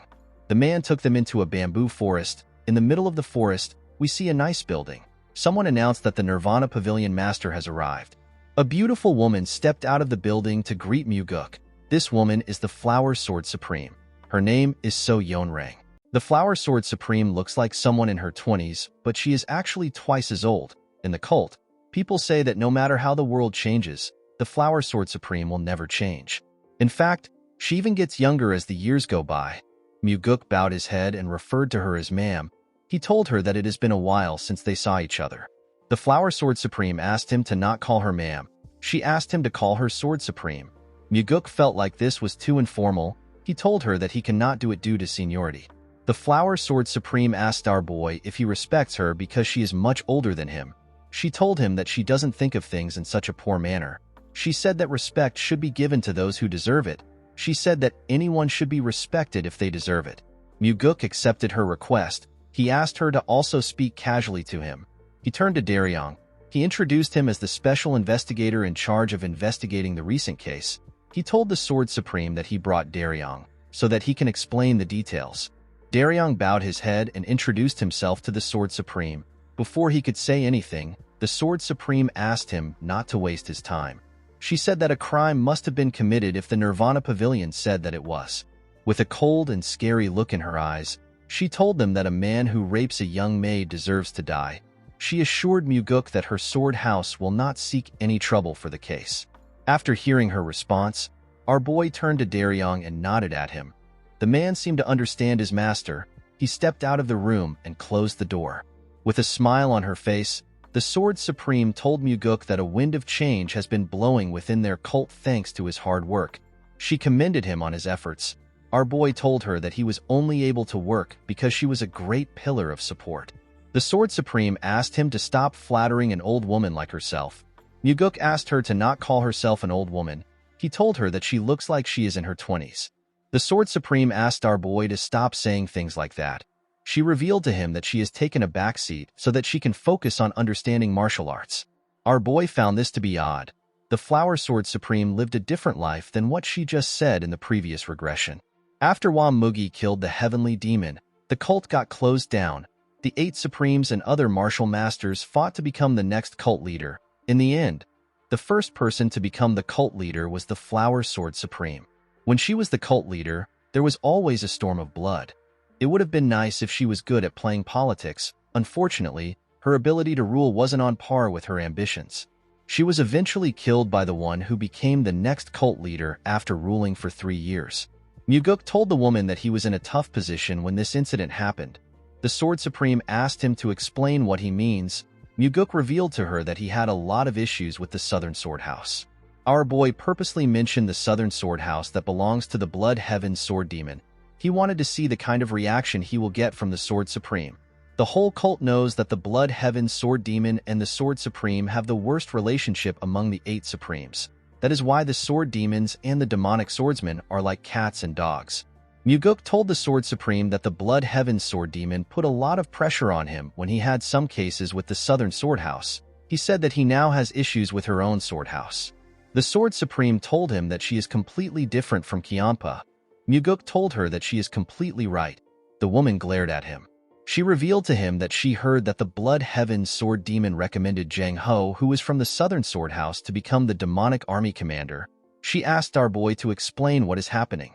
Muguk told her that Jang Ho is an exceptional and loyal individual. He revealed to her that Jang Ho is actually one of his men. The Sword Supreme asked him to tell her how he was able to persuade Kiampa to recommend Jang Ho. Our boy told her that he made use of the old man's pride. He revealed to her that he asked the Blood Heaven Sword Demon to make a choice for the sake of the cult instead of only thinking about those closest to him or a political play. The Sword Supreme smiled when she heard this. She said that Kiampa would have never been persuaded by something like that. Muguk told her that the Blood Heaven Sword Demon didn't want to lose him. The Sword Supreme wondered about what he meant. Muguk revealed to her that the old man said that he thinks of the cult more than anyone else among the 8 Demon Supremes. He explained to her that it is hard for even the Blood Heaven Sword Demon to make Jang Ho the demonic army commander. He told her that the chief advisor made a suggestion on how Jang Ho can get the position. He said that the suggestion is too hard to achieve. The Sword Supreme asked him to tell her what Myung suggested. Muguk revealed to her that the chief advisor said that Jang Ho can become the demonic army commander if another demon supreme recommends him. He told her that the only problem he has is that no other demon supreme would recommend Jang Ho. The Sword Supreme asked him to tell her why he believes that no one will recommend Jang Ho. Muguk was shocked to hear this. She asked him if he believes that the Blood Heaven Sword Demon is the only demon supreme who thinks of the cult. Our boy told her that he does not think like that. The Sword Supreme smiled when she heard this. She told Muguk that he came to mess with her pride. With a cold gaze in her eyes, she asked our boy if he came to ask her to recommend Jang Ho alongside the Blood Heaven Sword Demon. Muguk was not surprised to see that she saw through him. He realized that it was time for him to be honest. When the situation is mixed with trickery and truth to the point that no one knows what is happening, this is when it feels most satisfying to pull off a scheme. Our boy told the Sword Supreme that she is right. She glared at him. Muguk knew that the Sword Supreme had her doubts. The Blood Heaven Sword Demon is so unscrupulous that he would abandon his own brother. Why would such a person choose our boy? The Sword Supreme stared at Muguk. She had a cold and scary expression. She told him that she now understands why the Heavenly Demon made him the Nirvana Pavilion Master. Muguk was surprised to hear this. The woman took a step forward and closed the gap between herself and our boy. Muguk was shocked to see her so close to him. The Sword Supreme looked into his eyes. She told him that he has a strange way of being able to shake people's hearts. With a smile on her face, she told him that she will recommend Jang Ho for him. Muguk asked her if she is being serious. The Sword Supreme turned around. She explained to our boy that she wants to show him that the Blood Heaven Sword Demon isn't the only demon supreme that thinks of the cult. Muguk bowed his head and thanked her for her help. He assured her that he will never forget what she did for him. On their way back, Muguk thinks about what just happened. He already expected the Sword Supreme to help out with the recommendation. This is because the Blood Heaven Sword Demon will have a monopoly on him if he truly has the potential to become the cult's heir. The Sword Supreme wouldn't want this. She is a kind of person who doesn't want the Blood Heaven Sword Demon to have anything, even if it is horse poop that dropped on the ground. She truly abhors Kianpa. In fact, the first person she killed after becoming the cult leader was the Blood Heaven Sword Demon. In the next scene, we are taken to the Heavenly Demon's Pavilion. We see the chief advisor talking to the Heavenly Demon. He told his master that he never thought that Muguk would be able to persuade the Sword Supreme. The Heavenly Demon told his advisor that his son probably made use of the discord between the two demon supremes. He asked Myung to tell him what Jang Ho is like. He asked him if Jang Ho can be trusted with the position of the demonic army commander. Myung said that Jang Ho is an exceptional individual, but he is more of a martial artist. He is weak when it comes to politics. The chief advisor said that Muguk made a really wise decision to push Jang Ho for the demonic army commander position. The Heavenly Demon said that his son probably did not know how good Jang Ho was from the start. He believed that Muguk made an emotional decision. He said that our boy is more emotional than one would expect. Myung said that it is both a strength and a weakness for Muguk. With a serious look on his face, the Heavenly Demon said that it is a weakness. Myung asked his master about how he would like to resolve the issue of the demonic army commander position. The Heavenly Demon said that he will accept the recommendation since two demon supremes recommended him. He did this in order to not hurt the prides of the demon supremes. He announced that Jang Ho will become the demonic army commander. Myung bowed his head and accepted his master's order. The scene shifts and we see someone tell Muguk that he does not know how to repay his kindness. When our boy turned to the side, he saw Jang Ho bow his head. Muguk placed his hand on the structure in front of him. He told Jang Ho that he will not be able to repay his kindness due to his nature. The man was shocked to hear this. He asked our boy to explain what he means. Muguk revealed to him that there are two reasons he chose to make him the demonic army commander. The first reason is that he is the most suitable person for the position. He told Jang Ho that he gave him the position for the sake of the cult. The man said that he does not deserve such high compliments. Muguk revealed to him that the second reason he gave him the position is because he was hoping that the demonic army will become his strength. He advised Jang Ho to not let the first and second reason contradict each other. The man found this statement to be odd. Muguk explained to him that it won't be easy to maintain a personal relationship with him because he is an incorruptible person. He asked him not to worry about him using their personal relationship to force him to do anything.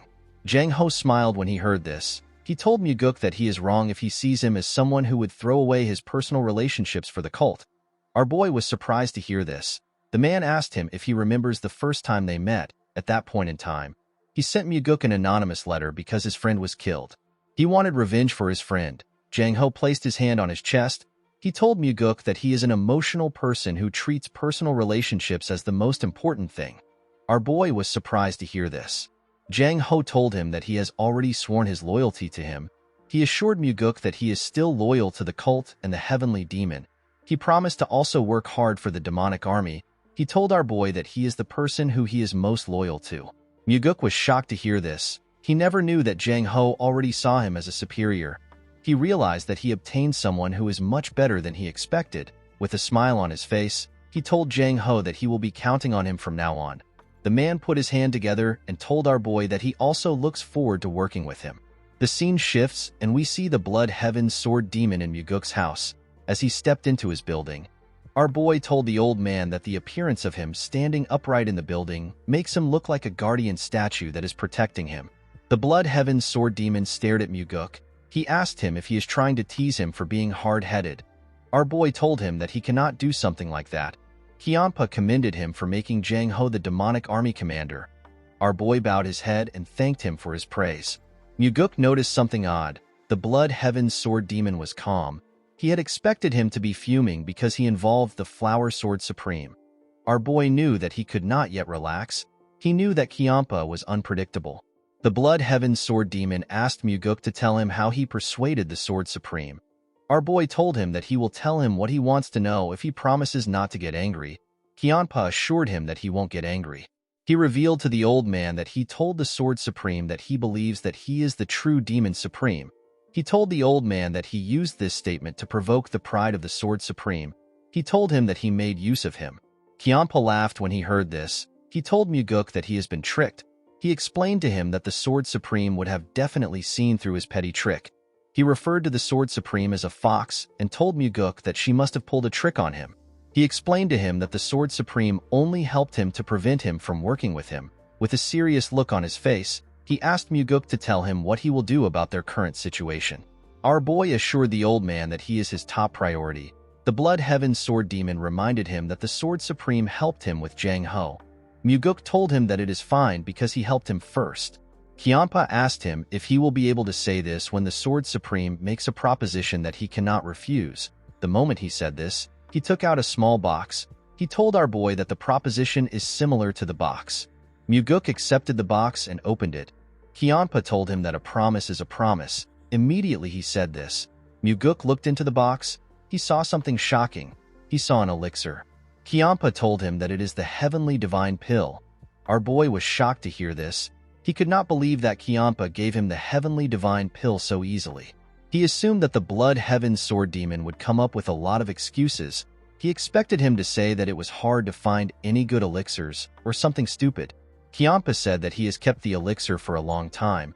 He told Muguk that even he wasn't able to consume it. Our boy asked him if he is really giving it to him. With a look of anger on his face, the old man asked Muguk if he wants him to take it back. He pushed his blade into the ground and sat on the huge rock in Muguk's house. He picked up a cup of liquor and drank it. He referred to our boy as second young master. With a serious look on his face, Kianpa told Muguk that he is betting the rest of his life on him. Muguk was shocked to hear this. He realized that the Blood Heaven Sword Demon has shown the strongest card that he has in his hands. He did this without any hesitation. Our boy remembered telling his father that the Blood Heaven Sword Demon has no value for him to keep him around. He realized that he has to change what he said. Due to how determined Kianpa was, Muguk believed that he has to do his best to keep him around. He put his hand together and thanked Kianpa for trusting him. He asked him if he can guard him. He told him that he wants to consume the elixir. The Blood Heaven Sword Demon was shocked to hear this. He asked Muguk if he has lost his mind. He could not believe that our boy wanted to consume the elixir in front of him. Muguk told him that it is better for him to consume it in front of him because he was the one who gave it to him. Kianpa could not believe what he was hearing. To allow someone to stand guard over you while you circulate energy has a meaning to it. It is the final stage of trust that a martial artist can have. The Blood Heaven Sword Demon asked Muguk if he truly trusts him. Our boy told him that he is consuming the heavenly divine pill right now because he trusts him. He explained to him that he will have to do as he says in order to get the antidote if he poisoned the elixir. The Blood Heaven Sword Demon asked Muguk to tell him why he believes he didn't poison the elixir. Our boy told the old man that he is not someone who would result to doing something that nasty.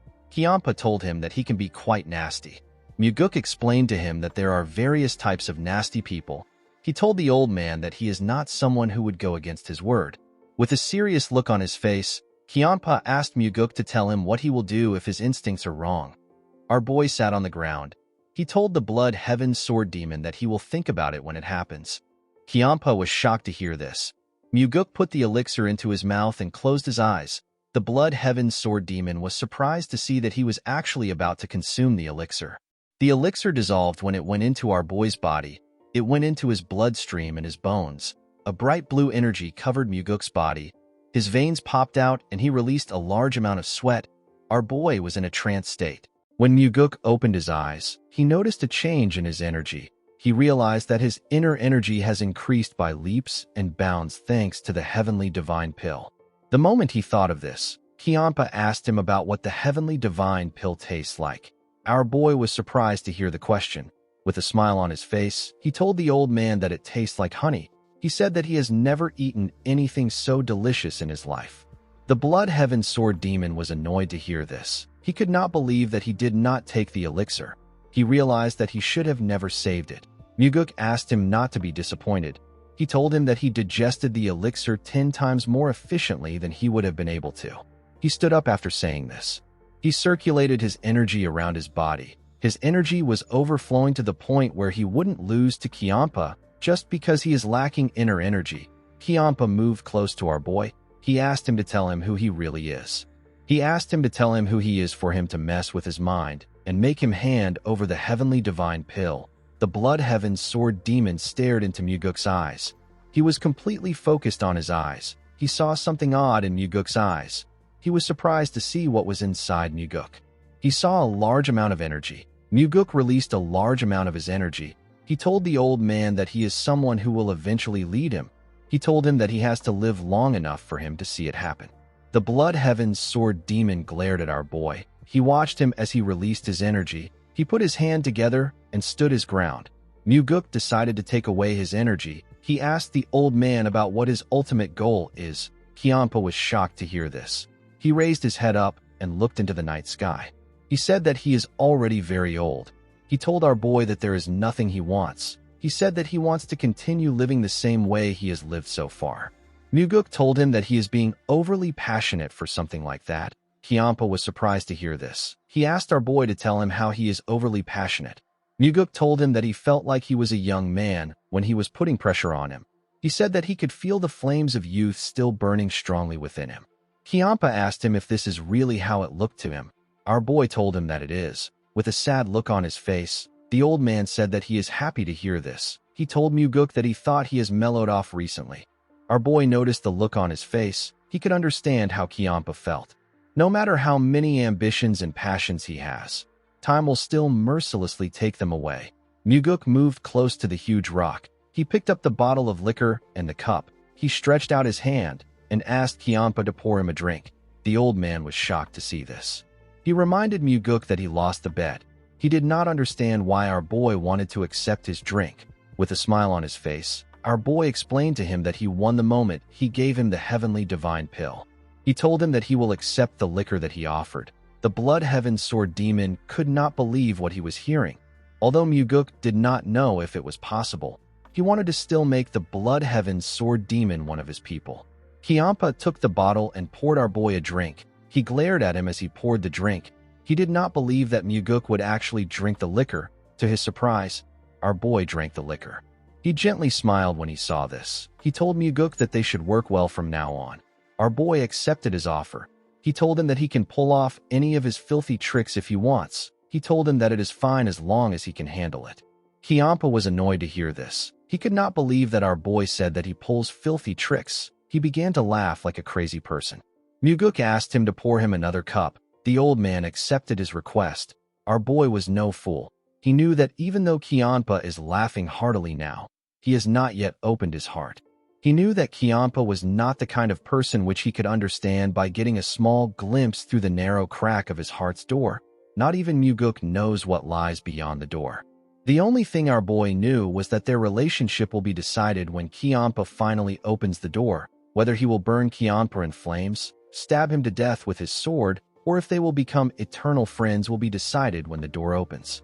The two of them were waiting to see the moves that they will make. The scene shifts, and we see Muguk training in his training room. He covered his sword with his energy and carefully swung it around to understand his new strength. He noticed that the power of his attacks have gone up to the next level, and his attacks have also gotten faster thanks to his increased energy. His inner energy has now reached the level where he can fight on par with the Demon Supremes. Our boy carefully moved and made a huge swing. He was not satisfied with his current strength. He believed that he needed to accumulate even more energy. Inner energy is something that a person can never get enough of. While he was training, someone mentioned that his inner energy has grown again.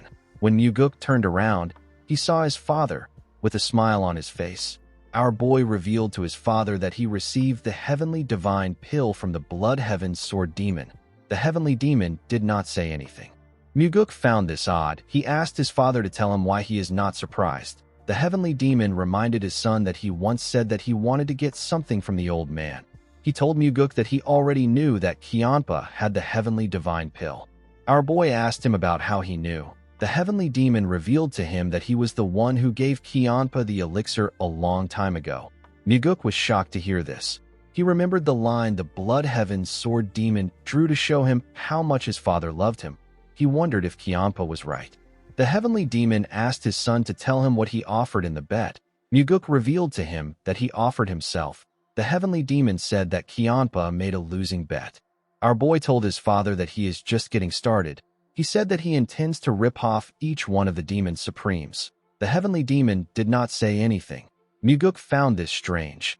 In the past, his father would have told him that he is spouting nonsense. He did not understand why the heavenly demon was not saying anything.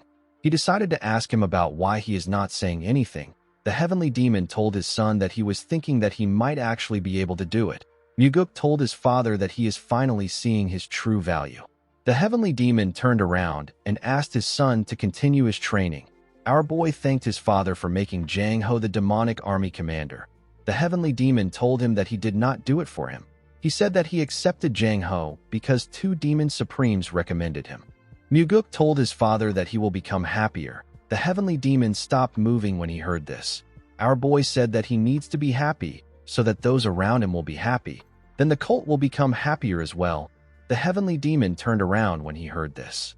Before he could speak, Muguk said that it is a useless emotion that will lead him to his death. The heavenly demon told his son that it is good that he knows. He opened the door and explained to his son that he must forget things as trivial as happiness if he wants to walk down this path. Muguk said that he doesn't want to. He told him that he will be happy even while walking down this path. The heavenly demon left the room after hearing this. With a smile on his face, Muguk said that he will make it happen. In the next scene, we see the Sword Supreme tending to the flowers in her garden. While she was looking at the flowers, someone told her that they are pretty.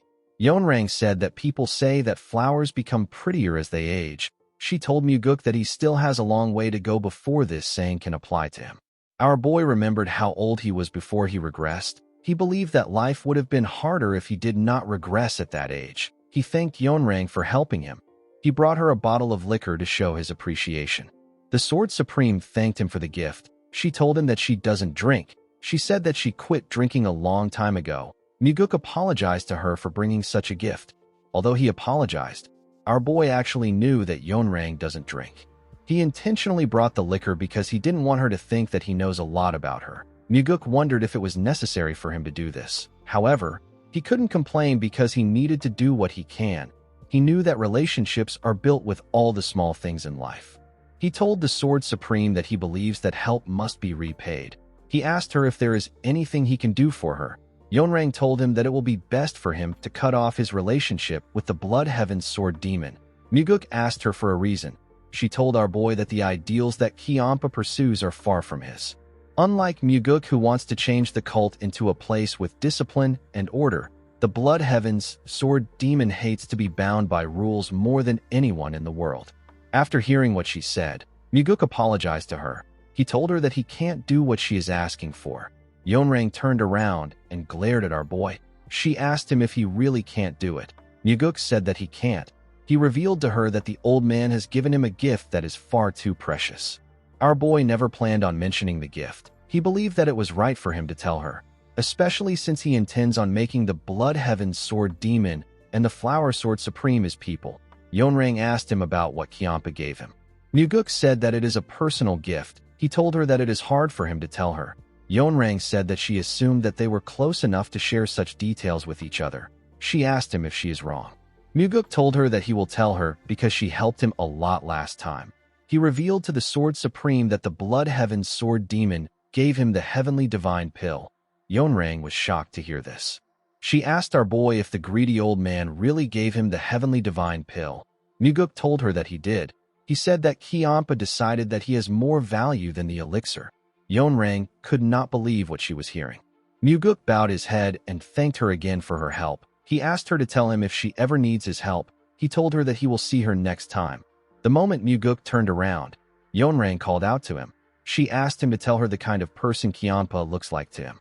With a smile on his face, our boy said that Kiampa is bad-tempered, violent, and he does whatever he wants. He said that he disliked Kiampa at first, but he began to get used to him the more time he spent with him. Yeonrang asked Muguk if he is not just saying these things because of the Heavenly Divine Pill. Our boy said that the elixir is also part of the reason why he likes him.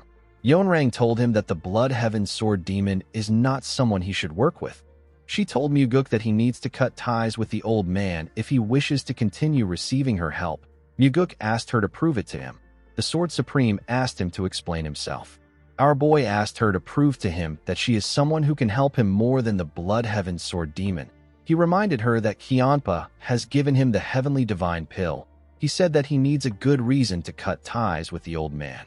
Yeonrang told him that the fact that it will be good for the cult should be a good enough reason. Muguk said that some people try to buy over their subordinates with dreams, ideals, and loyalty. He told Yeonrang that he despises people like that.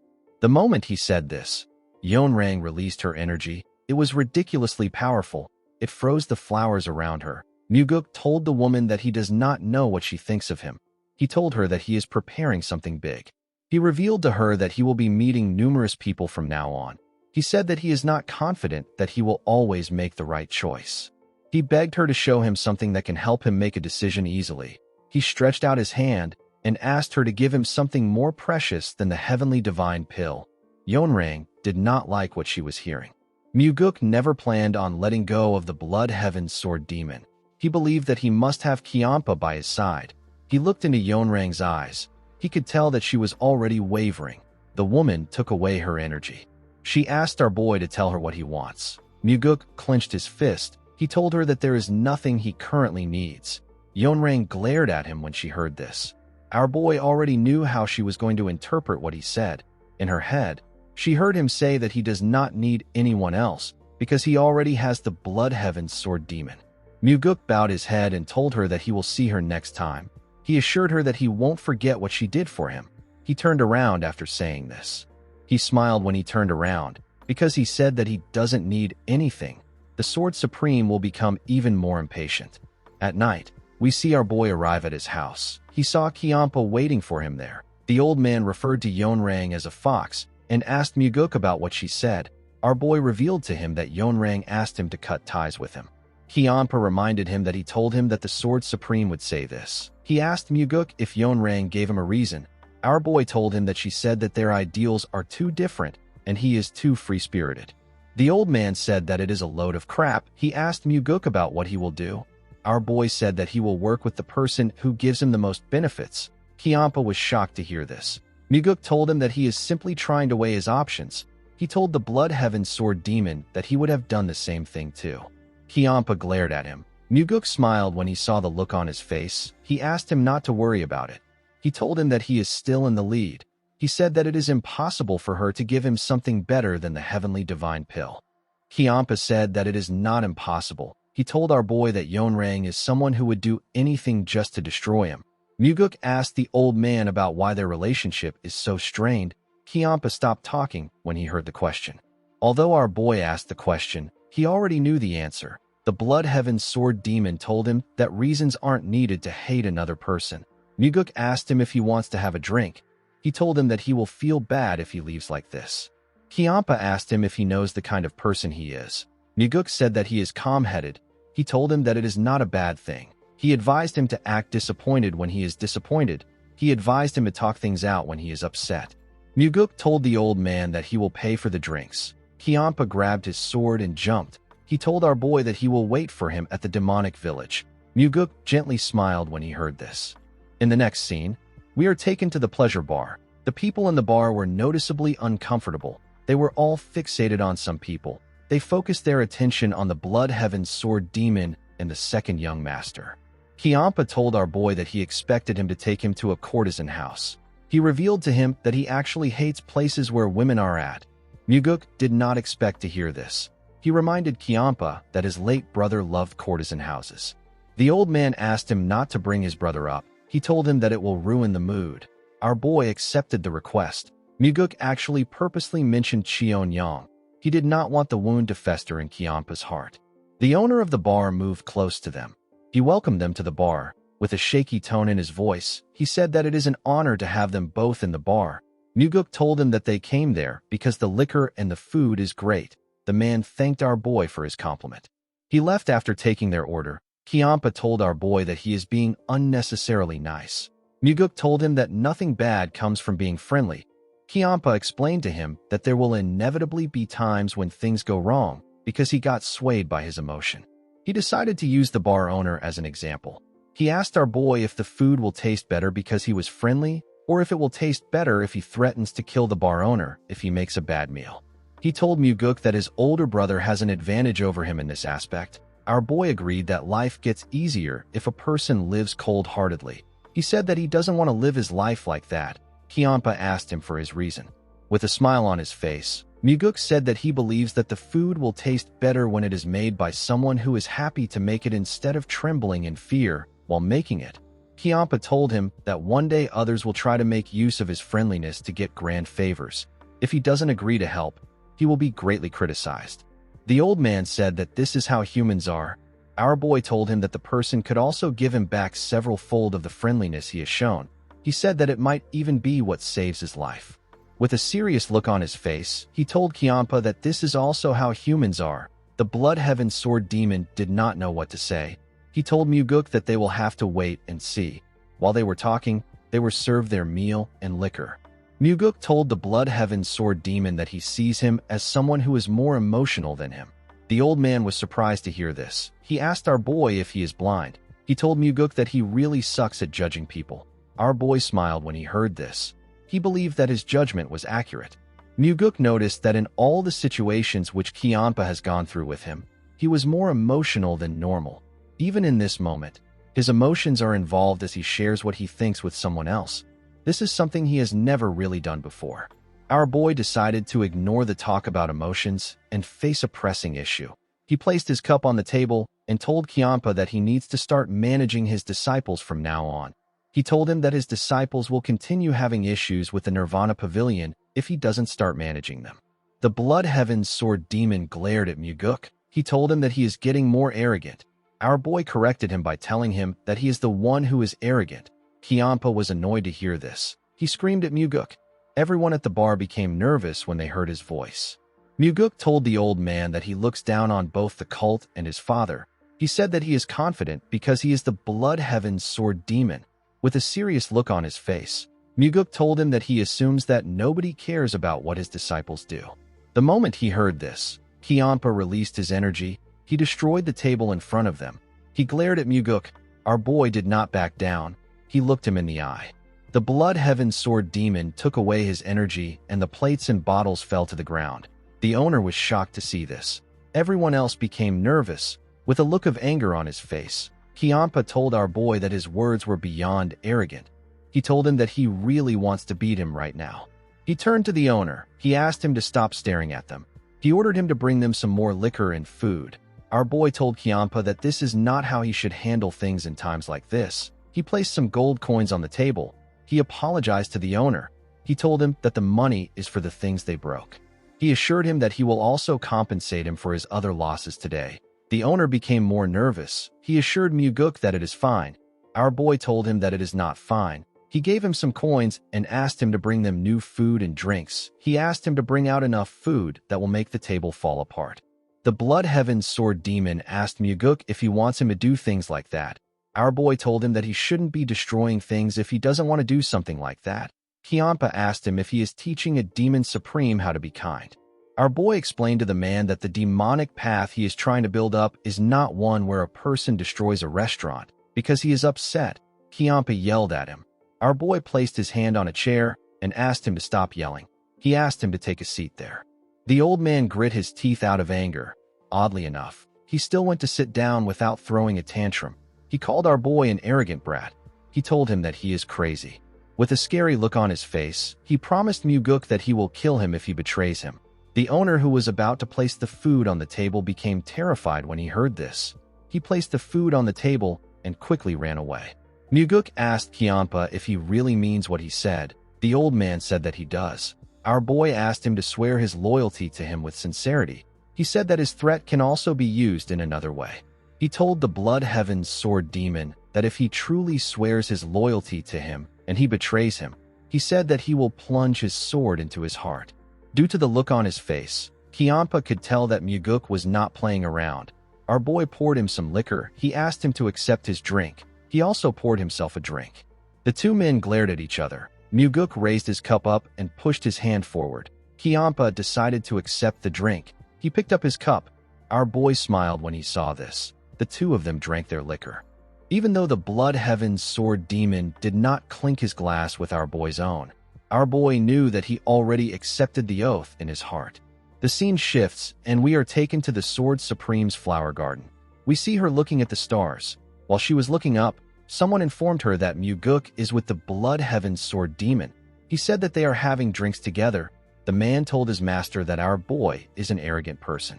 Yeonrang asked him to mind his words. With a cold gaze in her eyes, she told him that there is nothing more crude than speaking carelessly behind one's back. The man said that he will remember this. Yeonrang said that Muguk is not the same person that she knew before. The man said that our boy is a storm in a teacup at best. The Sword Supreme asked him about what he will do if the teacup is big enough to contain the whole Murim. The man was shocked to hear this. The Sword Supreme knew that there is something special about our boy for Kiampa to give him the heavenly divine pill. She said that he basically gave Muguk everything. She knew that the Blood Heaven's Sword Demon must see a possibility of Muguk becoming the successor of their cult. The man asked Yeonrang if she also sees that possibility. Although Muguk showed her an unexpected side of himself, it was not to the point where she would give him an elixir that is on the level of the heavenly divine pill. This made Yeonrang annoyed. She felt like she was missing something which the Blood Heaven's Sword Demon picked up on.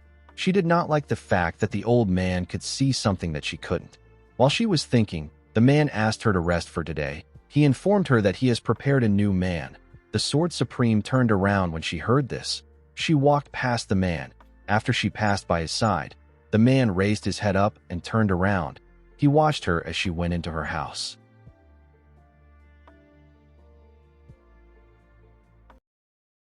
Guys, we have come to the end of our video. If you guys want more of this recap, let me know in the comments section.